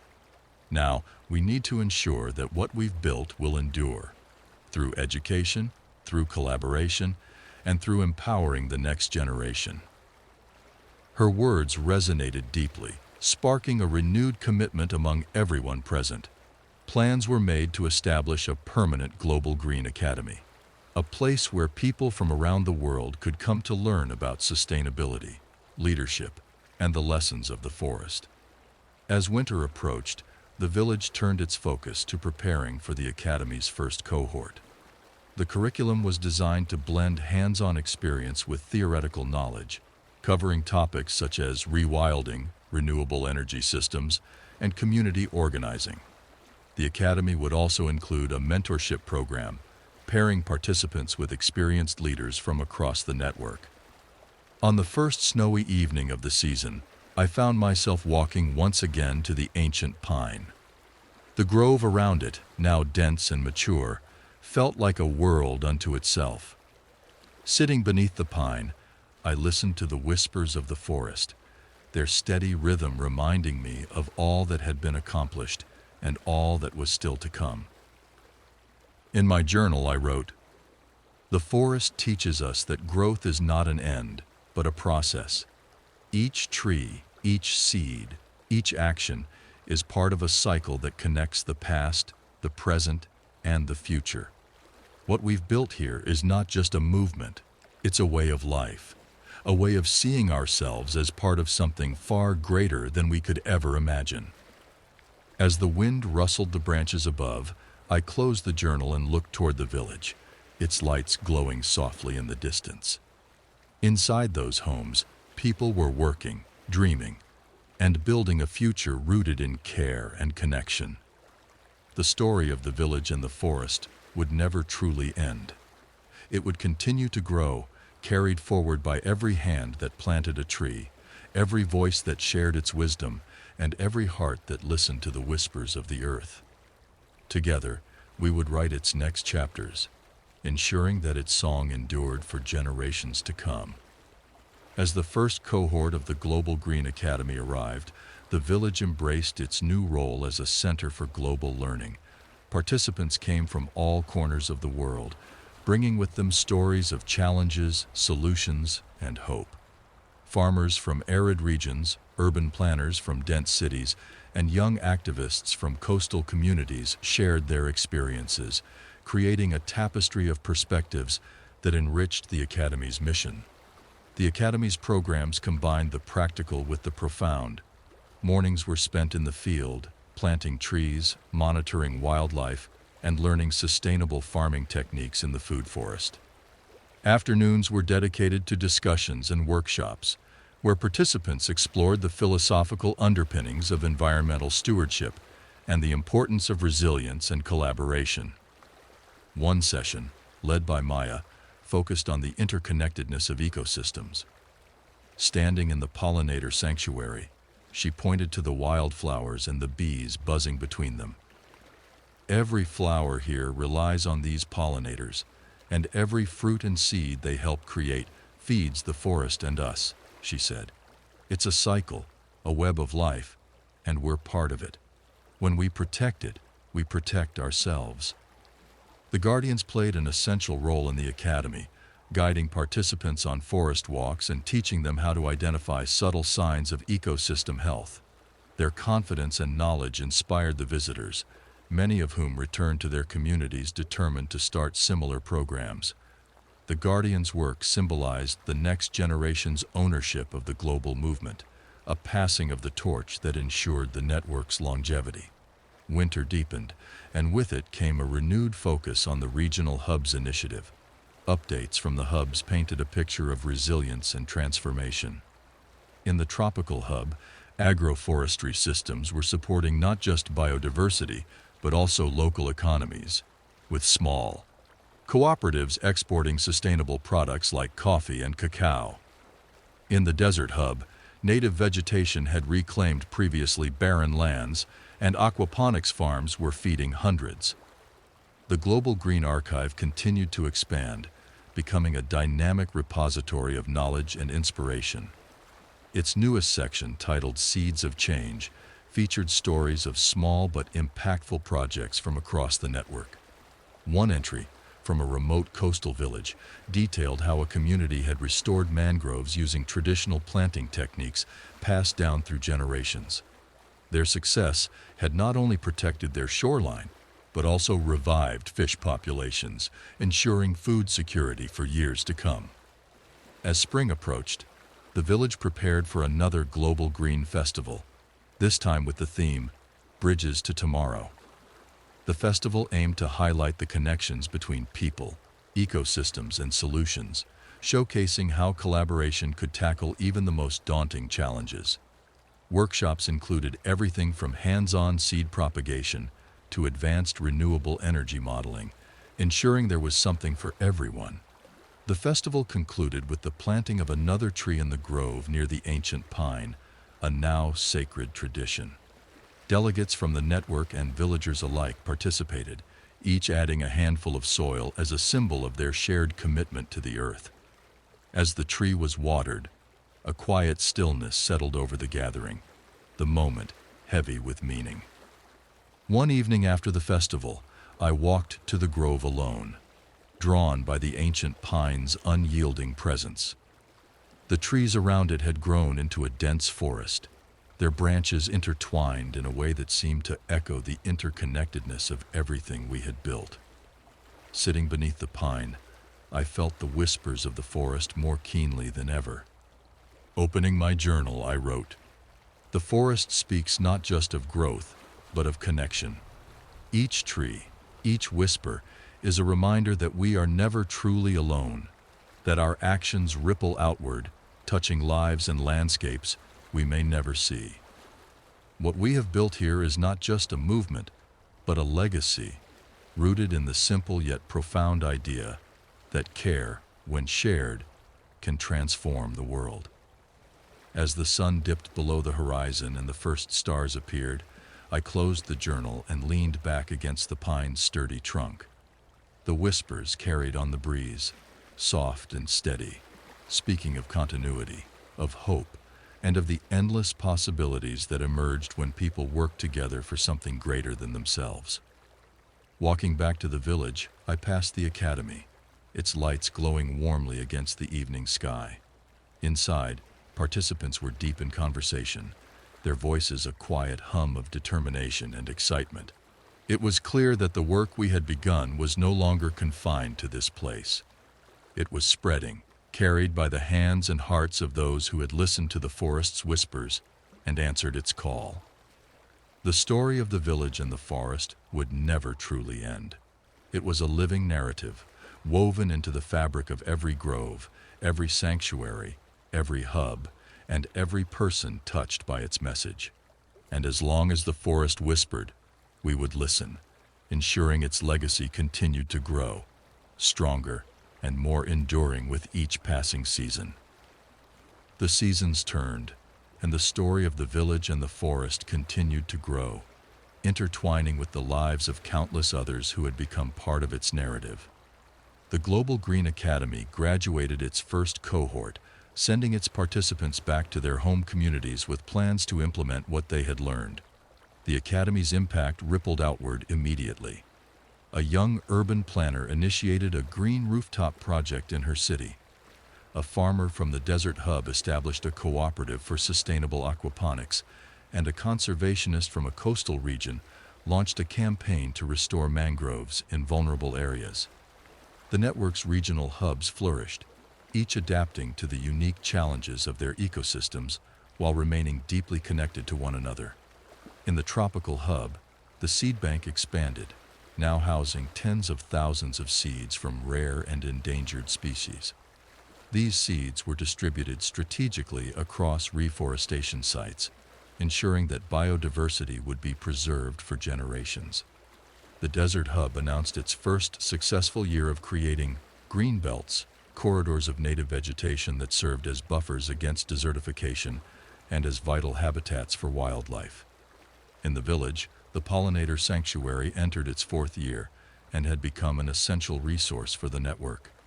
Its findings were shared through the archive, and villages across the globe began creating their own sanctuaries. Maya, now a recognized expert in pollinator health, traveled to sister villages to guide these efforts, her expertise bridging gaps in knowledge and inspiring action wherever she went. The Guardians program also continued to thrive, with its participants evolving into skilled conservationists. The young Guardians frequently presented their findings at network-wide summits, sharing detailed maps of wildlife activity, water quality data, and restoration progress. Their contributions were invaluable, and they became a source of inspiration for youth in sister villages who aspired to follow in their footsteps. As summer approached, the village prepared for another global green festival. This year's theme, Echoes of the Earth, focused on celebrating the network's successes while reflecting on the challenges that remained. Delegates from more than 100 villages arrived, bringing with them ideas, stories, and a shared determination to push the movement forward. The festival was a vibrant celebration of life and collaboration. One of its highlights was the unveiling of the Global Green Legacy Map, a dynamic, interactive display showing the cumulative impact of the network's efforts. Each tree planted, each wetland restored, and each sanctuary created was represented, forming a glowing tapestry of hope that stretched across continents. As delegates viewed the map, many wept at the realization of just how far their collective efforts had come. On the final evening of the festival, a new grove was planted, as was now tradition. This time, the saplings were chosen from seeds provided by every hub in the network, symbolizing the unity and shared purpose that defined the movement. Villagers and delegates worked side by side, their hands in the soil, their laughter mingling with the rustling of the forest. After the planting, I found myself once again drawn to the ancient pine. The grove surrounding it was now a mature forest, its canopy dense and vibrant. Sitting beneath the pine, I let the whispers of the forest wash over me, their steady rhythm a reminder of the cycles of life and the resilience of nature. In my journal I wrote, "The forest is no longer just a place. It is a movement, a connection, a living symbol of what we can achieve together. Its whispers speak of courage, patience, and the endless potential for growth. Each tree, each action, carries the weight of countless hands and hearts, united by the shared belief that a better world is possible." As the stars began to dot the night sky, I closed the journal and leaned back against the pine's sturdy trunk. The forest, as it had always done, stood as a silent witness to the work we had done, and the work still to come. Its whispers carried on the breeze, steady and eternal, guiding us forward. Walking back to the village, I passed the academy, its windows glowing with light. Inside, the second cohort of participants was already planning projects, their energy and ideas a testament to the movement's enduring strength. The story of the village and the forest was no longer confined to this place. It had become a global narrative, woven into the lives of those who had chosen to listen to the earth and act with care. The forest's whispers would continue, carried by the winds across mountains, deserts, and seas. And as long as those whispers spoke, we would listen, planting seeds of hope, fostering connections, and ensuring that the story of the forest endured, growing stronger with each passing season. The years unfolded like chapters in a living book, each season adding depth to the story of the village and its ever-expanding impact. The Global Green Academy became a thriving hub of learning and collaboration, its programs tailored to meet the urgent needs of a changing world.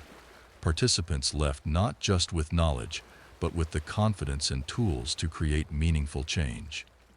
A third cohort introduced innovative projects ranging from urban green corridors to community-driven climate action plans.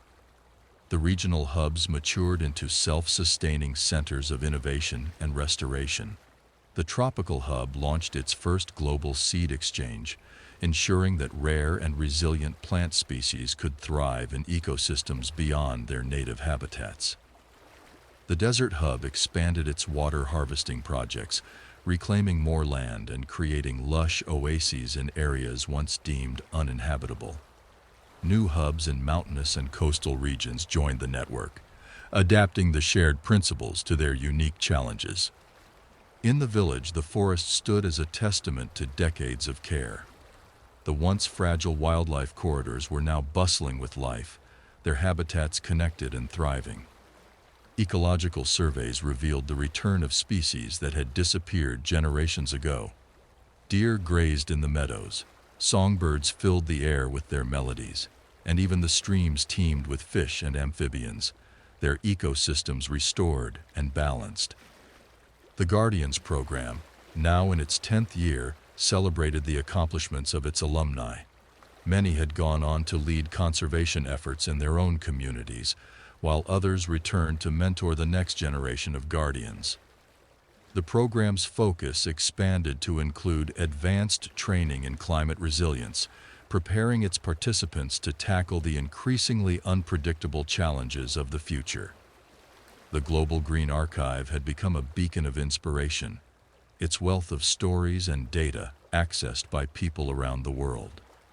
Schools integrated its lessons into their curriculums, activists used its case studies to advocate for change, and researchers drew from its wealth of ecological knowledge.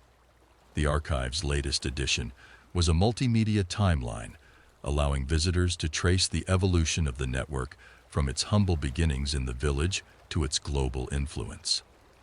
One bright summer morning, Maya led a tour through the pollinator sanctuary, now regarded as a model for biodiversity conservation. Children from visiting sister villages followed her eagerly, their notebooks filled with sketches of flowers and insects. Maya's gentle guidance and deep knowledge made her a beloved figure among the network, and her sanctuary was credited with reviving pollinator populations across vast regions. The village prepared for the annual Global Green Festival, this time centered on the theme Future Roots. The festival aimed to highlight the next steps for the network, focusing on scaling efforts and integrating cutting-edge technology with traditional ecological knowledge. Delegates from over 150 villages attended, bringing with them the spirit of collaboration that defined the movement. One of the most moving moments of the festival came during a panel on intergenerational leadership. A guardian, now a mentor, stood alongside an elder from the village, sharing their shared vision for the future. "The forest taught us that every tree grows differently," the elder said. "But together, they form a forest, stronger and more resilient than any one tree alone. That's what we are, different but connected, growing stronger together." The final night of the festival brought the planting of yet another tree in the grove near the ancient pine. Delegates and villagers gathered in silence as the sapling was placed in the soil, a symbol of hope for the generations yet to come.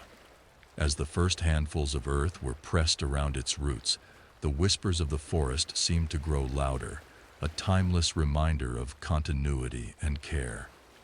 Later, as the moon cast its glow over the grove, I sat beneath the ancient pine, my journal in hand. The forest, alive with the quiet hum of insects and the rustle of leaves, felt like it was breathing with the pulse of the earth. I wrote, "The forest is eternal, not because it does not change, but because it grows with every season, every act of care, every connection made. It teaches us that resilience is born from community, and that even the smallest seed holds within it the potential for a world renewed. What we have built here, what the forest has inspired, is more than a movement. It is a promise to the future, rooted in the lessons of the past." Closing the journal, I leaned back against the pine's sturdy trunk, its presence grounding me as it always had. The story of the village and the forest was no longer confined to this place. Yet this grove remained its heart, a source of strength and inspiration for all who visited. The whispers of the forest carried on the wind, reaching distant lands and countless lives. They spoke of growth, connection, and the enduring power of care. And as long as those whispers continued, we would listen, ensuring that the story of the forest and its people endured, written in roots and branches, in hearts and dreams, for generations to come. As the forest and its network grew deeper roots, the story of the village intertwined with an ever-widening circle of lives. The Global Green Network, now a cornerstone of environmental collaboration, reached a critical milestone, its first unified global impact report. Compiled from data contributed by every hub, the report outlined the measurable outcomes of years of collective effort. Millions of trees planted, thousands of species protected or reintroduced, and entire ecosystems revitalized. It also included stories from individuals whose lives had been transformed by the movement. The report became a rallying cry for the future, shared widely by activists, educators, and leaders. Major environmental organizations cited it as proof of what grassroots action, scaled through collaboration, could achieve. Governments began reaching out to the network, seeking guidance on integrating sustainable practices into their policies. What had begun as a small village initiative now stood as a global model for ecological restoration and community-driven change. Back in the village, preparations began for the 20th anniversary of the first grove planted around the ancient pine. The celebration, titled Legacy of the Whispering Forest, was designed to honor the journey that had led to this moment while inspiring the next generation to continue its work. The grove itself had grown into a lush and thriving woodland, its canopy sheltering countless species. The ancient pine, as always, stood at its center, a silent witness to the unfolding legacy. The anniversary event brought together people from across the network, guardians, delegates, and community leaders who had carried the forest's lessons into their own lives. They shared stories of how the movement had taken root in their regions. A village in the Arctic Circle using rewilding techniques to protect permafrost. An island community restoring coral reefs alongside mangroves to shield against rising seas. A bustling metropolis transforming abandoned lots into urban forests. One evening during the event, I stood with Lila at the edge of the grove, the soft glow of lanterns illuminating the paths. She was quiet for a moment, her gaze resting on the ancient pine. "Do you ever think about how far it's all come?" she asked, her voice thoughtful. "How something that started with a handful of people planting trees has become this?" I nodded, feeling the weight of her words. "It's like the forest itself," I said. "We planted seeds, but it's the care, the connections, that made it grow into something larger than any of us." She smiled, her expression filled with quiet pride. "It's a reminder, isn't it, that even the smallest actions can carry forward, rippling out in ways we can't always see." As the anniversary drew to a close, a new tradition was introduced: the planting of a future grove. Participants brought seeds and saplings from their home communities, each representing the diversity and unity of the network. Together, they planted the new grove near the archive, a living testament to the shared vision of a thriving, interconnected world. That night, as the festivities faded into the quiet hum of the forest, I returned to the ancient pine. Sitting beneath its sprawling branches, I opened my journal and wrote, "The forest whispers of time, of cycles, of the enduring strength of roots bound together. Each tree here began as a seed, each seed planted by hands that believed in a better tomorrow. The story of the forest is not one of sudden change, but of patient growth, of care, shared across generations, creating something far greater than any one of us could imagine." The wind rustled the leaves above, carrying the forest's whispers into the night. They spoke of hope, of continuity, of the endless possibilities that arise when people choose to nurture the earth and each other. As I walked back to the village, the lights of the academy and the community hall glowing softly in the distance, I felt a quiet certainty. The work would continue, not because it was easy, but because it mattered. The story of the village and the forest had become a global narrative, yet it remained deeply personal for everyone who chose to listen to its call. And as long as the forest whispered, we would listen, we would act, we would grow. Together, we would ensure that its legacy endured, written in roots, branches, and the dreams of those who came next. As the echoes of the 20th anniversary celebration faded, the village returned to its quiet rhythm. Yet the energy sparked during the event continued to reverberate throughout the network. The future grove, now planted, became a symbol of renewal and unity, its young saplings nurtured by villagers and visitors alike. Each tree carried with it the hopes and stories of its contributors, a reminder that the movement was rooted in the shared belief that small actions could grow into profound change. The Global Green Network, emboldened by its successes, set its sights on new frontiers. One of the most ambitious projects to emerge was the Climate Resilience Corridor Initiative. This endeavor aimed to connect fragmented ecosystems across continents, creating expansive wildlife corridors that would allow species to adapt to shifting climates. The project required unprecedented coordination between villages, hubs, governments, and international organizations, but it was embraced with enthusiasm. The network's strength lay in its ability to unite diverse voices under a common goal, and this project exemplified that spirit. In the village, the Guardians program played a key role in the corridor's local implementation. The young stewards, now deeply skilled in ecological monitoring, mapped critical habitats and designed pathways to connect them. Their work attracted scientists and conservationists from around the world, eager to learn from the program's holistic approach.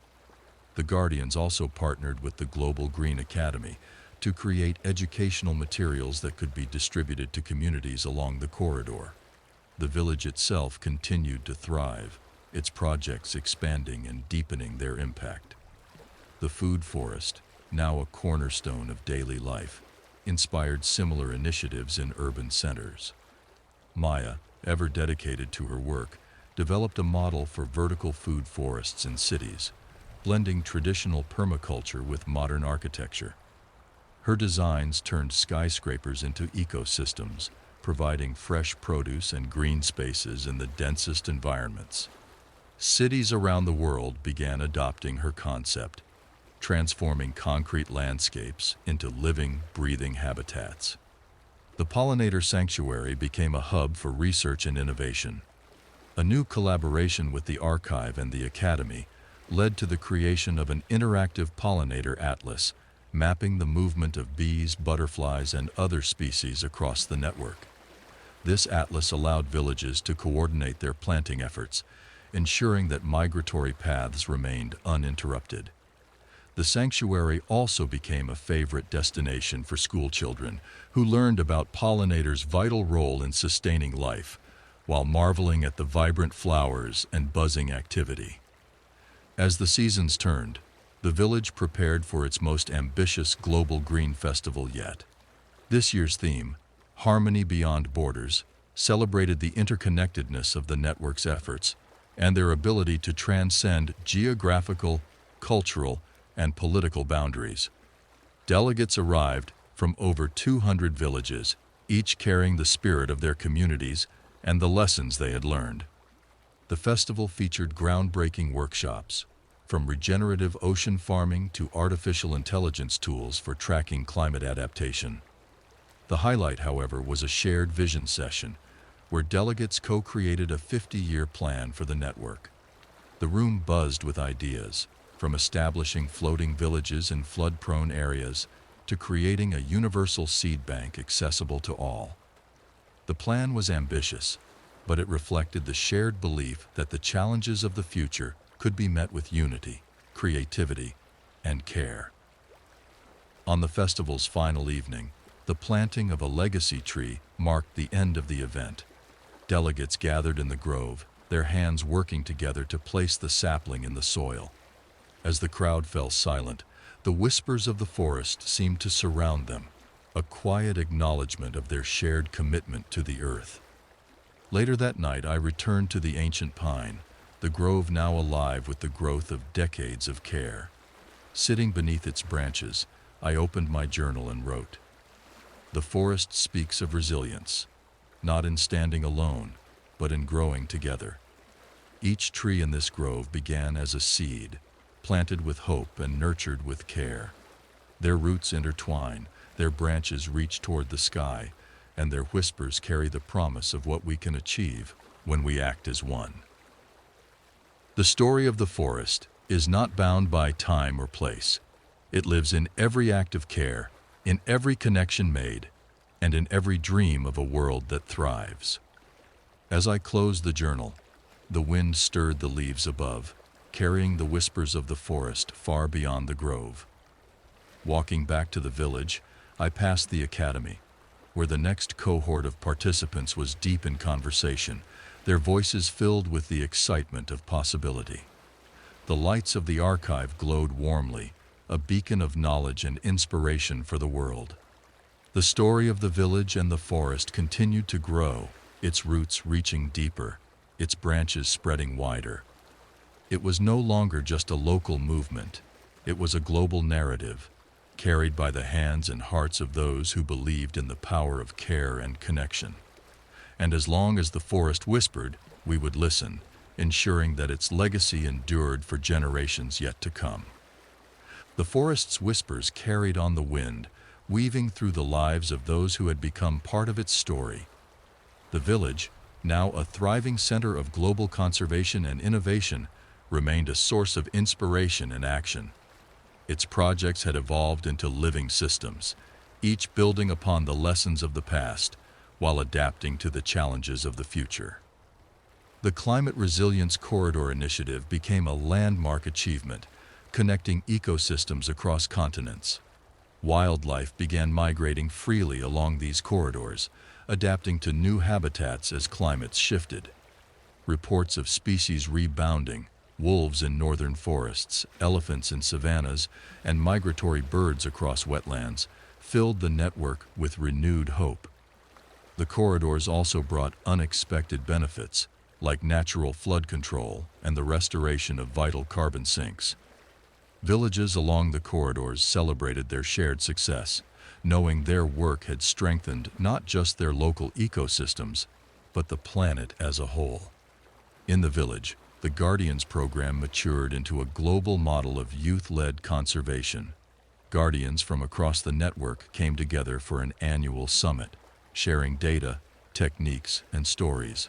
They presented their findings to scientists and policymakers, demonstrating the critical role of grassroots monitoring in tackling global environmental challenges. Many Guardians who had grown up in the program became leaders in their own right, taking on roles in the academy, hubs, and international conservation organizations. The Pollinator Sanctuary, now a cornerstone of the archive's biodiversity research, became an even greater hub of discovery. Maya's work revealed new insights into how pollinators contributed not only to forest health but also to climate resilience. Her findings led to a global initiative, the Pollinator Pathway Network, connecting sanctuaries across cities, rural areas, and protected lands. This network ensured that pollinators could thrive even in the face of habitat fragmentation. The Global Green Academy expanded its reach, launching satellite programs in sister villages and urban centers. These programs blended local knowledge with global lessons, empowering communities to tackle issues specific to their regions. One such program in a coastal city taught residents how to restore mangroves and seagrass beds, creating natural barriers against storm surges while supporting marine biodiversity. Another in a mountainous region focused on sustainable agriculture and forest preservation to prevent landslides and erosion. The village itself remained a symbol of what was possible when humanity and nature worked together. Its food forest had grown into a self-sustaining ecosystem, providing nourishment for people and wildlife alike.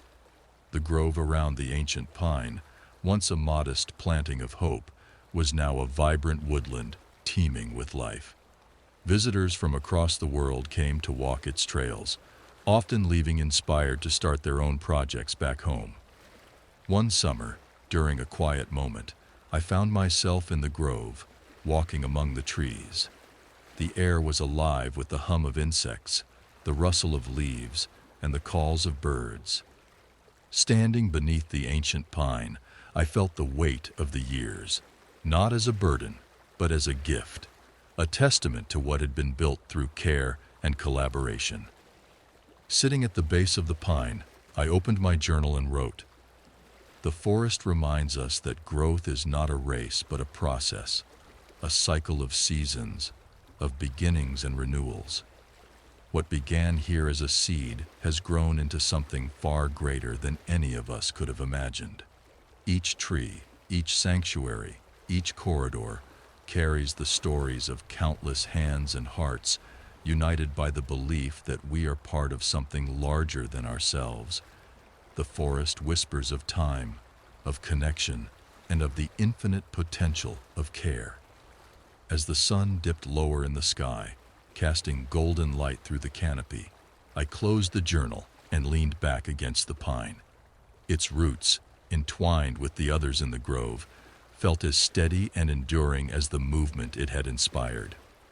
That evening, as I walked back to the village, the lights of the community hall glowed warmly, signaling another meeting to plan the network's next steps. Inside, laughter and voices filled the air as new ideas were born, carrying the promise of what was yet to come. The story of the village and the forest would never truly end. It would continue to grow, carried forward by every person who listened to the whispers of the earth and chose to act. Together, we would ensure that the forest's legacy endured, a living testament to what humanity and nature could achieve in harmony. And as long as the forest whispered, we would listen, we would act, we would grow, forever writing its story, one seed, one tree, one life at a time. As the years passed, the village and its growing network became a living, breathing tapestry of connection, care, and resilience. The whispers of the forest resonated across continents, carried by those who had learned to listen and act. What began as a modest effort to restore a small grove had transformed into a global movement, one that united people in a shared commitment to nurture the earth and each other. The Climate Resilience Corridor Initiative reached a monumental milestone when the first fully connected transcontinental corridor was completed. This vast network of restored ecosystems spanned deserts, mountains, forests, and wetlands, allowing wildlife to migrate freely and adapt to shifting climates. The corridor was not just a lifeline for species, it became a model for collaboration between communities, governments, and environmental organizations. Villages celebrated with festivals that honored the landscapes they had helped to heal, each one a reminder of the power of collective action. The Global Green Academy became an institution in its own right, with its curriculum evolving to address the challenges of the future. Its graduates were now leading conservation efforts, developing renewable energy projects, and advocating for environmental justice in their communities. The Academy's research arm launched groundbreaking studies on carbon sequestration, regenerative farming, and the psychological benefits of connecting with nature. These studies informed global policies, influencing everything from urban planning to climate treaties. In the village, the forest had become a sanctuary for life and learning. The grove around the ancient pine was now a sacred space, visited by people from all walks of life. Elders shared stories under its canopy, guardians conducted research, and children played among its roots, their laughter echoing through the trees. The pine stood at the heart of it all, its branches spreading wide as if to embrace the legacy it had witnessed. The Pollinator Pathway Network, a vision once nurtured in the village's sanctuary, had grown into a global effort. Sanctuaries connected rural and urban landscapes, creating a continuous web of life for pollinators. Maya's work inspired countless others, and her designs for urban pollinator-friendly spaces became a standard for city planners worldwide. The network's success was evident in the resurgence of bees, butterflies, and other vital species, their presence a testament to the care they had received. One crisp autumn evening, during a gathering of network leaders in the village, Lila stood before the grove and addressed the crowd. Her voice carried the quiet strength of someone who had dedicated her life to something greater than herself. "This forest," she began, "is more than trees. It's a reminder of what we can achieve when we act with care, with hope, and with humility. It's proof that small actions, planting a seed, listening to a whisper, can grow into something that transforms the world. The work we've done is not finished. It's never finished. But that's the beauty of it. This story is alive and it will continue to grow, carried forward by every hand, every heart that chooses to tend to it. Her words were met with a quiet reverence, the crowd understanding the weight of what she said. The forest, and the movement it had inspired, was not an ending. It was a beginning that renewed itself with each generation. Later that night, I found myself once again beneath the ancient pine. The grove was bathed in moonlight, the trees standing as silent witnesses to all that had been accomplished and all that lay ahead. Opening my journal, I wrote, "The forest is a promise, one that transcends time and place. It reminds us that we are not separate from the earth but deeply connected to it and to each other. Each tree, each sanctuary, each corridor is a testament to what care can create. The whispers of the forest are louder now, carried by the voices of those who have joined its story. They speak of hope, of resilience, and of the endless potential of humanity when we choose to act in harmony with the world around us." As I closed the journal, the wind rustled through the leaves, carrying the whispers far and wide. The forest was alive, its roots intertwined with the hearts and hands of those who had nurtured it. Walking back to the village, the lights of the community hall glowed brightly, a symbol of the life and energy that continued to grow here. Inside, people were already planning the next phase of the movement, their conversations filled with ideas and optimism. The story of the village and the forest would never truly end. It was a living narrative, carried forward by the dreams and actions of those who believed in a better world. And as long as the forest whispered, we would listen, ensuring that its legacy endured for generations yet to come. Together, we would keep planting, growing, and connecting, shaping a future rooted in care and boundless possibility. As the village and its network matured, the story of the forest became a symbol of what humanity could achieve when united by purpose. The interconnected efforts of villages, cities, and hubs created a global movement that not only healed landscapes, but also rekindled a sense of hope and agency in people worldwide. What had begun as whispers in the trees now resonated as a collective song, a melody of resilience, growth, and care. The Climate Resilience Corridor Initiative expanded to encompass waterways, creating aquatic pathways that allowed marine life to thrive. These corridors linked rivers, wetlands, and coastal ecosystems, ensuring the safe migration of fish, amphibians, and waterbirds. Communities along these corridors reported revitalized fisheries, cleaner water, and reduced flooding. The initiative became a blueprint for integrating terrestrial and aquatic restoration, further demonstrating the network's ability to adapt and innovate. The Global Green Academy launched its most ambitious program yet, Earth Advocates, a mentorship initiative connecting its alumni with policymakers and industry leaders. The goal was to bridge the gap between grassroots efforts and large-scale decision-making, ensuring that the voices of those closest to the land were heard in global forums. Graduates of the program began influencing climate policies, shaping urban planning, and advocating for sustainable business practices. Back in the village, the future grove planted during the anniversary celebration had begun to thrive, its saplings growing into strong young trees. The grove, located near the archive, became a place where visitors reflected on the movement's journey. Interactive displays told the story of the network, from its earliest days to its current impact. QR codes on trees allowed visitors to learn about their origins and the people who had planted them, creating a sense of connection that spanned the globe. The Pollinator Pathway Network celebrated its 10th year with a series of events across member villages.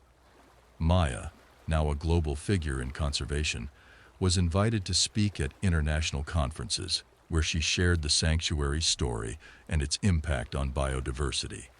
Her vision had inspired countless others to create spaces where pollinators and the ecosystems they supported could flourish. The village prepared for the annual Global Green Festival, this time centered on the theme, Seeds of Tomorrow. The festival highlighted forward-looking initiatives, including advancements in renewable energy, artificial intelligence for ecological monitoring, and community-led climate adaptation strategies. Delegates arrived from over 250 villages, representing an ever-expanding network of ideas and action. A highlight of the festival was a new initiative, Voices of the Earth, a digital storytelling platform that allowed people from around the world to share their connections to nature. Submissions ranged from videos of reforestation efforts to poems inspired by the sound of the wind through the trees. The platform became a vibrant mosaic of experiences, reminding participants of the universal bond humanity shared with the earth. On the final evening of the festival, the planting of a new legacy tree brought the crowd to the grove once more. Delegates and villagers stood together, each adding soil to the roots of the sapling. As the tree was watered, the whispers of the forest seemed to rise, blending with the murmurs of the crowd. The moment felt timeless, a continuation of the traditions that had grounded the movement from the start. Later, as the festival concluded and the village settled into its evening calm, I returned to the ancient pine. The grove around it was dense and full of life, each tree carrying the legacy of those who had tended it. Sitting beneath the pine, I opened my journal and wrote, "The forest reminds us that legacies are not built in haste, but through care, persistence, and the quiet courage to dream of a better world. Each tree here carries the hopes of those who planted it, just as each action we take carries the potential for change. The whispers of the forest have grown into a song, a reminder that even in the face of uncertainty, we can choose to grow together, to listen, and to act." The wind stirred the branches above, carrying the forest's whispers far beyond the grove. They spoke of connection, resilience, and the infinite possibilities that arose when people chose to nurture the earth. Walking back to the village, I passed the community hall, where plans for the next season were already underway. The energy inside was electric, a testament to the movement's enduring spirit. The story of the village and the forest was no longer just about one place. It was about a world reimagined, rooted in care and shared responsibility. And as long as the forest whispered, we would listen. Together, we would continue to write its story, ensuring its legacy endured for generations yet to come. One tree, one seed, one connection at a time. The legacy of the village and the forest grew, each new season bringing fresh achievements and deepening the impact of the global movement it had inspired. The Climate Resilience Corridor Initiative became a centerpiece of international conservation efforts, drawing partnerships with universities, research institutions, and even technology companies. New corridors connecting continents through undersea habitats and migratory bird flyways expanded the initiative's scope, uniting ecosystems in ways once thought impossible. The project's success was celebrated at a global summit, where the village was honored as the birthplace of the movement. The Global Green Academy launched a new program called Rooted Futures, a curriculum designed for young leaders seeking to integrate ecological wisdom with innovative problem-solving. Rooted Futures emphasized collaboration, encouraging participants to work across disciplines and cultures to address pressing environmental challenges. Graduates of the program began leading efforts in fields ranging from renewable energy to sustainable fashion, proving that the Academy's reach extended far beyond conservation.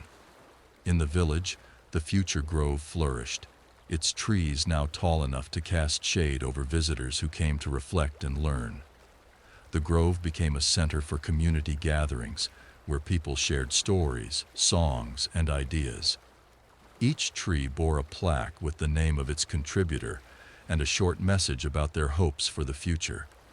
These plaques turned the grove into a living archive of dreams, a place where the whispers of the forest were amplified by the voices of those who had nurtured it. The Pollinator Pathway Network reached new heights as urban centers across the world adopted its principles.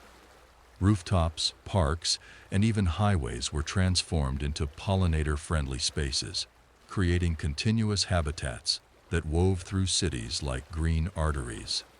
Maya's vision had not only revived pollinator populations, but also inspired a global appreciation for the small yet vital creatures that sustained life. Her sanctuary in the village remained a hub for research, and visitors marveled at its vibrant ecosystem. One spring, the village hosted the inaugural Global Green Youth Forum, a gathering of young leaders from across the network. The forum featured workshops, storytelling circles, and collaborative projects designed to empower the next generation of environmental stewards. Guardians led participants on walks through the forest, teaching them about the delicate balance of its ecosystems.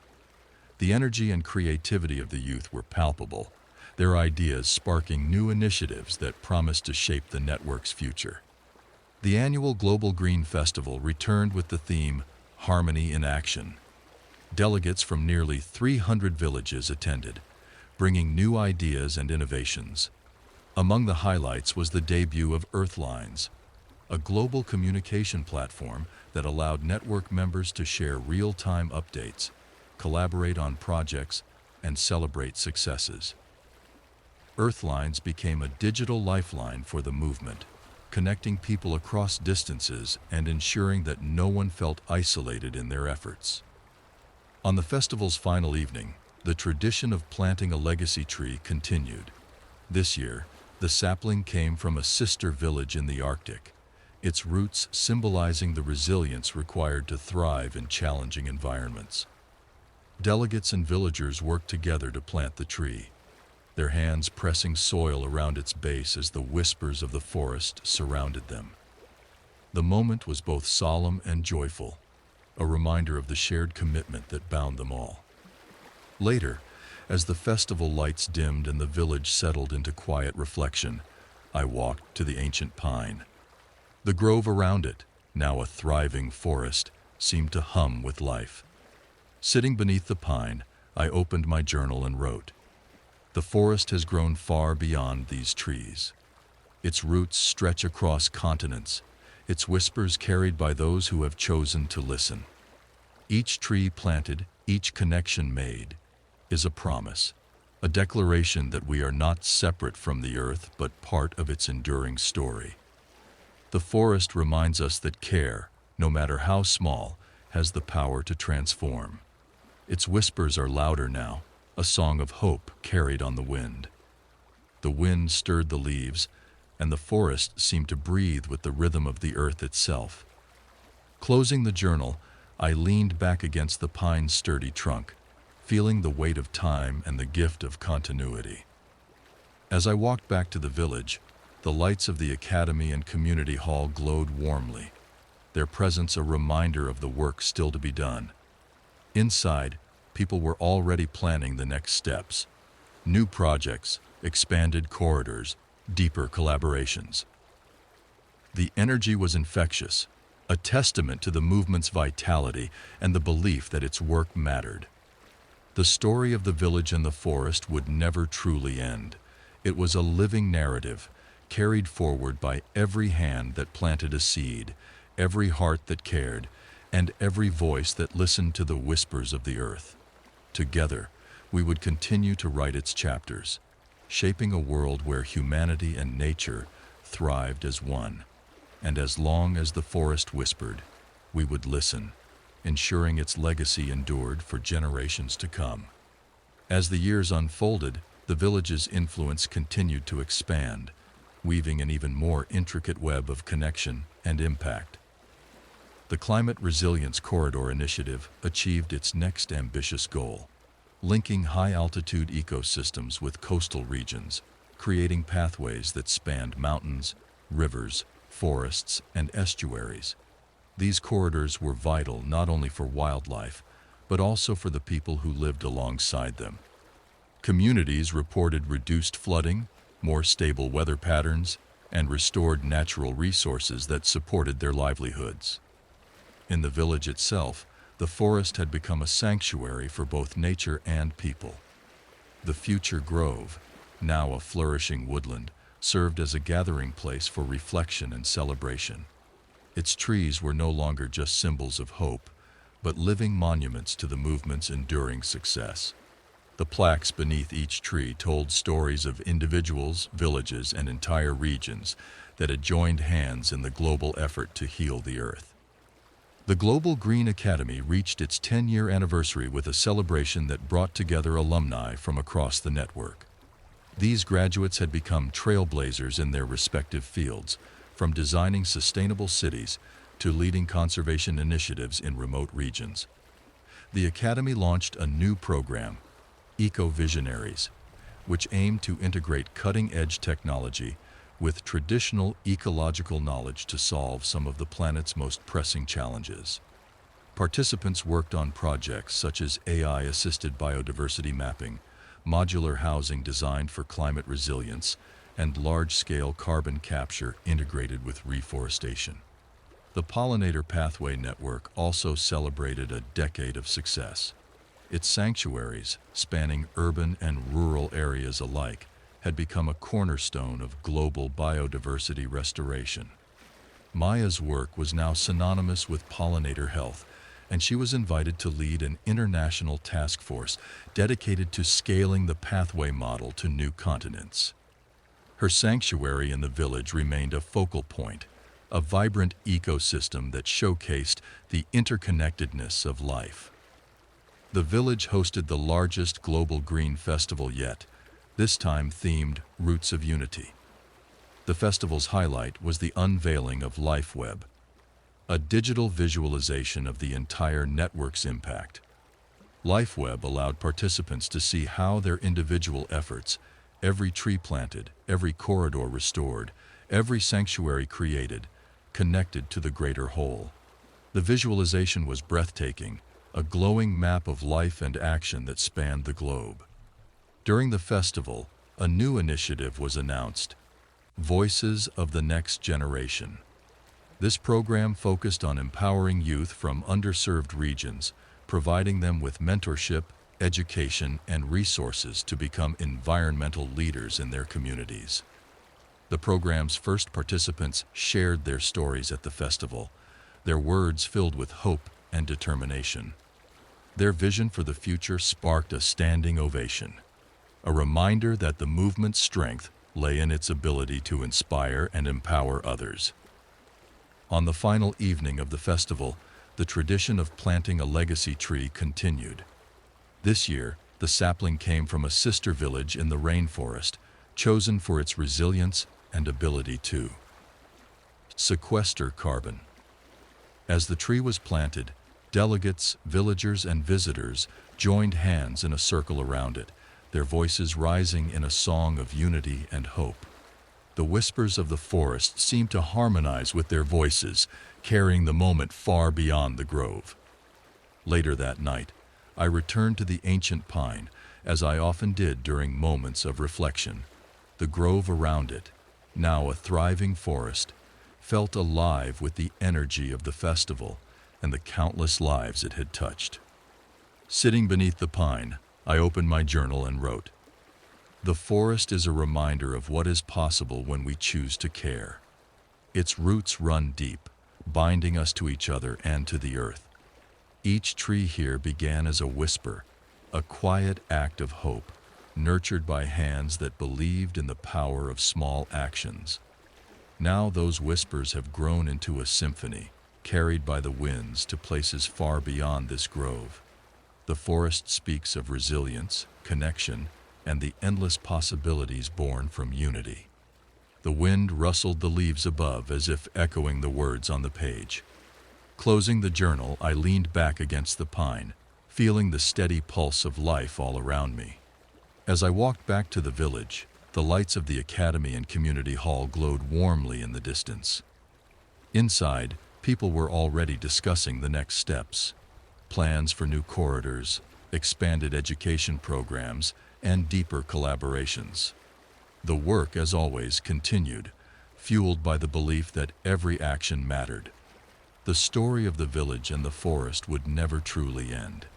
It was a living legacy, carried forward by every hand that planted a tree, every heart that cared, and every voice that listened to the earth's call. Together we would continue to write its chapters, ensuring its whispers became a song of hope and resilience for generations yet to come. The village and its global network entered a phase of unprecedented growth and influence, each new year bringing more connections, more impact, and more inspiration. What had begun as a small act of restoration had grown into a movement reshaping the relationship between humanity and the natural world. The life web, now a centerpiece of the network's identity, continued to evolve, integrating new data from projects across the globe. Each edition, whether a rewilded savanna, a restored coral reef, or a new urban sanctuary, glowed on the map, a testament to collective effort and shared hope. The Climate Resilience Corridor initiative expanded into regions previously untouched by the network, including areas affected by extreme industrial degradation. Partnerships with communities, scientists, and governments allowed for large-scale land rehabilitation efforts. These corridors, once mere lines on a map, were now thriving ecosystems supporting diverse wildlife and stabilizing local climates. Alongside these physical corridors, human corridors emerged, communities linked through shared knowledge, cultural exchanges, and economic cooperation. The Global Green Academy launched its most ambitious initiative yet, Planetary Regeneration Partnerships, designed to integrate local ecological knowledge with large-scale innovation. These partnerships brought together indigenous leaders, scientists, and technologists to co-create solutions for challenges ranging from ocean acidification to drought-resistant agriculture. The Academy also introduced immersive virtual reality modules, allowing participants to experience restored ecosystems across the network and learn directly from the people who had brought them back to life. In the village, the future grove had become a beloved symbol of renewal and continuity. Its trees, now towering, were home to birds, insects, and small mammals that thrived in the habitat created by decades of care. The grove hosted regular gatherings, from quiet reflections to vibrant celebrations, connecting visitors with the movement's roots. Interactive installations allowed visitors to trace the lineage of each tree, learning about the person or community who had planted it and their vision for the future. The Pollinator Pathway Network expanded to include ocean ecosystems, addressing the role of pollinators like crabs and small fish in marine biodiversity. Maya led this effort, collaborating with marine biologists to create sanctuaries for these critical species. Her work demonstrated the interconnectedness of life across land and sea, inspiring a wave of new projects aimed at bridging terrestrial and aquatic ecosystems. The Global Green Festival, now the largest gathering of its kind, returned to the village with the theme, A World Reimagined. Delegates from nearly 400 communities attended, bringing innovations that spanned every field imaginable. Workshops explored ideas like climate-resilient architecture, community-led carbon trading systems, and decentralized energy grids. The festival's centerpiece was the unveiling of WhisperNet, an AI-powered system that analyzed data from across the network to identify emerging opportunities and threats, helping communities respond proactively to ecological challenges. On the festival's final evening, the planting of a legacy tree took place in the grove near the ancient pine. This time, the sapling was a species that had been restored from near extinction, its seeds collected and nurtured through decades of careful stewardship. Delegates and villagers gathered under the moonlight, their hands pressing soil around its roots. As the tree was planted, the whispers of the forest seemed to rise, blending with the soft murmurs of the crowd. After the planting, I lingered in the grove, drawn once again to the ancient pine. Its branches, now surrounded by generations of younger trees, stretched wide as if sheltering the entire forest. Sitting beneath it, I opened my journal and wrote, The forest teaches us that the past and the future are intertwined.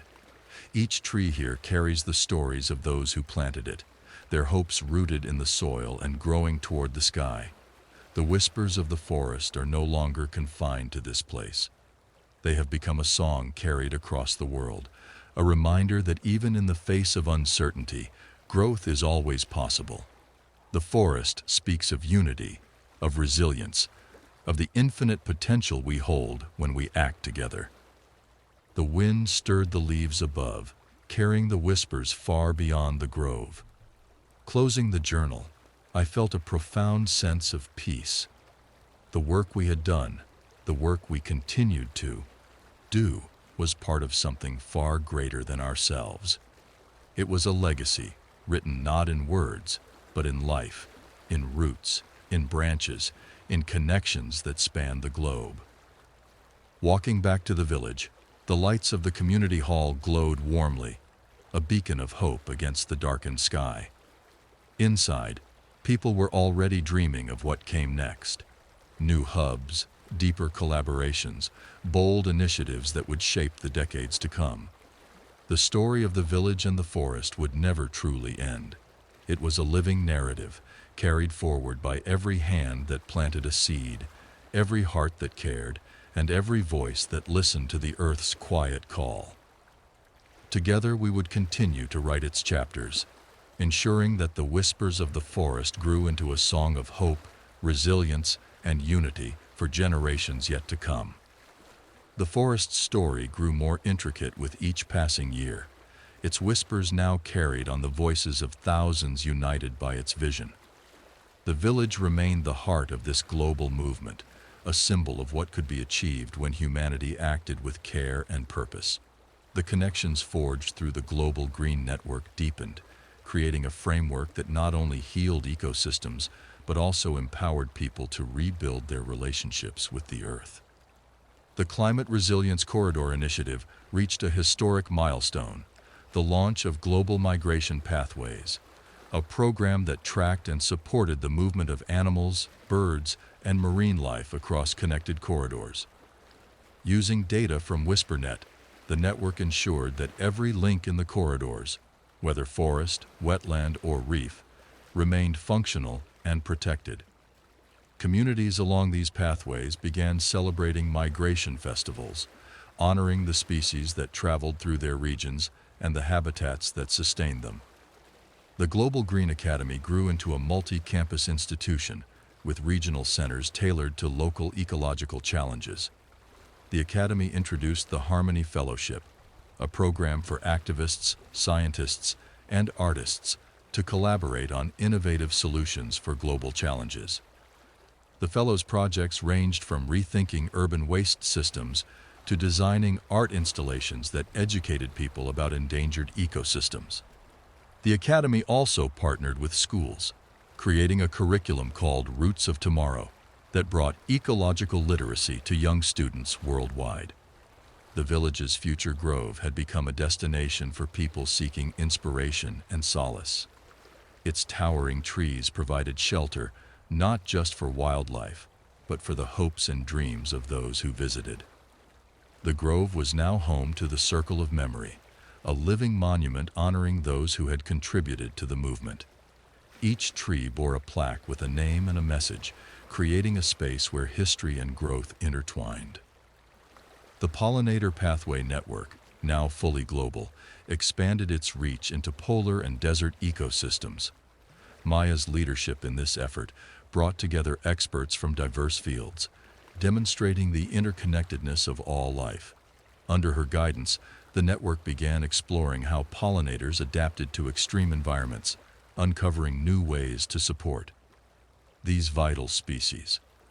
Maya's work inspired a series of documentaries, bringing the story of pollinators and their ecosystems to audiences around the world. The Global Green Festival returned to the village once more, this time with the theme Living Legacies. Delegates from nearly 500 communities arrived, bringing with them stories of resilience and hope. Among the highlights was the unveiling of the Green Atlas, a physical and digital compendium documenting the movement's journey.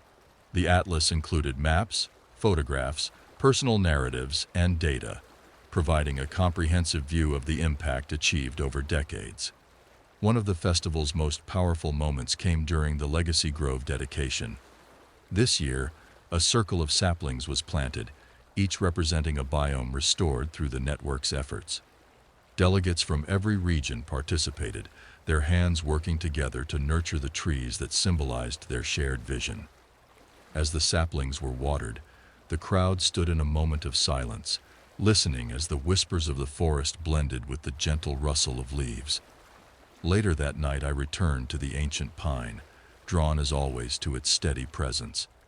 The grove around it, now a flourishing forest, seemed alive with the energy of the festival and the lives it had touched. Sitting beneath the pine, I opened my journal and wrote. The forest whispers of time, of cycles, of connections that span generations and continents. Each tree here carries the weight of care, the legacy of those who chose to plant it, and the promise of those who will tend it. The whispers remind us that every action matters, that every hand and heart can shape the world. The forest is more than a place. It is a living reminder of what we can achieve together. The wind carried the whispers beyond the grove, spreading them to places I could only imagine. Closing the journal, I felt a deep sense of peace and purpose. The work we had done, and continued to do, was far greater than any one person. It was a collective story, written in roots and branches, in connections and care. As I walked back to the village, the lights of the academy and the community hall shone brightly, a symbol of the endless possibilities ahead. Inside, people were already planning new initiatives, from climate adaptation projects in vulnerable regions to education programs for the next generation of environmental leaders. The story of the village and the forest would never truly end. It was a living narrative, carried forward by every hand that planted a seed, every voice that joined the chorus, and every heart that listened to the earth's quiet call.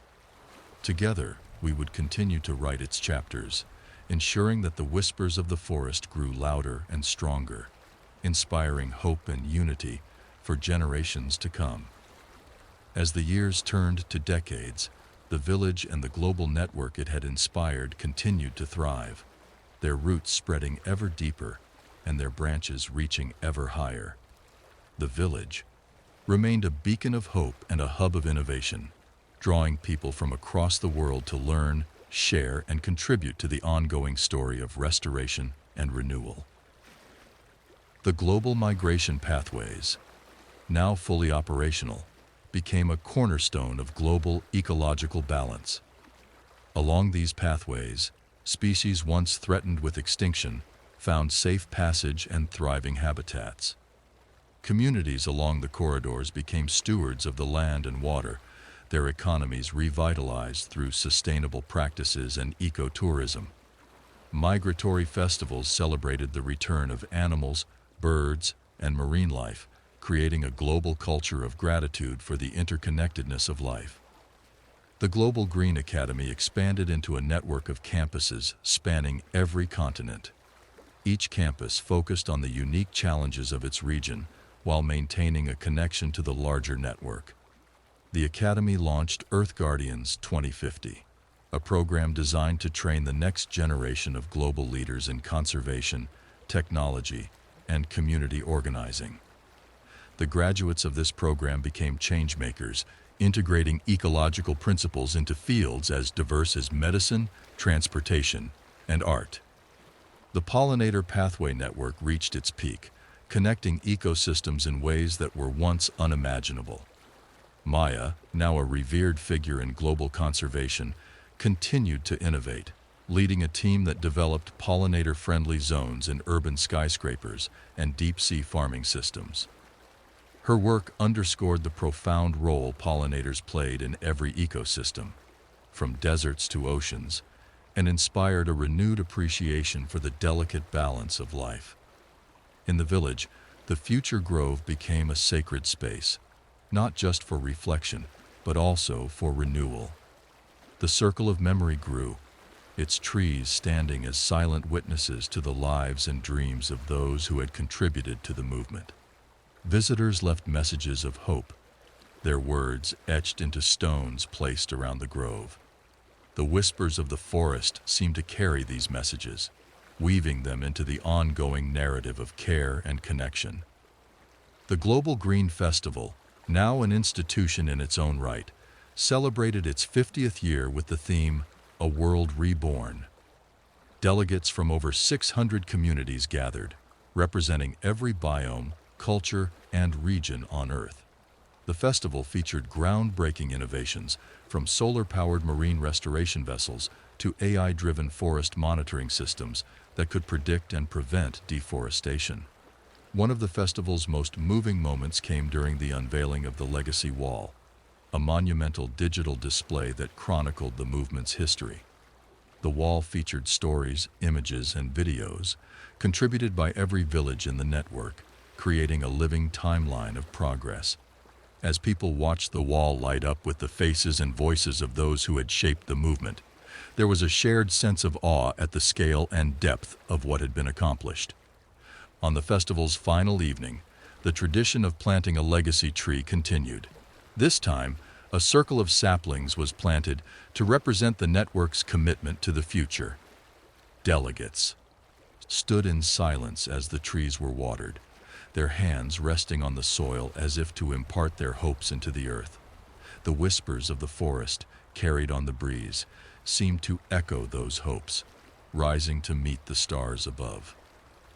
Later that night, as the village quieted, I walked to the ancient pine one more time. The grove, now a vast forest, stood as a testament to decades of care and connection. Sitting beneath the pine, I opened my journal and wrote, "The forest is a promise, a reminder that growth comes not from grand gestures, but from small, consistent acts of care. Each tree here began as a seed, nurtured by hands that believed in a better tomorrow." The whispers of the forest carry the stories of those who listened, who acted, who chose to plant hope in the face of uncertainty. This story is not ours alone. It belongs to the earth and to every life it touches. Closing the journal, I leaned back against the pine, its steady presence grounding me. The forest's whispers seemed louder now, not confined to this grove but carried by the voices of people and the rhythms of nature across the world. As I walked back to the village, the lights of the community hall and the academy glowed in the distance. Inside, people were already dreaming of what came next. Initiatives to restore planetary balance, projects to bring nature's wisdom into new spheres of life, and programs to inspire those yet to come. The story of the village and the forest would never truly end. It was a living narrative, carried forward by every hand that planted a seed, every voice that joined the song, and every heart that listened to the earth's quiet call. Together, we would continue to write its chapters, ensuring that the whispers of the forest grew into a global symphony of hope, resilience, and unity for all generations to come. As the story of the village and the forest unfolded further, its impact extended beyond what even the most optimistic dreamers had imagined. The global network had not only restored ecosystems and bridged cultural divides, but it also inspired a fundamental shift in how humanity viewed its role on Earth. The whispers of the forest, once confined to a single grove, now resonated in classrooms, boardrooms, and government halls worldwide. The global migration pathways became a linchpin in global conservation strategies, uniting nations and regions through shared stewardship of biodiversity. The pathways supported more than wildlife. They became lifelines for communities displaced by climate change, offering opportunities to rebuild in harmony with nature. These human-nature corridors transformed barren lands into thriving landscapes where reforestation, sustainable agriculture, and ecotourism flourished side by side. In the village, the forest became not only a sanctuary, but a living classroom. Children from across the network came to learn under its canopy, their laughter mingling with the rustling leaves. Elders told stories by the ancient pine, their voices weaving together the history of the movement and the lessons it carried forward. The future grove, now a towering woodland, hosted ceremonies and gatherings that honored milestones and celebrated new beginnings.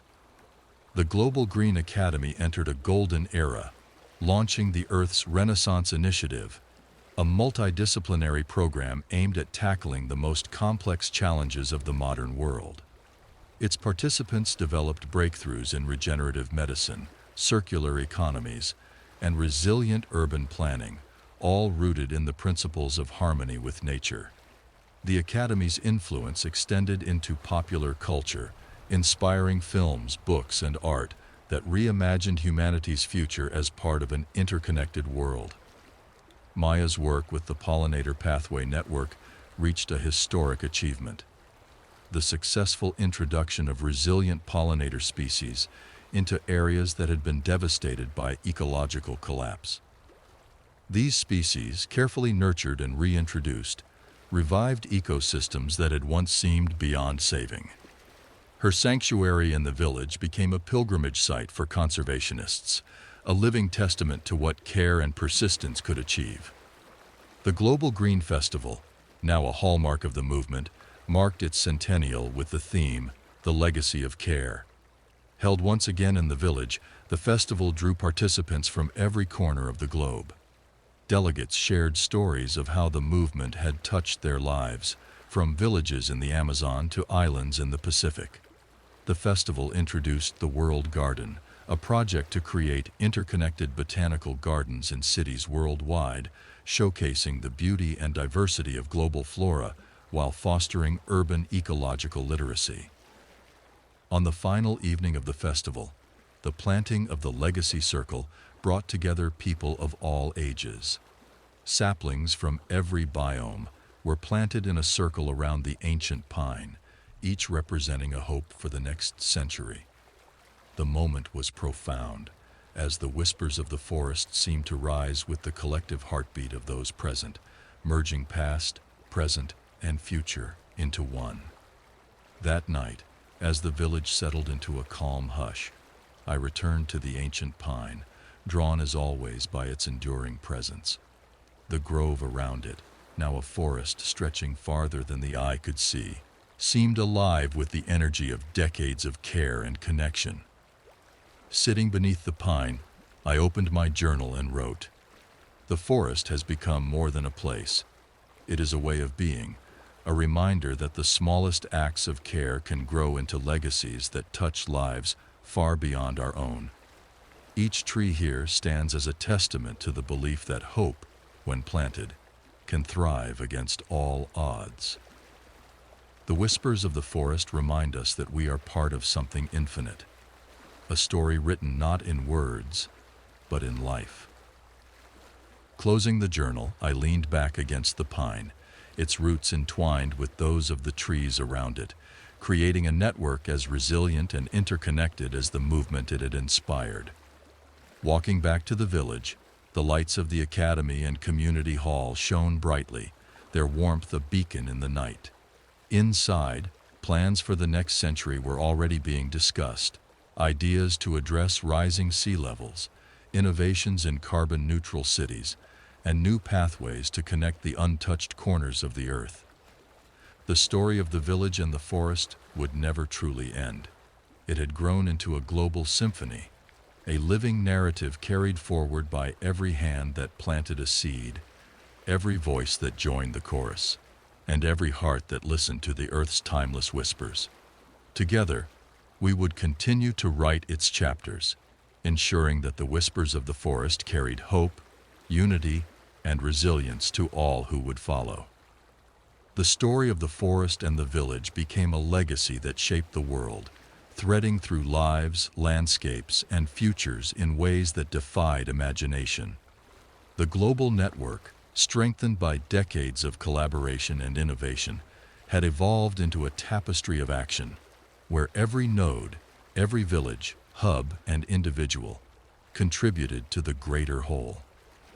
The global migration pathways expanded further, integrating not only terrestrial and aquatic ecosystems, but also air corridors for migratory birds.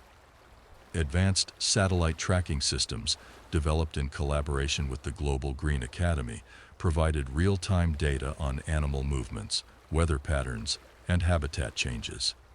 This knowledge empowered communities to act swiftly and effectively, ensuring the pathways remained intact and flourishing. The pathways, celebrated as the arteries of life, became a symbol of interconnected resilience. In the village, the forest reached its full maturity. The future grove, now a dense and thriving woodland, served as a nexus for learning, reflection, and celebration. Its trees towered above, their canopies interlocking to form a cathedral of life. The grove's circle of memory expanded each year, its trees honoring the contributions of those who had left their mark on the movement. Visitors left messages at the base of these trees, notes of gratitude, dreams for the future, and pledges to carry the work forward. The Global Green Academy launched its most ambitious initiative yet, Gaia Lab, a research and innovation center dedicated to reversing planetary damage through regenerative solutions. Gaia Lab's projects ranged from rewilding deserts into forests to creating floating microhabitats that regenerated marine life. The lab's work exemplified the Academy's ethos, blending ancient wisdom with cutting-edge science to create a sustainable and inclusive future. Maya's Pollinator Pathway Network reached a global milestone with the completion of its Pollinator Atlas, a comprehensive interactive map showcasing every sanctuary, migration route, and reintroduction project. The atlas was accessible to anyone, inspiring communities to create their own sanctuaries. Maya's efforts transformed urban centers into vibrant ecosystems, and her name became synonymous with resilience and restoration. The sanctuary in the village remained the heart of her work, a living testament to the power of persistence and care. The Global Green Festival, now an event of unparalleled significance, marked its 150th anniversary in the village with the theme Infinite Roots. The festival unveiled the Earth Mosaic, an enormous interactive display that showed the cumulative impact of the network's efforts over the past century. The mosaic illustrated billions of trees planted, thousands of species protected, and millions of people empowered. Delegates from every biome on Earth stood in awe as the display lit up with data, stories, and images that captured the essence of the movement. On the final evening of the festival, the planting of the legacy forest took place. Instead of a single sapling, an entire forest was planted, a mix of species representing every region of the world. Delegates, villagers, and visitors worked side by side, their hands in the soil, their laughter and determination blending with the whispers of the forest. As the final tree was placed, the crowd stood in silence, feeling the weight of what they had built together. Later that night, I walked to the ancient pine, the heart of the forest that had inspired it all. The grove, now a vast and thriving ecosystem, stretched in every direction. Sitting beneath the pine, I opened my journal for what I knew would be one of the last entries I'd write here. I wrote, "The forest has become the world, its whispers carried on every breeze, in every heart that chose to listen. It has taught us that growth is not a destination, but a journey, a cycle of care, renewal, and connection. Every tree planted, every life touched, is a reminder that hope is not just a feeling, but an action. This forest, once fragile, is now eternal, not because of its trees, but because of the spirit it embodies: unity, resilience, and love." Closing the journal, I leaned back against the pine, feeling its strength and the pulse of life all around me. The whispers of the forest rose with the night wind, carrying with them the voices of everyone who had ever been part of this story. As I walked back to the village, the lights of the community hall and the academy shone brightly. Inside, the next generation was already planning what came next. new innovations, deeper connections, and fresh visions for a future where humanity and nature thrived as one. The story of the village and the forest had no end.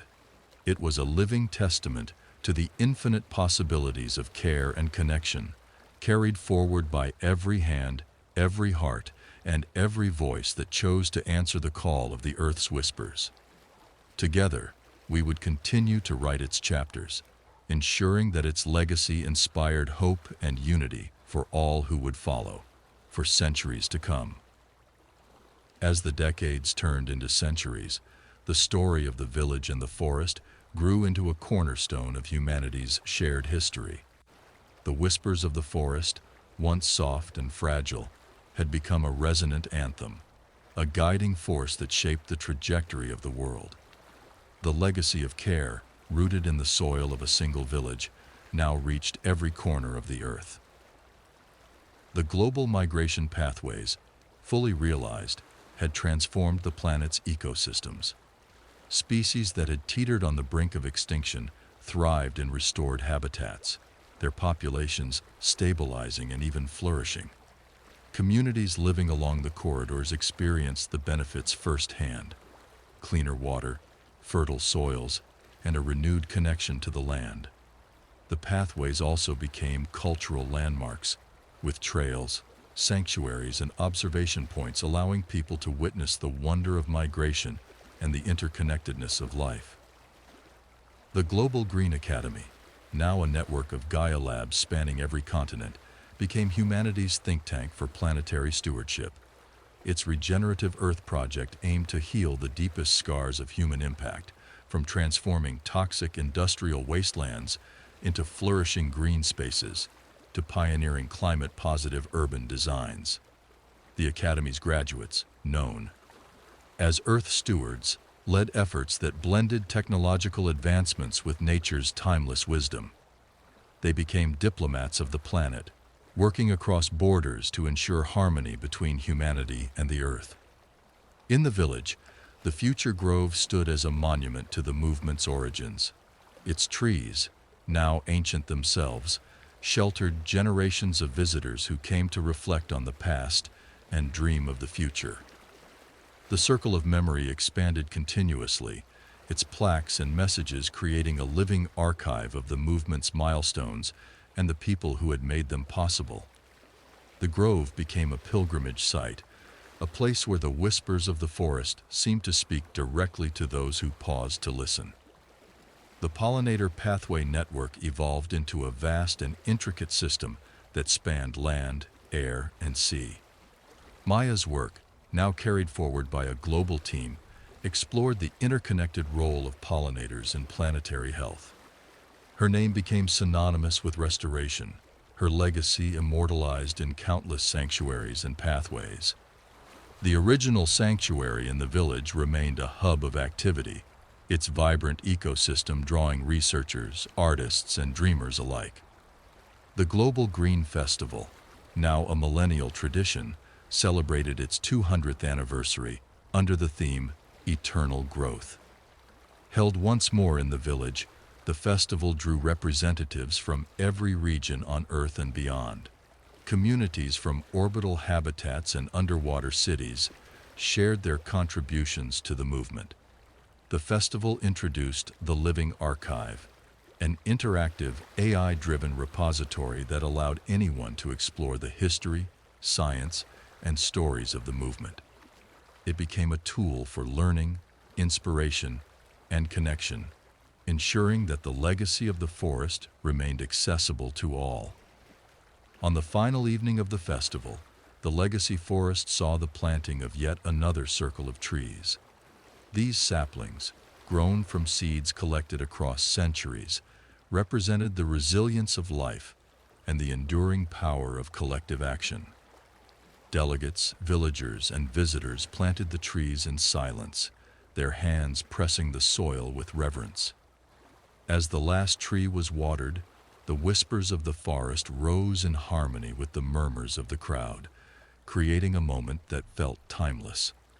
Later that night, I returned to the ancient pine, now a towering symbol of all that had been achieved.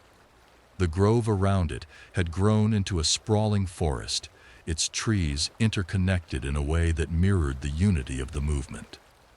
Sitting beneath the pine, I opened my journal, aware that these pages were part of a much larger story.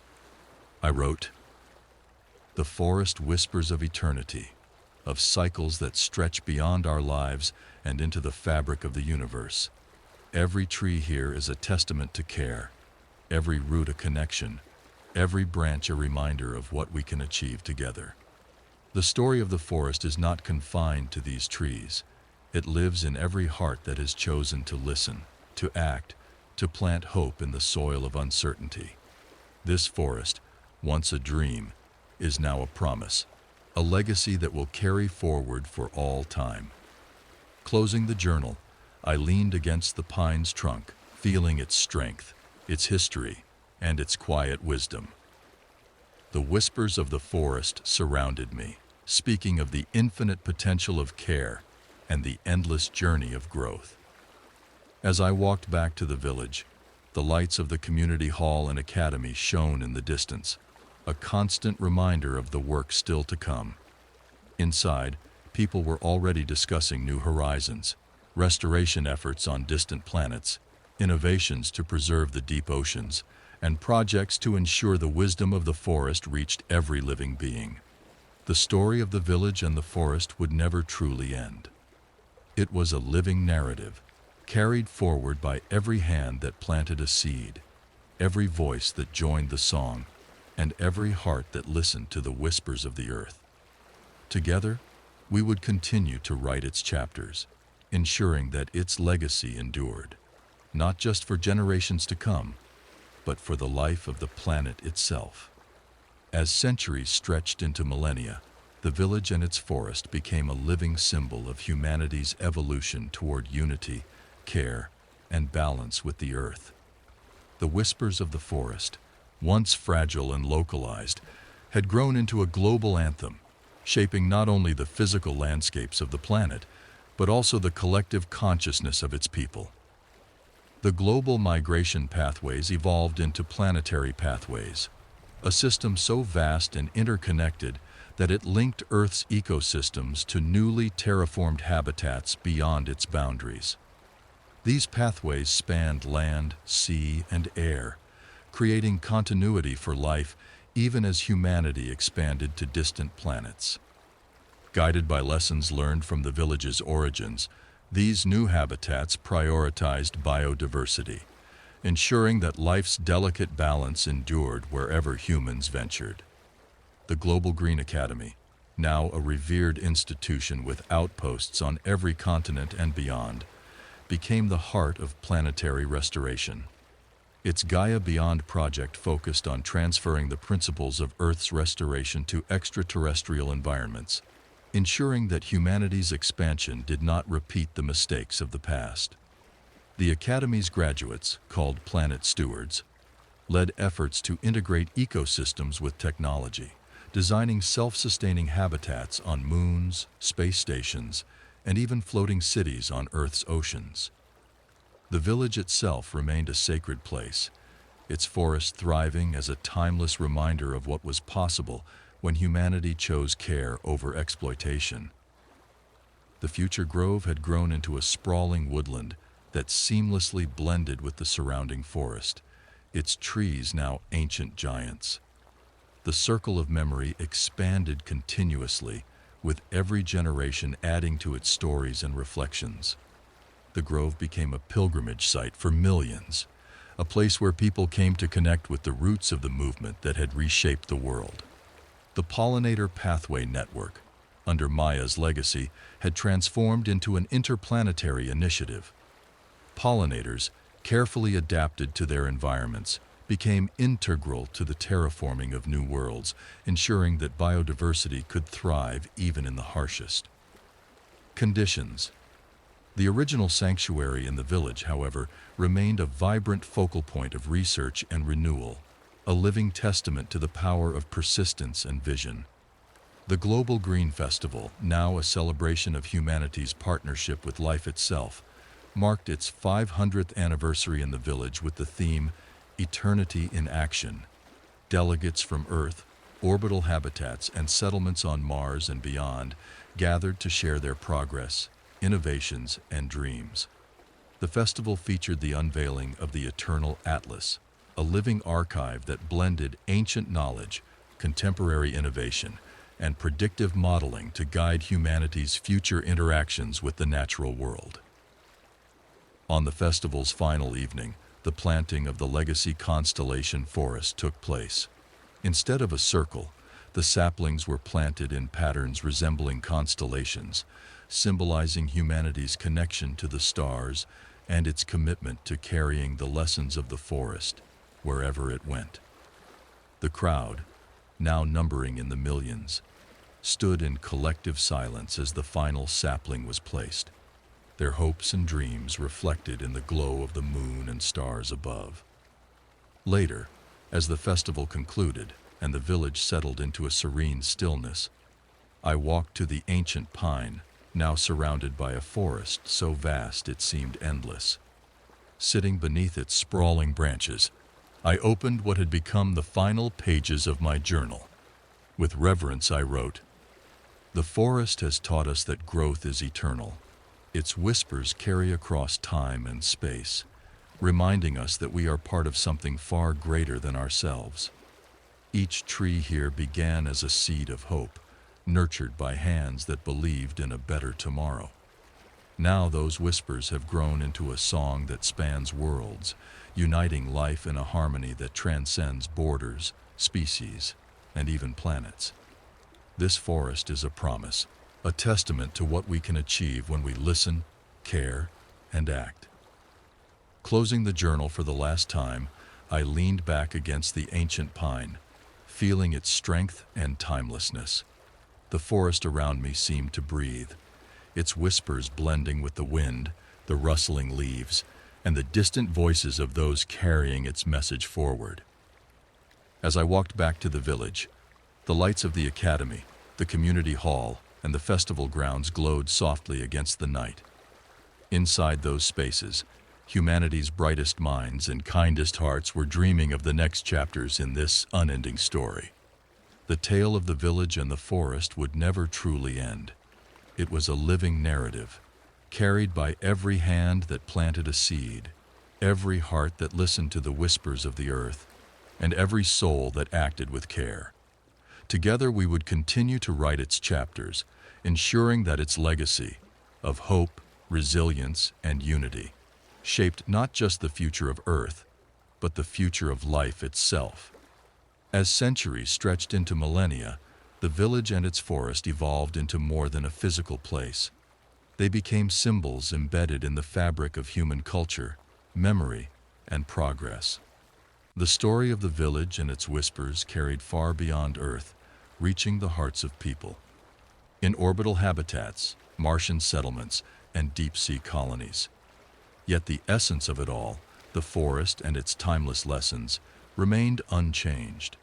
The power of care, connection, and perseverance. Earth itself, now often referred to as Gaia Primus, became a beacon of planetary restoration and sustainable coexistence. The global migration pathways had expanded into marine depths and atmospheric currents, ensuring the free movement of life in all its forms. Technologies developed in partnership with nature, like living bridges made of root systems and drones modeled after birds and insects, were used to maintain these intricate systems without disrupting the ecosystems they supported. The village remained at the heart of it all, its forest a thriving sanctuary where humanity's relationship with Earth was celebrated and renewed.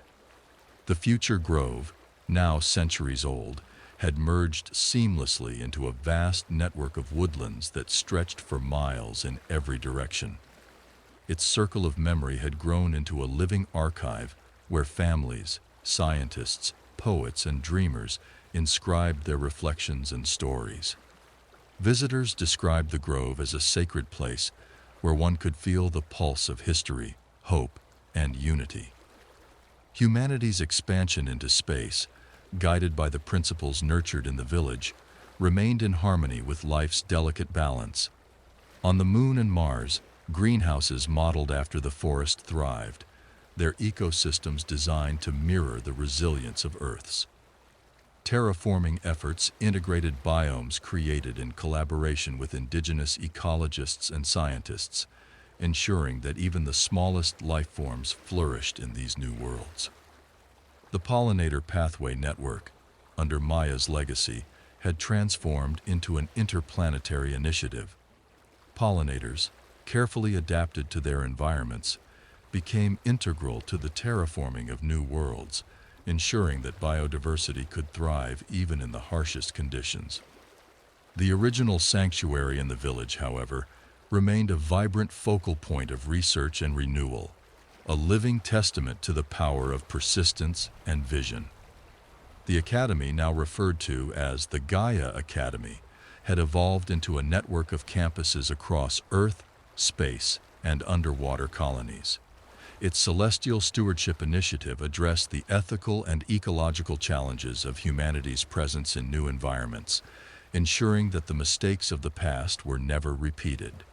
Students of all ages, from the descendants of Earth's original stewards to the children of Martian settlers, learned the principles of restoration, resilience, and humility.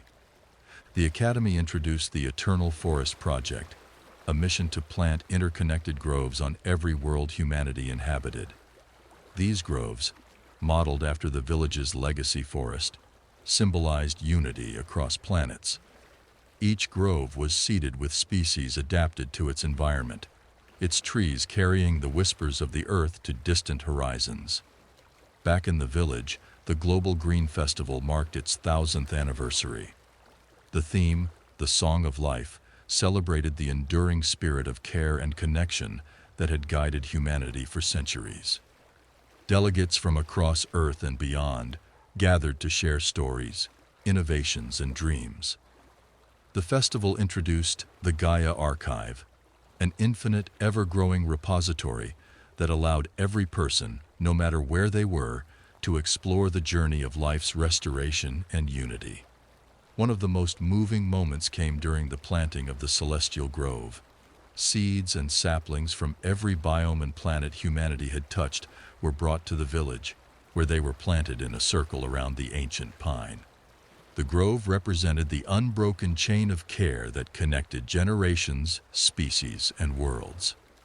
As the festival concluded, I walked to the ancient pine for what felt like a final pilgrimage. The forest stretched endlessly, its canopy sheltering the hopes and dreams of countless lives. Sitting beneath the pine, I opened a new journal, one I would leave behind for others to find. With care I wrote, "The forest has outgrown us. Its whispers have become a song that carries across time, space, and life itself. Each tree, each branch, and each root carries the story of care, the power of small actions to shape eternity." What began here as a single seed has become infinite, a promise that no matter where we go, no matter how far we travel, we are bound to each other and to the earth. The whispers are eternal, as are we. Closing the journal, I placed it at the base of the pine, knowing it would join the countless messages left by others who had come before me. The wind stirred the leaves, carrying the whispers beyond the grove, beyond the village, and into the stars. As I walked back, the lights of the village shimmered softly against the horizon, a quiet yet profound reminder of all that had been achieved. The work of the forest, and the people who listened to it, was far from finished. It would continue, carried forward by every hand that planted a seed, every heart that cared, and every voice that joined the symphony of life. The story of the village and the forest was no longer bound by time or space. It had become eternal, a living narrative written in roots, whispers, and dreams, shaping a universe where life thrived, together, forever. The village, the forest, and the global network had become timeless, their roots stretching into every corner of Earth and beyond. As humanity ventured farther into the cosmos, the whispers of the forest continued to guide them, a steady reminder of the care and unity that had restored their home planet. Yet, The story was approaching a turning point, a culmination of centuries of dedication and growth. The ancient pine, the heart of it all, stood taller than ever, its branches reaching skyward like an open embrace. The future grove had expanded into a self-sustaining ecosystem that merged seamlessly with the planet's natural landscapes, its origins now a legend shared across the universe. People continued to visit the grove, not just to reflect but to learn, to celebrate, and to contribute their stories to the living archive housed within its shade. In the village, the Global Green Festival prepared for what many saw as its final iteration, a moment to mark the movement's success and transition into a new era. The festival's theme, Infinite Horizons, captured the spirit of closure and renewal. Delegates from Earth, orbital habitats, Martian settlements, and other human outposts gathered to share the progress they had made, the challenges they had overcome, and the futures they envisioned. One of the festival's highlights was the unveiling of the Unified Grove, a holographic projection of every tree planted as part of the network.